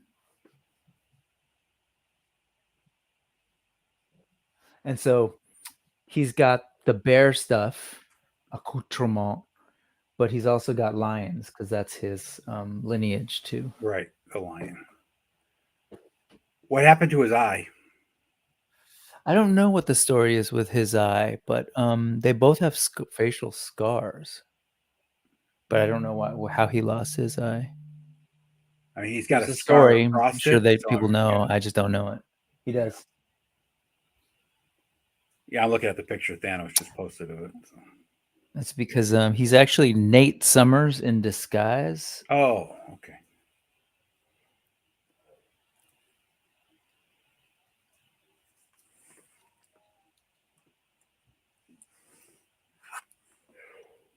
Would suck to run in that footwear though. Two non-matching shoes, one that is made of metal. He's gonna have back problems. Well, that's why he wears. That's why he wears them on opposite sides. It evens it out. That wouldn't work in real life.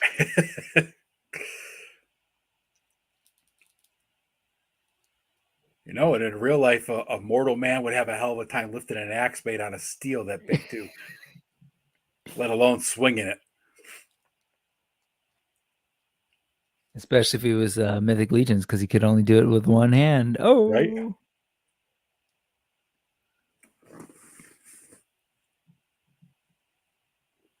It's really gorgeous, man. It's shiny. I love it. Yeah, I'm back. Ooh, shiny. Yeah, it doesn't need to work. It just has to look cool. That's where I'm at too. Okay, right. they gave him his when he was a gladiator.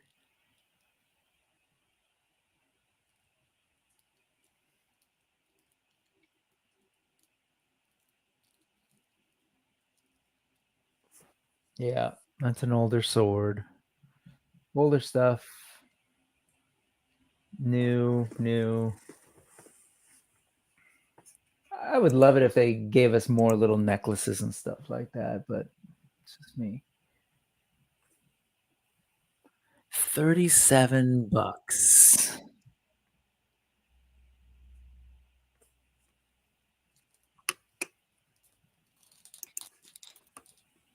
Yeah, that's the thing. Like, if you think about the $37 you're paying for this, right? The amount of sculpting and paint details you get, let alone all the accessories that they come with.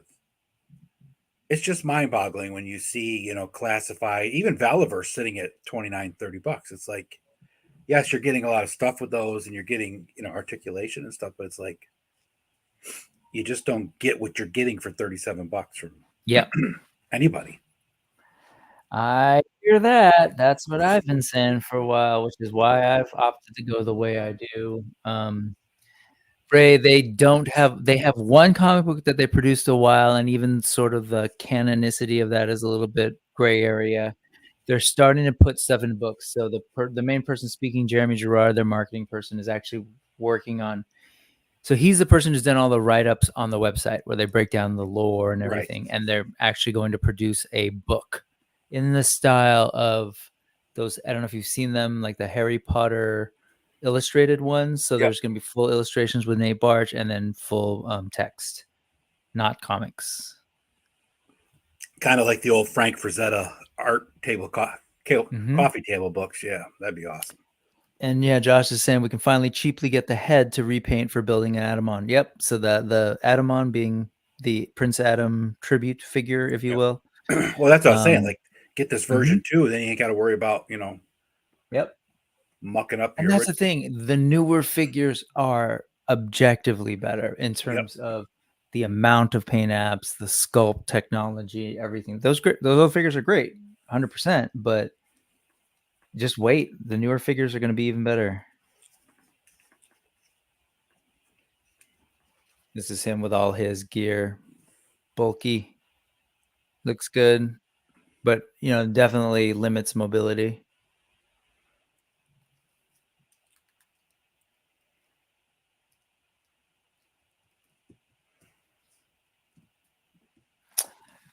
Do you get like that in the snow over there in New York? I run around in shorts and fur boots all the time.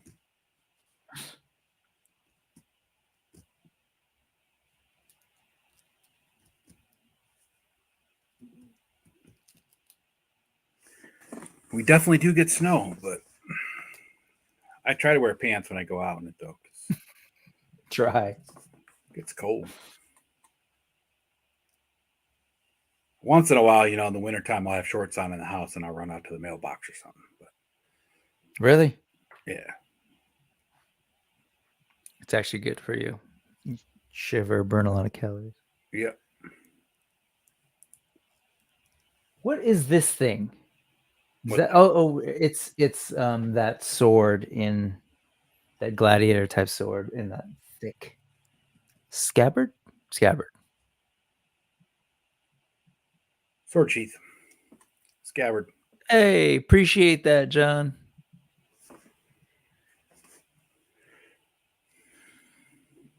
Yeah, it should be done. He's still working on it. He's been reading some different parts on his stream. Definitely check out Mythic Customs show that he does. He's a customizer as well, super talented. Again, one of those guys who started as a fan of the line and then eventually got a job.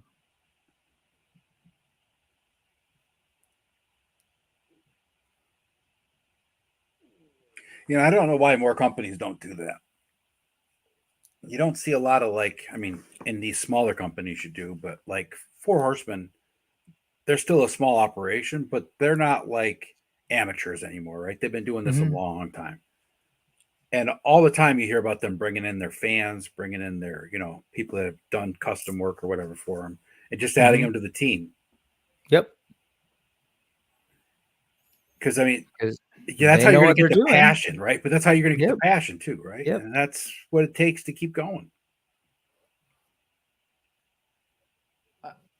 I wish Mythic would find a way to do this, but I love this Micronaut style peg system that they've got going on here that allows you to put in that little peg and then you put the gun on. For anybody who doesn't know these figures, just put it on there. I love the blue guy, the main character, the little pop-up thing that he comes with. You can the hologram on his arm, holographic communicator thing. That's awesome.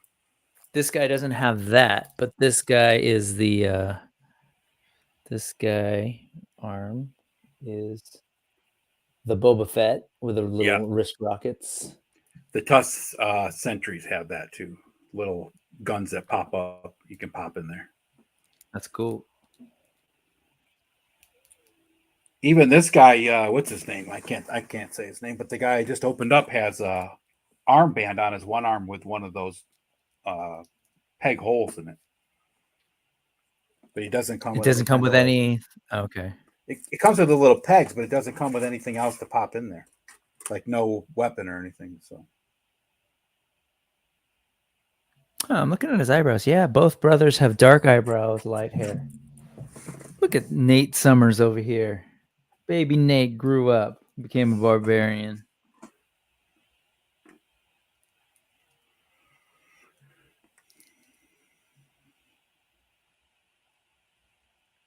The head reminds me of something you'd see like in a fictional story about like King Richard the Lionheart. Oh, sure. Uh-huh.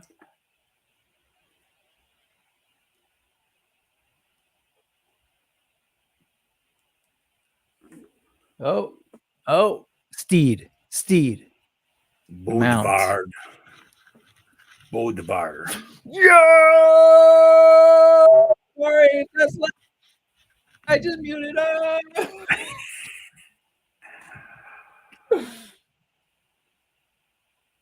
Damn. That was much louder last year because I was in the mic, but yes. Sorry if that was loud, guys. Did you know this was coming? No, I had no. I mean, no. I just you put it out there. They noble bear, indeed. Look at that. Cocaine bear. No. Yeah. Look. That's not snow. Yeah. Damn, that is awesome. I want to see how this scales. Yes. Yes. Damn. That is that is right there. Right badass. Whoo. Well, there goes the wallet because I'm definitely going to need those two things. If that thing is like what, $70? What the, It looks a little bulkier than a horse, but not much. So I mean, I'd imagine even if it's not, even if it's a little more Yeah, expensive, but it won't like be much. they're doing it, man. These guys Yeah. are doing it. Well, it's like the moose, right? The moose was based on the horse's body, but that head was gigantic and those antlers were huge, right? Yeah. Sorry if that got loud, guys. Hope you were good. Yes. Oh, that Yes. looks good, dude. Oh, look at the face on that. That is a friggin' bear.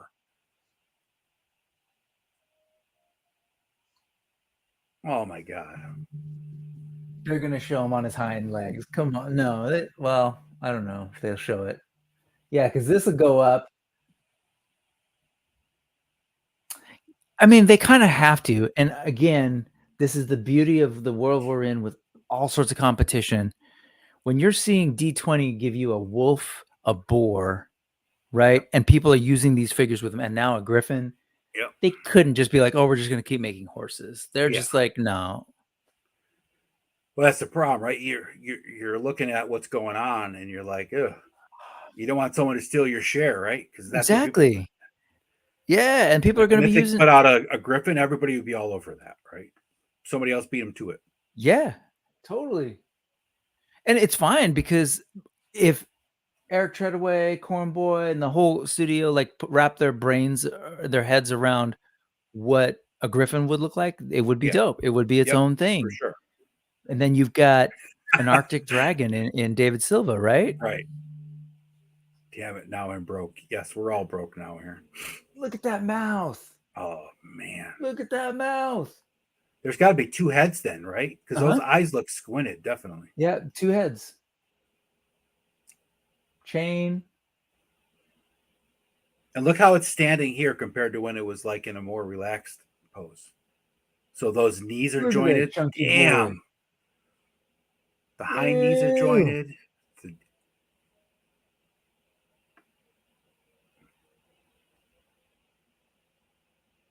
Yeah, I love that fur. It reminds me of the D20 wolf, man. Oh. Yes, absolutely. It does look dope as. Not that I'm trying to censor you. I don't know. I don't need that audio clip of me. Look at those things, man. And in true Mythic Legion fashion, that head peg's probably going to be the same to pop on a body.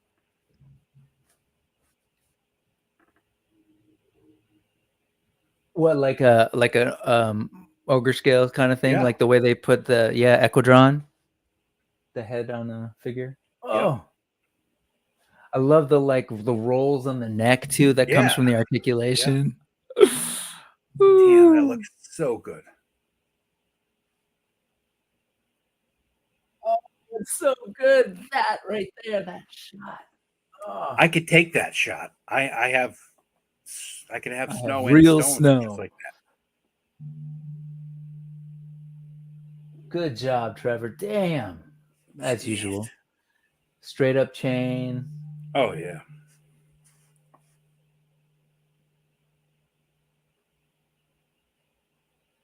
You got your white polar bear repaints, although the head might look a little weird.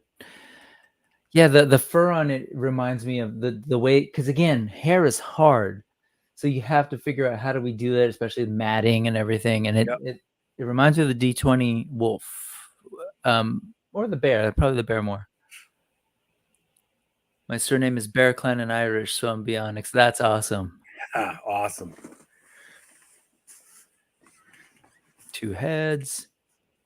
Hasbro is awesome when it comes to the creatures too at retail, and all the G.I. Joe ones where they come in with the, Spirit and Hasbro's animals are 1,000 times better than their figures that they do. I mean, the way they do them. Yeah, I'm the kid in the candy store, and I don't have to ask mom or dad to buy it anymore. I just have to ask Chase Visa. No, I'm just kidding. Yeah, we got to figure out our life choices. What needs to happen, Thanos?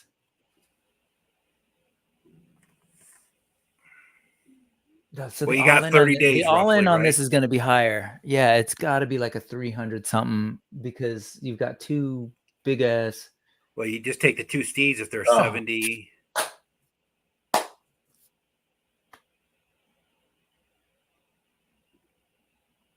Yeah, because I want to know how this works. Is that so it can look down?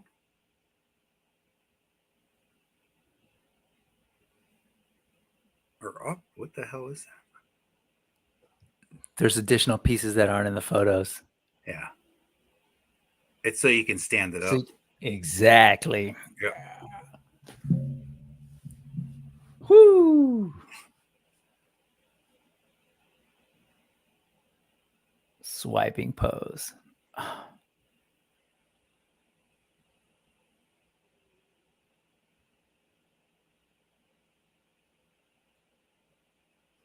Man. Yep. Time for us to have a therapy session on, or maybe a well, I think session. That's a brainstorm session, so we can figure out what we're all actually going to do with our lives. From what I saw in his chat earlier, that I didn't put up because it sounds like he might have an opening in his schedule for you, for if you need a session.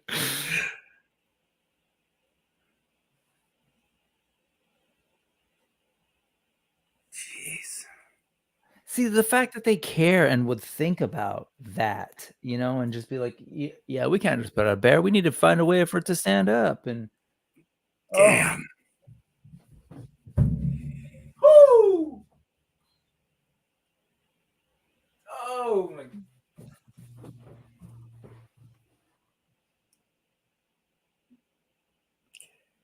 The problem with that bear is that I'd like to have like 5 of those. He's like, Eric's talking about that little neck piece, but that little piece is the size of his fist. Massive. Shipped for $4 from. Is that box triggering you, Aaron? Oh yeah. For scale. There it is down there.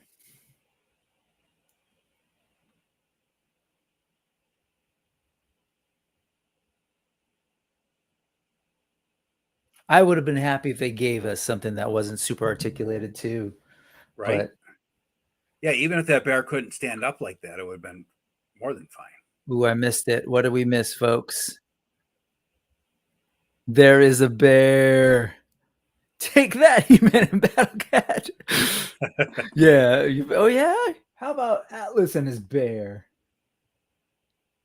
You wrestled a bear once? It was stuffed, but it was a bear. God, I love Chris. Oops.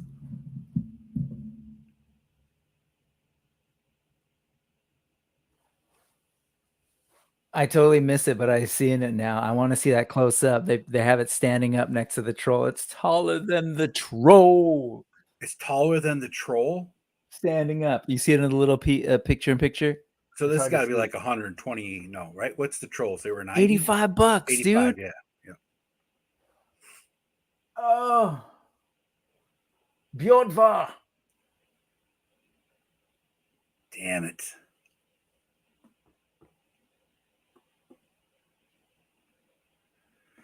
Well, I better rewrite my letter to Santa for next year. That's what he just said. He just said, yeah, the thing with the price point is we really try our best to make it accessible to our legionnaires, right? Yeah, that's cool. You don't got to feed the CEOs nope.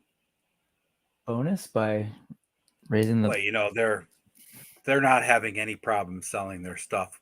Plus the extra artwork that they do and design work they do, they're just passing it on to the fans.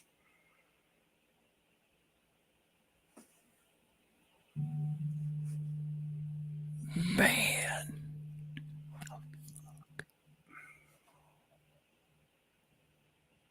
Well, there's at least 5, 6 of the things they revealed today that I definitely have to have. Decisions.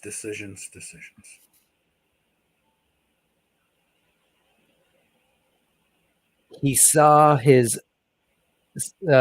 essentially, like, he almost died. He sees this bear that looked like it was just praying or something, and then he said he saw his wife's eyes in the bear.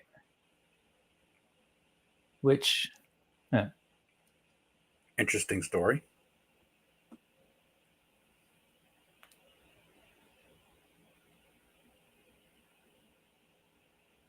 But like you said, right now they got the parts, they got options.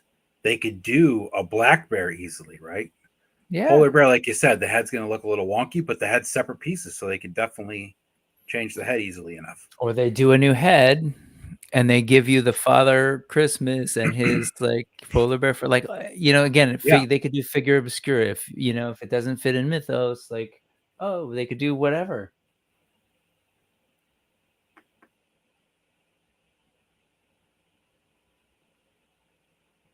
Man. So I got my buff barbarian woman. I got the bear. I didn't get a new Grisha, which was a long shot, but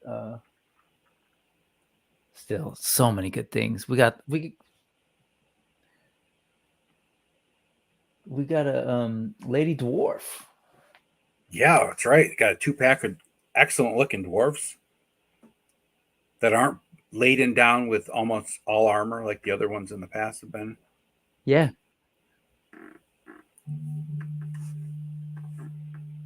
Totally. Damn. They're commending Trevor on his shots, and it's like, I don't know if it reminds you of like a 70s fantasy cover. It totally does, right? Airbrush that thing on the side of my saying, right? Like Trevor does such great shots with these. I'd put all of them in a poster size on my damn wall. I love the old fantasy art. Airbrush it on a van. Yeah, it's the only reason I went to the Auto Trader shows with my brother and my dad, who were both big car guys, so I could see the vans painted and the gas tanks of the motorcycles and stuff. Oh my God, look at that. Like that growling face is just perfect, but like the regular bear face looks exactly like a bear. I mean, it's just amazing. Next year, they're going to have a dragon. Yep. Next year. This was probably just a test to see how well other animals are accepted, because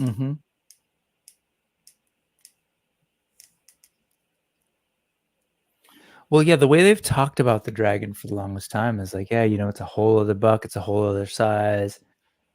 It's not something we can just do. And yeah, they're just between playing with the skate back and the skeletons, even the joints on just the skeleton humanoid figures, and then the skeleton horse, they're figuring stuff out. They're ready for a dragon. Well, even like the body on that Red Death figure. I mean, that's just, it's so skinny, but it's so beautiful sculpted, right? It's like, and it's all new stuff. It's not a skeleton. If only Kayla was here, she could run with that statement. Which one? The I wrestled a bear once? Stuffed furry thing? Hope they're 2-packing the bear now. I wonder if they will. They usually will. They sell them separate, and then they'll offer a 2-pack that like apparently is really popular and great for trade bait or even to sell on the Cabal, because people love to keep the dual, the steed and rider packages. What's up, Quip? Yeah, we live. We've been live since 6:45 a.m. on the West Coast, 9:45 on the East Coast. That picture right there that's up on your screen, I'm looking at it on Trevor's actual Instagram page. Oh, man, beautiful. It's just so, I mean, it looks like a painting. He does such amazing work. Yeah, Carol. So this thing is running like 5 hours. They do this. It's like 5 hours of just plant your butt and just be ready for the toys we're going to sell you. This is what do you call it? D20 for the Disney set is to this, or Star Wars Celebration, or the other one, of course. This is like Steve Jobs doing a keynote. Rewind it back to the unicorn. Bears in space. boost. Yeah, put some space armor on that and do some cosmic. Oh my god, that's amazing. Look at that thing.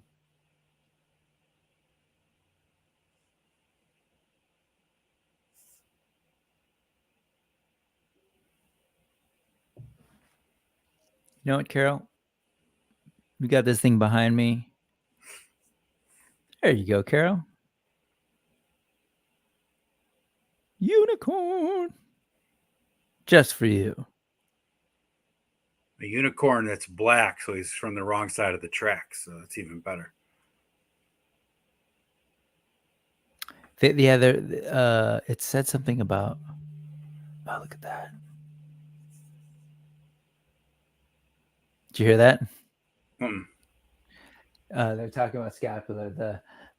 He's a skeleton with a blowgun that rides a unicorn. There you go, folks. 12 figures, 6 standard figures, 1 2-pack set, 1 deluxe figure, 1 deluxe steed, 1 deluxe creature, 2 weapons pack, $550. Yeah, oh, that's a high one. Ooh. Well, with 2 mounts, you knew it was going to be high. Even though the mounts aren't that much, I mean, that's almost $200 right there. Yeah, I just don't like to deal with the reality. He said there's one more surprise. What's he talking about? What you talking? I cannot believe how big that bear actually is. Holy shit. Oh, an additional head. If you do an all-in. Yeah. Got to sweeten the pot a little bit because they know 550 is a big chunk. Even though it's justifiable, definitely worth it. But that's a great looking head too. It really is.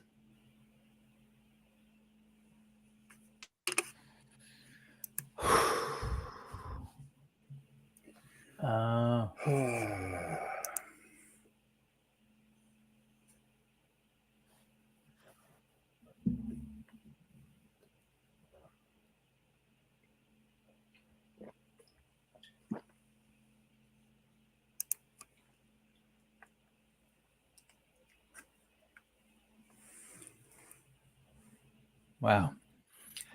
If you're not listening to the stream, they're describing that this sculpt was made as a custom figure tribute to a fan who died during COVID. They gave a custom figure made by the folks of Four Horsemen, designed it, made it, gave it to the family. But they wanted to use this sculpt and give, the guys, Legionnaire friends, a chance to have the head. And yeah, that's awesome. And they're gonna.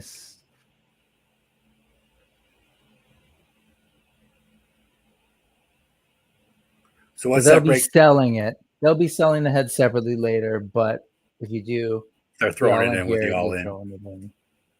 January. Okay, you might be okay, Josh. Sorry, I thought it was. That's right. I kind of forgot about the holidays in there. So of course, Christmas it's a little bit longer. Yeah. Well, no, it's November. We're not even thinking right, Brick. It's November. Oh no, because it's usually 30 days. So now they're doing it for 60 days almost. Okay. Mm-hmm. Yeah. Yep. Yeah, probably Bill from Dorkler has been taking pictures and other people there, so they're taking them and posting them on.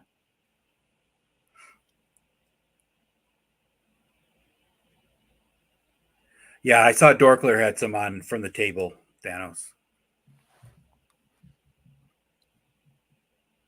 So let's see what you get. You get 1, 2, 3, 4. Get all sorts of good shit. 6, 7 regular figures, 2 dwarves, a minotaur that is ogre scale, and then 2 steeds and a weapons pack, 2 weapons packs and a head for $550. It's really not bad. When you break it down per set, it's really not that bad. Well, I mean, if you think, I know what they're also thinking is, you know what? These crowdfunding, these other companies are, oops, you don't need to read his message. These other companies are doing these massive crowdfunding, getting, several $100s at a time. $550. Yep. I get it. No, I get it. Hey, look at little Eric right there. How do I hide this stuff? Sorry, guys. You know, see my messages. Oh, look at that. Holy crap, it's huge. Look at this. For 85, I'm getting 3.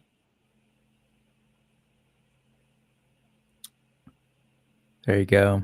Look at him holding So that they're thing. doing That a thing is Q&A right now. gigantic.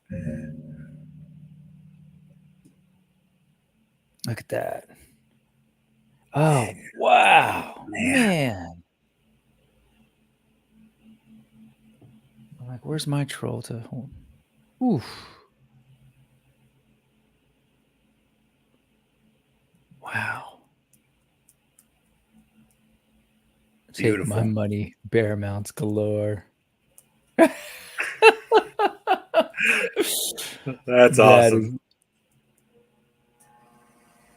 That looks just like the Cocaine Bear poster, actually. Yeah, this guy or somebody did. Oh no, this is no, somebody put that together. I don't know that Trevor did it. Well, Trevor took the picture, but I don't know who put right. I think someone did that real fast. Even the pose of the bear looks like how sad. I love my Memory Toys bears. All right, that's you. Good to see you. Damn.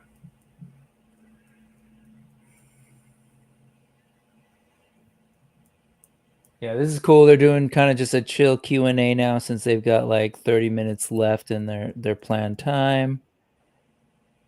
Oh, man, I don't even. What a wild reveals, like set of reveals.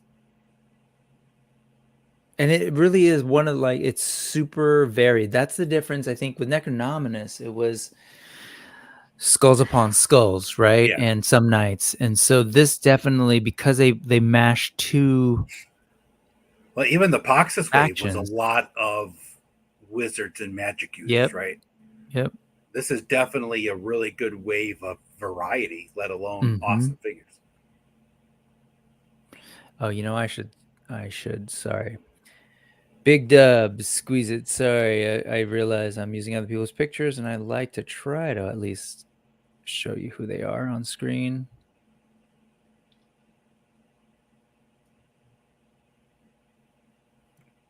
Those colors, look at that. That looks really gorgeous. Like, you know, yeah, Unicorn in itself is interesting. Then you add all of this stuff to kind of just. Well, it's like you said though, like the rings on the tail and the decoration on the mane is just friggin' fantastic. Do you think that's coming out of the back of its head? I think that's the mane. I think like the mane has. I mean, like again, here I am stuck in real life reality, but I'm trying to think in their world. Do you think that that's coming out of the unicorn, or is it maybe? I don't know. Is the horn gold or is it white? It's more. It's not gold. It's like a brownish. It's a brown, like a brown color. That's awesome. Yeah. So I can't tell. I think they're like armor pieces that go over the mane. Mm-hmm. You know, like you see some of those. I think they're Arabian horses that have like the braided manes where they stand up. Mm-hmm.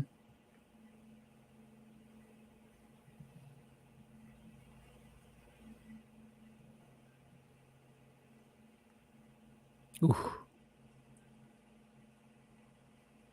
Damn. They just asked them, what are the chances of getting repaints of like a panda bear, a Pooh Bear? What's the likelihood that we'll see them reused? I hate that question when people just announce a figure and it's like, aren't you happy with the brown bear we just released? Why are you worrying about what we're going to get in the future? Exactly.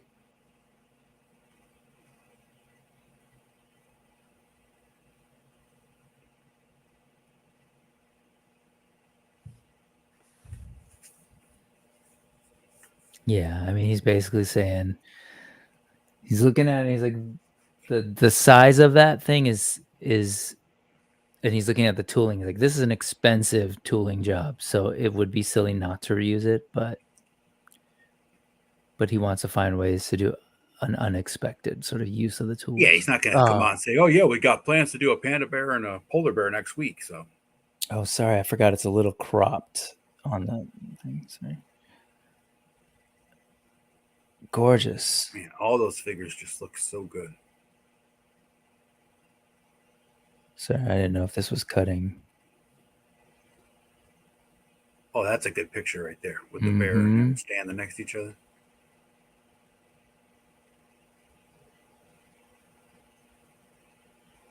I mean, he's a big, bulky figure, and look at him; he looks small next to that bear.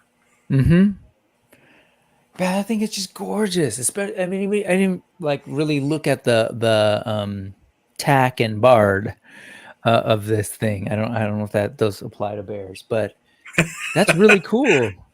Where's Luca Johnny? Can you go into the D&D book and reference that for us, please?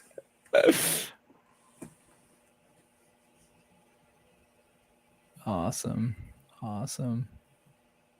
Thank you, Big Dub. Let's see. Yeah, thank you to everybody who's going to be at LegionsCon in advance, because you're going to keep us fed, those of us who are not able to be in Jersey for all of this stuff. More Big Dub. Oh, there it is. Oh, what does it say? Move your mouse. Oh, ooh. Sure. Look, it's moving. Look, it's like TikTok. Dick. Yes. And this is the Cabal. So when I was talking about, the Mythic Legions Cabal, this is it. Like, folks just sort of sharing their stuff, their plans for customs, things for sale, other things. And they're like, I wasn't expecting to be on a... Aww.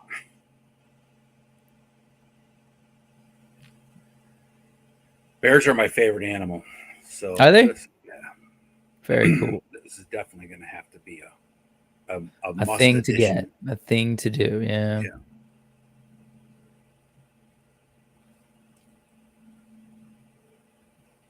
Nope. See, people selling stuff. Yeah, I highly recommend getting on here. It's actually a really good community. Oh, look, that's the post hug after finding out that he was named. So his name is Michael Casper, and that oops. And again, he is the namesake for, what was his name? Emir. Yeah. Oh, so much cool stuff. Okay, so let's do this real quick. And then, again, not to diss the older figures, but these are some older figures. This is what I was talking about with some of the, this was an old barbarian woman. Again, compared to what we're seeing in this just wave with the newer sort of like them having worked with the same factory for a while, and they're just able to do so much more with the paint and the sculpt. And this figure looks fine. It looks cool, but it's so much better now. Yeah. Well, the other thing is I think with the new technology and their experience, the paints and stuff just pop more, right? Yeah. They know how to like contrast the colors and a lot more. Not that they didn't know what they were doing, but they didn't know how to apply it correctly back in the beginning. Right. With enough experience now, like you see like even Krotos, right? These colors are all basically some shade of brownish red, but like the individual colors are layered right, so they just pop out and stand out to you. You didn't see that back, in each tiny little rivets friggin' painted on the front of his jacket, which is amazing. So I'm listening into one last thing, because the question was, any plans to do dios, play sets? That's a good question. That's an expensive question. Yeah. But for them, though, you know what? There's so many amazing dio builders that do Mythic Legion style dios. There's no reason for them to get into it, because they're going to have to charge you just as much as a dio builder is going to have to in order to mass produce these things at a scale that's appropriate. I just wonder though, with the cat's lair, right? With, with the fact that, sorry, I caught it. At first I wasn't sure what he was saying. I'm going to go and mute them now. I guess that's the thing. How much a crowdfunder maybe, right? Or something really expensive I could see, but yeah. But with the whole Castler thing, it's like people are spending on these things, so I could see where they're maybe like, well, but then I've always wondered, when you do that, you're also taking away from sales potentially from figures and stuff. Yep. And part of me is still kind of convinced that when Hasbro does the HasLab stuff, one, I think it's them continuing to explore how they can get out of retail actually and get away from it and be a little more direct. And then I also think it's kind of especially the way they inundate with the HasLabs and all these different options. But yeah, Hasbro's already doing that, like over in UK, right? A lot of that stuff is all Hasbro Pulse. It's the only way you can get it now. Yeah, I just sort of feel like it's also their attempt to maybe like assert some dominance in the marketplace and be like, no, you should buy our stuff here. Here, buy this too. You're gonna want this because there's the Four Horsemen. There's all the other things we mentioned, like Memory Toys, Fury. There's AWOC.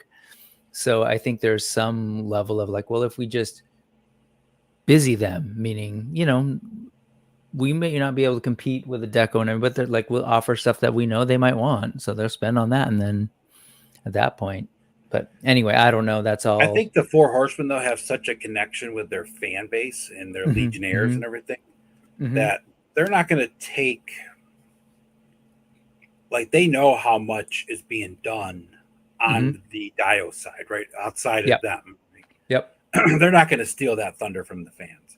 Now, they might come out and do, something that's like maybe a base with a back wall or something like that. I could see them doing, something real simple, but they're not going to come out with like a full Dio playset kind of thing. Right. I'm curious, Johnny, was that in reference to this? Just wondering, I'm going back to the chats.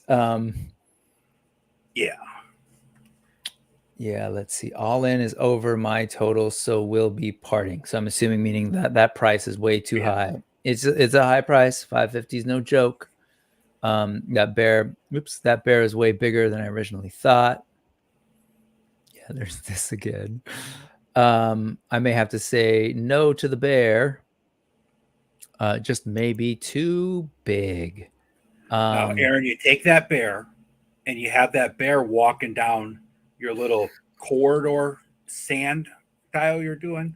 Much better than a HISS tank. Throw the HISS tank in the garbage. Well, yeah. Yeah, I think between the HISS tank and Dragonfly and now Vamp, I think those are all good examples of like, I think they really want to make sure that you are with them. Your money is with Classified, and which I get. That's how it goes. I pre-ordered the Vamp, and if I end up getting it, it's going to be used for my Monster Force. So, Josh, I'm with you. Like, I'm absolutely bummed that I am not there right now, sitting and listening and getting to meet people. That's the value, 100%. And I love you guys. I love the community. I'd love to meet them. But why are we all here? Because we love the toys, right? And so if it's a matter of like a lot of money, like $550 was probably what I would have spent to fly there, hotels, and then more, right? And then that's why I like. There's a lot of reasons that it would make it hard to do right now, but just knowing that I'd be going there and all of that, and then part of me I'd want to buy stuff there too, right? So, and that's a funny thing though. Like in general with cons, it's like you guys on the West Coast, people are always like, "Oh, well, you guys have San Diego Comic-Con, which isn't as great as it used to be." Let's be honest. Since COVID hit, it's not as great of a show as it used to be. But other than San Diego Comic-Con, you guys miss out on a lot of the bigger conventions that go over on the East Coast that are easy for most of us to get to, because driving up and down the East Coast is 15 to 24-hour drive, easy, right? You're not driving across the country, flying across the country. And I've done both, and they both suck. I mean, no, I could get the driving. Legions Con in about 5.5 hours, and I got to PowerCon in 5.5 hours. It'll take me 12 next year to drive to Joe Fest, so it's really not that bad for me. Where is Joe Fest? That's in Atlanta. Okay. North of Atlanta, Augusta, Georgia. Mm-hmm.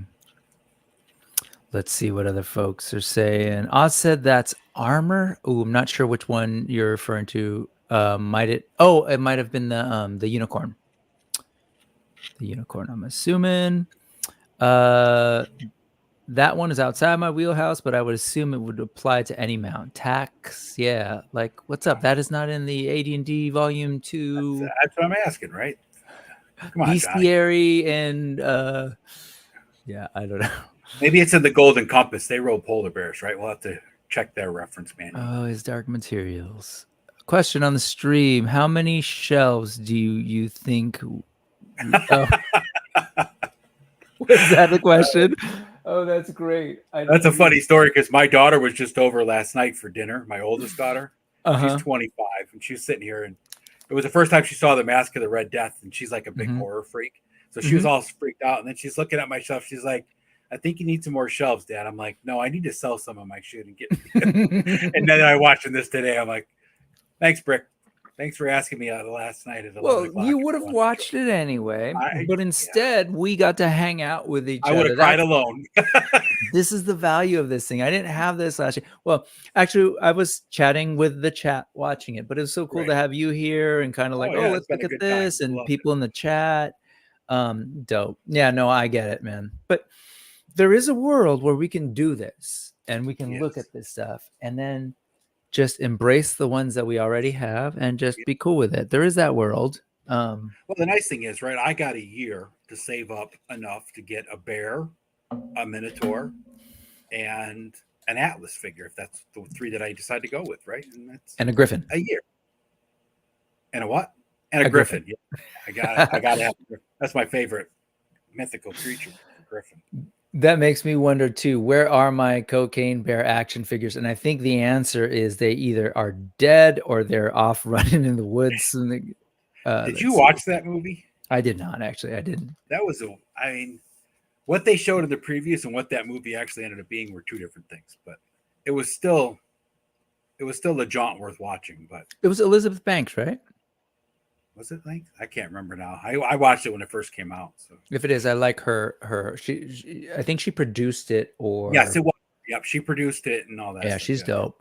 True story of a bear that actually ended up getting into cocaine, but it died like 10 minutes later or something like that. They took the premise and comedy ensued. Yeah, that was Allison's comment on New Jersey. I neither endorse. No, I'm just kidding. $85, Allison, and Massive could kill an X by chucking it at their head. This is true. It is large enough. So if you needed it in a pinch to deal with Carl or his family, or Carl or Carol, not Carol. What was it? Karen, Nancy. Baltimore's a 10-hour drive, so it's not out of my unusual drive time. Man, that's a lot of driving. It takes me 6 hours to get to Baltimore. Retro Toy Princess, only 3.75 hours for me, but I don't know if I'd want to go even if I was a Legion's collector. Yeah. And then again to New Jersey, they don't even have their own iced tea to sweeten the deal like Long Island. And yeah, I got to check it out. Height of B Cinema. Ooh, like 21st century B Cinema. I'd love to see that. All righty, man. I think this is probably a good time to kind of wrap up, even though, damn, look at that bear. I got some things today that I was hoping for. What did you think overall? What's your overall impressions, Ed? I am super excited, man. I mean, like I'm sitting here thinking, like, what? I'm definitely going after Monster Force. That's a no doubt. Mm-hmm. But it's like, I don't know. I haven't seen, other than the Vamp, which I'm going to use for Monster Force and Mutton Junkyard. I'm pretty much picking and choosing classified. I haven't seen anything come out of Valaverse that I even remotely care about at this point in time. Nothing new, exciting, right? And then there's a couple AWOCs that I want, like the hyenas, but yeah, I think I can swing saving up for the bear and that's I mean these reveals are just amazing, right? It's like mm-hmm. every time I see more mythic stuff come out, cosmic and mythic, it's just like I wasn't really exact. I got the alien because I love gray aliens, right? And I wasn't Mm-hmm. really sure how he was going to look in overall. I mean, the pictures never they're for Four Horsemen, they look exactly what you're going to get, but they never give you the feel of what you're going to feel like that dude that you got today, right? You weren't really sure about whether you're going to like him. Now that you've had him and played with him, you're like, oh, this figure's awesome, right? Yeah. And that's how I am with this gray dude, right? I knew I wanted the gray alien, but now I'm like, man, I love the way he just, stands and looks and, all of it. And it's like, that's how I am. Every time I get a Mythic Legions figure, I'm like, yeah, I like the way this guy looks, like Krotos, right? I love the way he looked. I wanted to get him. I got him at PowerCon. I opened him up in the hotel later on that night. I was just like, oh my God, I love this guy. Yeah, it's so great. Yeah, I'm with you in terms of just like awesome reveals today. I guess what I always walk away with from this is the figures are great. But again, this seems contradictory given what I said earlier about not going to the con. Like again, I wish I could go to the con and see everyone and meet everyone in real life. The money and all of that is a thing, and people will say, oh, yeah, but it's valuable. It's totally valuable, 100%. But then the problem is I've got this really expensive habit called toys. Yeah. And so it becomes a calculation of like, well, the toys versus that. And I'm not mature like this year, I saved for PowerCon from December through July. I was sticking money that I didn't, instead of buying tons of toys, I was sticking money knowing I wanted to go to PowerCon, right? Mm-hmm, mm-hmm, mm-hmm. And the tickets pre-sale weren't bad, but it was the hotel, the gas, and then I wanted to have money to spend there. And if you plan it out, and that's what I started doing with Joe Fest, right? I started just sticking a little bit of money in there, and that's gone now, but I'll start again once I, get everything back on track. And yeah. It just comes down to a matter of that. But it's like you said, driving to Ohio for me, as opposed to getting on a plane, having to get there a day or two early, possibly having to stay an extra night just because of the way the flights work, for someone to get back to California from New Jersey, that's right? The other thing that scares me. Right. Yep. And it's like, Yep, that's all very real. So I don't know. So I'll tell you right now, I was thinking about like, oh, they've got 2 exclusives this weekend that I'm been trying to get like Adam to pick up for me, and I told him, yeah, let's do it. But now here, let me throw that up here. I'll be honest, now I'm kind of like, I think I might tell him, no, never mind. This is a great figure. It's awesome. And, but, oh, well, I don't know. It is only 55. I was about to say, maybe I don't do it. And then I save the money for this wave, right? And that's the weird thing. It's like planning that out between that and maybe canceling the Minotaurs. And I'm just like going through trying to figure it out. Well, like the Minotaurs, right? If you went all in on this, you're getting a Minotaur. Now, granted, he's not as giant as those ones, but do you really need 2 giant Minotaurs that big at the size of your trolls almost, right? Because that's how big those things are, right? Or are they war bear size? Those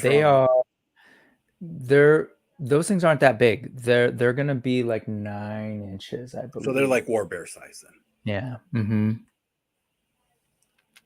Yeah, I mean, I was just laughing because he said, "Do you really need?"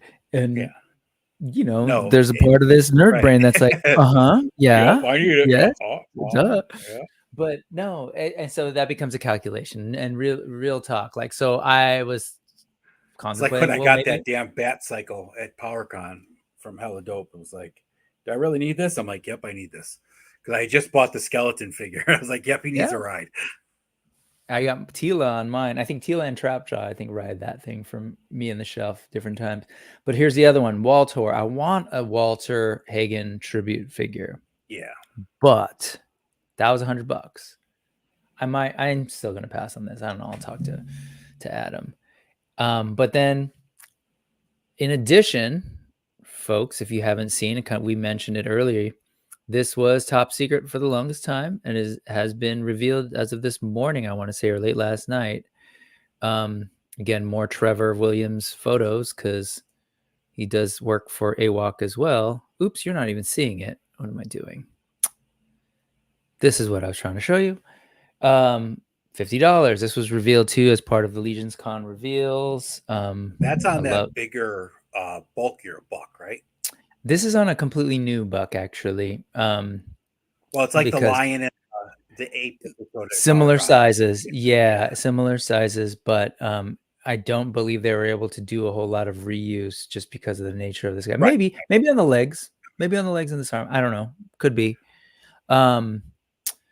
So again, this is definitely one I'm not going to pass on. I kind of mentioned earlier casually that I didn't get any from the previous wave of the sort of like reinforcements army builder wave, even though I really want them, but I just kind of have to like do the balancing. All of this to say is like, yeah, we got to figure out what's the best, most realistic way to get some of these things. I had the golden Shinari Legionnaire and the gray ape that has like that was the same as the first one, just had different weapons and stuff. Yep. I can't remember. Yep. With the blue, he's like he's a I can't remember his name now. Horde something. Yeah. Yep. Horde something. So I canceled those with hella dope because it was like I'm trying not to get as many doubles anymore unless it's something that's worthy of being double, right? Sure. And there you go in terms of scale. But yeah, so it's just trying to figure out what's the best like combination, and you can't have all of them. And I need to tell myself, I can't have all of them. I would love to be able to have them to like share here on the channel and do all those kinds of things, do turnarounds. But like, yeah, I'm gonna get what I can get. I'm even trying to go through and figure out which things I can sell. Right. You know, the other problem though is that if you go too heavy into stuff, you end up getting just overwhelmed with it, and then you're not happy about it anyway, right? So right. And I've ran into that a couple of times, especially like with Star Wars when I was trying to be a completist. It got so hard to find some of the stuff, and there was so much of it. It was just like it wasn't even fun for me to collect anymore, and I got overwhelmed, and I just sold it all. I just was done with it. So that's one thing I try to keep in check with myself now is not to go too heavy. And that was something I did this year at PowerCon. I bought way so many things at PowerCon that when I got home, it was like 2 weeks before I opened up everything I got at PowerCon because it was just so much. It was like plastic overload, you know, and it was just like, yeah. It wasn't like that special thing like yesterday when I got the Headless Horseman and the Gray Alien in the mail, you know, it was like, oh, right. I haven't bought really anything other than I think I bought one Joe since, you know, for last month because I just haven't seen anything that's like, ooh. Yeah, that's the challenge with the completist thing that I don't do. And I know folks do, but I feel like if I were in that mode at a certain point, it's going to feel like a job or a requirement. I have to get that one. No, but I have to. Yep. And that's how it was with Power of the Force. And they had all those stupid variants, right? The long saber tray with the short saber built into it. And, you know, Han has, you know, brown gloves instead of black gloves. And it was like, I'll confess, I was about to get defensive when you said those stupid variants because I thought you were going to say like certain outfits. But no, you're right about those. Those are definitely stupid variants. Yeah. No, I don't know if you're going to just mispaints and mispackages. Yeah, those are silly. Those are totally silly. Those were manufacturing decisions made to keep product coming out. Right. People made a big deal out of it that wanted to make money, right? Yeah, yeah. And it forces people to act stupid. I was in the Walmart here, right? And I live in a small town, and the Walmart is, you know, tiny for a super center, right? It's a small Walmart. And I remember I was collecting Power of the Force, and it was when the Stormtrooper was like short packed. And I had one in my hands, and there was this little dude in the aisle. He was probably like 6 or 7, right? He was standing there looking at the Star Wars stuff, and he couldn't reach like the top pegs, right? And, you know, I was like, what are you looking for, dude? And he's like, I'm looking for a Stormtrooper. And I looked at the top pegs. I couldn't find one. I handed the one I had in my hand. I was like, here you go, man. If there's a scalper in there, you know, he would have been like, you're not getting that, kid. You know, it's like, come on. But that's all it created, right? Was these crazy people. And it was like, well, it became so much like a job and so much like a chore. It wasn't fun anymore. And hopefully that kid saw that and was like, yeah, that's how it should be. That's just what what people did for me. And they don't grow up into be a, what is it? Flipper? Flipper, yes. Man, the great reveals. Like my overall was just obviously. I mean, you saw it. Folks are here. It was just. I got I got a little bit excited. Like I said, I love watching you and seeing the excitement when you see new things. They're just like. But yes, we always have to temper it. That number at the end is definitely sobering. $550 is no joke. And people we know are struggling. Like I live in one of the most expensive places and you live in one of the most expensive states. So that's all real. Yeah, all the more to say like grateful, man. I'm grateful that we have these things and that there's people like Four Horsemen are putting in like all their crazy talents. And actually they said trying to be thoughtful. That is not that price for that bear. That's a good price. Yeah, for sure. I mean, anybody could have taken that bear and charged $200 for it and said, look at how big this thing is. Look how much meat's in it and, plastics in it and tooling I spent on it. Right. Yep. They're like, no, we want to make it accessible to our fans because that's what matters. Right. And long game for them. It's like you got Legions fans forever. Oh yeah. So, all right, let's wrap it up with it. I don't want to ignore them. We ignored them for a little too long here. Let's see a little bit more Cocaine Bear talk. Got a little bit of updates from Carl. He might be living in Jersey right now. God, I love Allison. And a New Jersey iced tea is a Mountain Dew mixed with bottom shelf tequila and desperation. Yeah, sounds about right. Equal parts. Ray, yeah, man, thank you so much. Thanks for hanging out with us. Really appreciate it. Am I going to regret it if I don't have Adam pick it up? No, I won't. See, and that's where I was trying to go with that is, and this is the tricky thing with the Horsemen, and I'm sure they're aware of it. Like they'll announce like a version 2 of what's his name? Vorgus. But if you look at the parts on that thing, it's pretty much like parts we've seen before, and it's a very familiar type of character that we've seen. Today, I got brand new looking characters, like none of those. The guy that had like the scorpion parts, I don't have a figure like that yet. Yep. Even the version of Scapular, even though I wasn't super into the robes, but like with that mask on it and everything, like I don't have that. Well, even the barbarian Borg or whatever, right? I mean, the first one, the sheep cloak and all that, the sheepskin cloak, that thing is just amazing looking, right? It's sure it's typical of a barbarian, but it's gorgeous. But not typical of this line and what we've gotten. Exactly. We've got the woman barbarian that's like thicker, got a stronger build. She's a frost elf. Is that what they're called? Yeah. Just different look, man. Love it. So great stuff. I won't regret it is what I'm trying to say. The biggest thing on that cape is dope, but you know what? All good. Yes. Again, like I said, Legions just keeps coming and coming. And then on February, probably right around there, we're going to get Poxus shipping. It's just so, so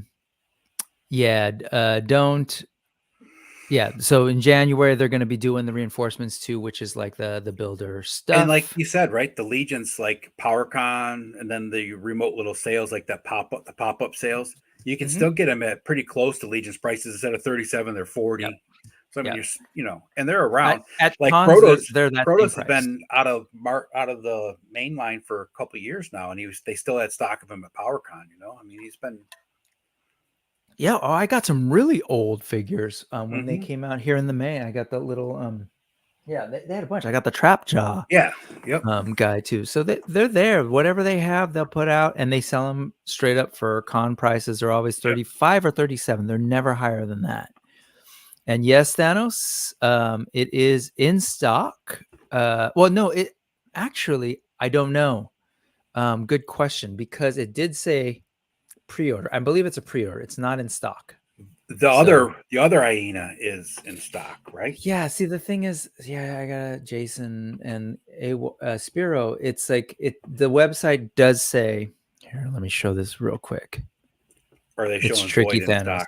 Yeah. So no, it says pre-order. Yeah. In stock. Yeah. It's like they got to figure that kind of stuff out. Love you guys, but that's something they got to figure out. So they send an email to Adam. Contact customer service. Leave Adam alone, poor guy. He's gonna have fun this weekend, and hopefully we'll check in with him. On that note, for this weekend, so, and yeah, real quick, let's give you your props. Action is for the children.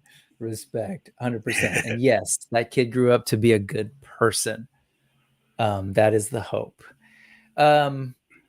What was I in the middle of saying? Oh, this Sunday. So Thanos and I are gonna be jumping on for Thanos, Oz, and I are gonna jump on. Ed, if you want to jump on and talk Legions, it's really gonna probably just be a recap of all the things that came out during Legions Con, because, and what I mean by recap is not just what we saw, because that's like, again, this is just the beginning.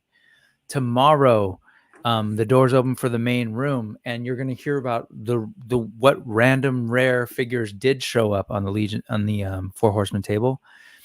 So there's some news there, but it's also going to be all about the amazing vendors, the panels, all the different like people showing their custom figures and selling their custom figures. So we're going to try and catch up on that. That's this Sunday, and we're going to start a little earlier for the news, so we can go a little longer at 3:30. So 3:30 to about 6:30 your time till 5:45 ish. So if you're down, yeah, no need I'll to commit now. No, I gotta figure out what's going on. Yeah. And then So that was one of the things I think that I would have loved to go on to Legion's Con for, was the amount of custom Legion stuff was going to be there, right? Like that wasn't at PowerCon. PowerCon was a lot of indie companies and had a lot of cool stuff to show, but there wasn't a lot of custom stuff like you see at the Legion's Con. That's the one thing I would love to go see. Yeah, no, absolutely. And so on that note, let me do one more thing. So these are all the vendors that are there. So these are some of the folks that you saw today from the studio. And then once we get down, Wolf King Customs is going to be there. Emil Wickman, who's like, I've shown a lot of his work on the news before, super talented. Joe's probably going to have his custom figures. Yep, he's going to have his custom figures there. C. Jessam, the team, Christian and Caitlin, who do the soft goods. Eric Miller's customs are wild. Like all of these folks are going to be there. David Williams, Duarte Studios, who does amazing. He's done customs of like a chariot for that skull skeleton horse, but he also does amazing. That's right. I forgot. Damn. Amazing playsets. Dioramas. That's a word. Retro Rags Limited for clothing stuff. Crashbox Customs or all that. All those, yeah, a lot of the dios that you see in Trevor's shots are by Crashbox, especially for Cosmic. Delator or Detour Customs is going to be there. Legion Shop, which Jeremy has a hand in. So like all of these folks are going to be there. Mike, who I got to meet up here in Sacramento. Curtis is going to be selling his stuff. Just like a lot of really talented people. So like all of these that I've shown you just in the last 3 rows is exactly what you're talking about, Ed. Just customizers showing their stuff, selling heads, custom parts, as well as full figures. Spiro Studios will be there. Adam will be at their table, their booth. So definitely say hi and just inundate him with questions about your orders. Talk to all these folks. Eric LeBron is going to be there, super talented customizer, but also co-host of Hedgehog Actions, Saturday Day Live. So all these folks will be there, including like, our community here, all the podcasters, the YouTubers like Legion's Lair, D Blake Makes will be there with his signs. Retrospect Customs, man. Leland's he did something like that. Dark Unicorn, a custom as well, but he's going to be showing off all his amazing customs. So like, and it just goes on and on. Plunderlings will be there. Jesse will be there, showing off some of his customs, selling some stuff. So, like in fairness, there's a lot of value here. If you paid for that flight and you went out there, there's so much to see and do and people to meet. And that show would be dangerous because it'd be hard to figure out what you're actually going to buy because there's so much stuff there, right? It's like do I spend it at the Mythic Legion's table or on a bunch of custom heads that I can make a whole bunch of different stuff with? It's true. You got to make some decisions. And then especially today, it's awkward because it's like, okay, come, you're going to be spending some stuff. Oh, by the way, right before it starts, let us tell you about this $550 thing you might want to get to. And then they, because there's the Four Horsemen and Mythic Legions actually have roots in the Glyos system, those tiny sort of pop and swap figures. Mythic Legions was actually supposed to be a line using that system before they decided to go their own way. But they've got like a little mini Glyos section too. So all sorts of stuff, man. It's great. I'm happy for everyone that's there. I'm happy for myself because I'm getting a bear and just a lot of great things. They showed off some great things. Yeah, man. And pushing it. What do we get? 2 women in this one. That's good. They're spreading out that way, changing new parts. So Mythic Legion's healthy, one of the healthiest toy lines and companies out there right now in the game. So anyway, Ed, thank you so much for joining me this morning. Thanks for bringing me on. 5 solid hours. Nice to have a little distraction for the day. So yeah. And again, happy Veterans Day to you. Thank you once again for your service tonight. Well, actually, what do you got going on in terms of like streaming, or what do you all got planned in the next couple of days? Nothing going on. Probably be on, I'll be in the chat tonight on Pains, of course. And possibly, I think Lawrence is having Punk's Pit tonight, which might be in. What's that? That's his members only stream. Mm-hmm. And then tomorrow probably be on the Clubhouse with Oz, I'm sure. And then Sunday, hella dope at 9:00. Maybe you on Sunday afternoon. And then Tuesday, Tuesday is the show me and Luke do on my channel at 8:30, and I have no idea what the topic is because we have to discuss that yet, which we'll figure out tonight over dinner. Okay. That's how we usually do it. What do you want to do this Tuesday? I don't know. What do you want to do? And then we eat, we watch something on TV. He's like, let's do that. I'm like, okay. Man, that right there, what you just described is my wish that when my kids are his age, that they're willing to do that with me. But well get there. And on that note, yeah, we got a ways to go. And actually, we're going to go right now. My kids, my kids are nerds like me. And we watched Loki together, the 3 of us, because mom was out doing a mom's night thing. And we had a blast watching Loki, and I'll leave it there. And if you want to talk more about Loki, I will be on the Geek the F Out channel, GTFO, with Lucha Johnny, with Kayla, and a host of other awesome people. I think Ryan Dole is going to be there. Yoko is going to be there. I forget, maybe, a bunch of people are going to be there. So we're going to talk about Loki, and I should stop. What time is that at tonight? I don't know. 6. I think 6 or 6. 6 your time. I just know that it's going to be enough time because I'm going to take these kids and we're going to continue the Marvel geekiness. We're going to go a couple blocks down the street and watch us some Marvels and then come back. So like, it's a good Veterans Day for me. That's out, isn't it? I forgot about that. So and then Sunday, again, we'll be here on the news. So just look out for that. Community tab is the best way. I try my best to be super communicative there. All right. So thank you all for rolling through today. Thanks for hanging out with us. Appreciate you, Ed, so much. We'll see everybody maybe Sunday and like tonight at GTFO, Saturday Night Oz, all of those things. Cool? Later, everybody. Right on, folks. Have a good night or a good day.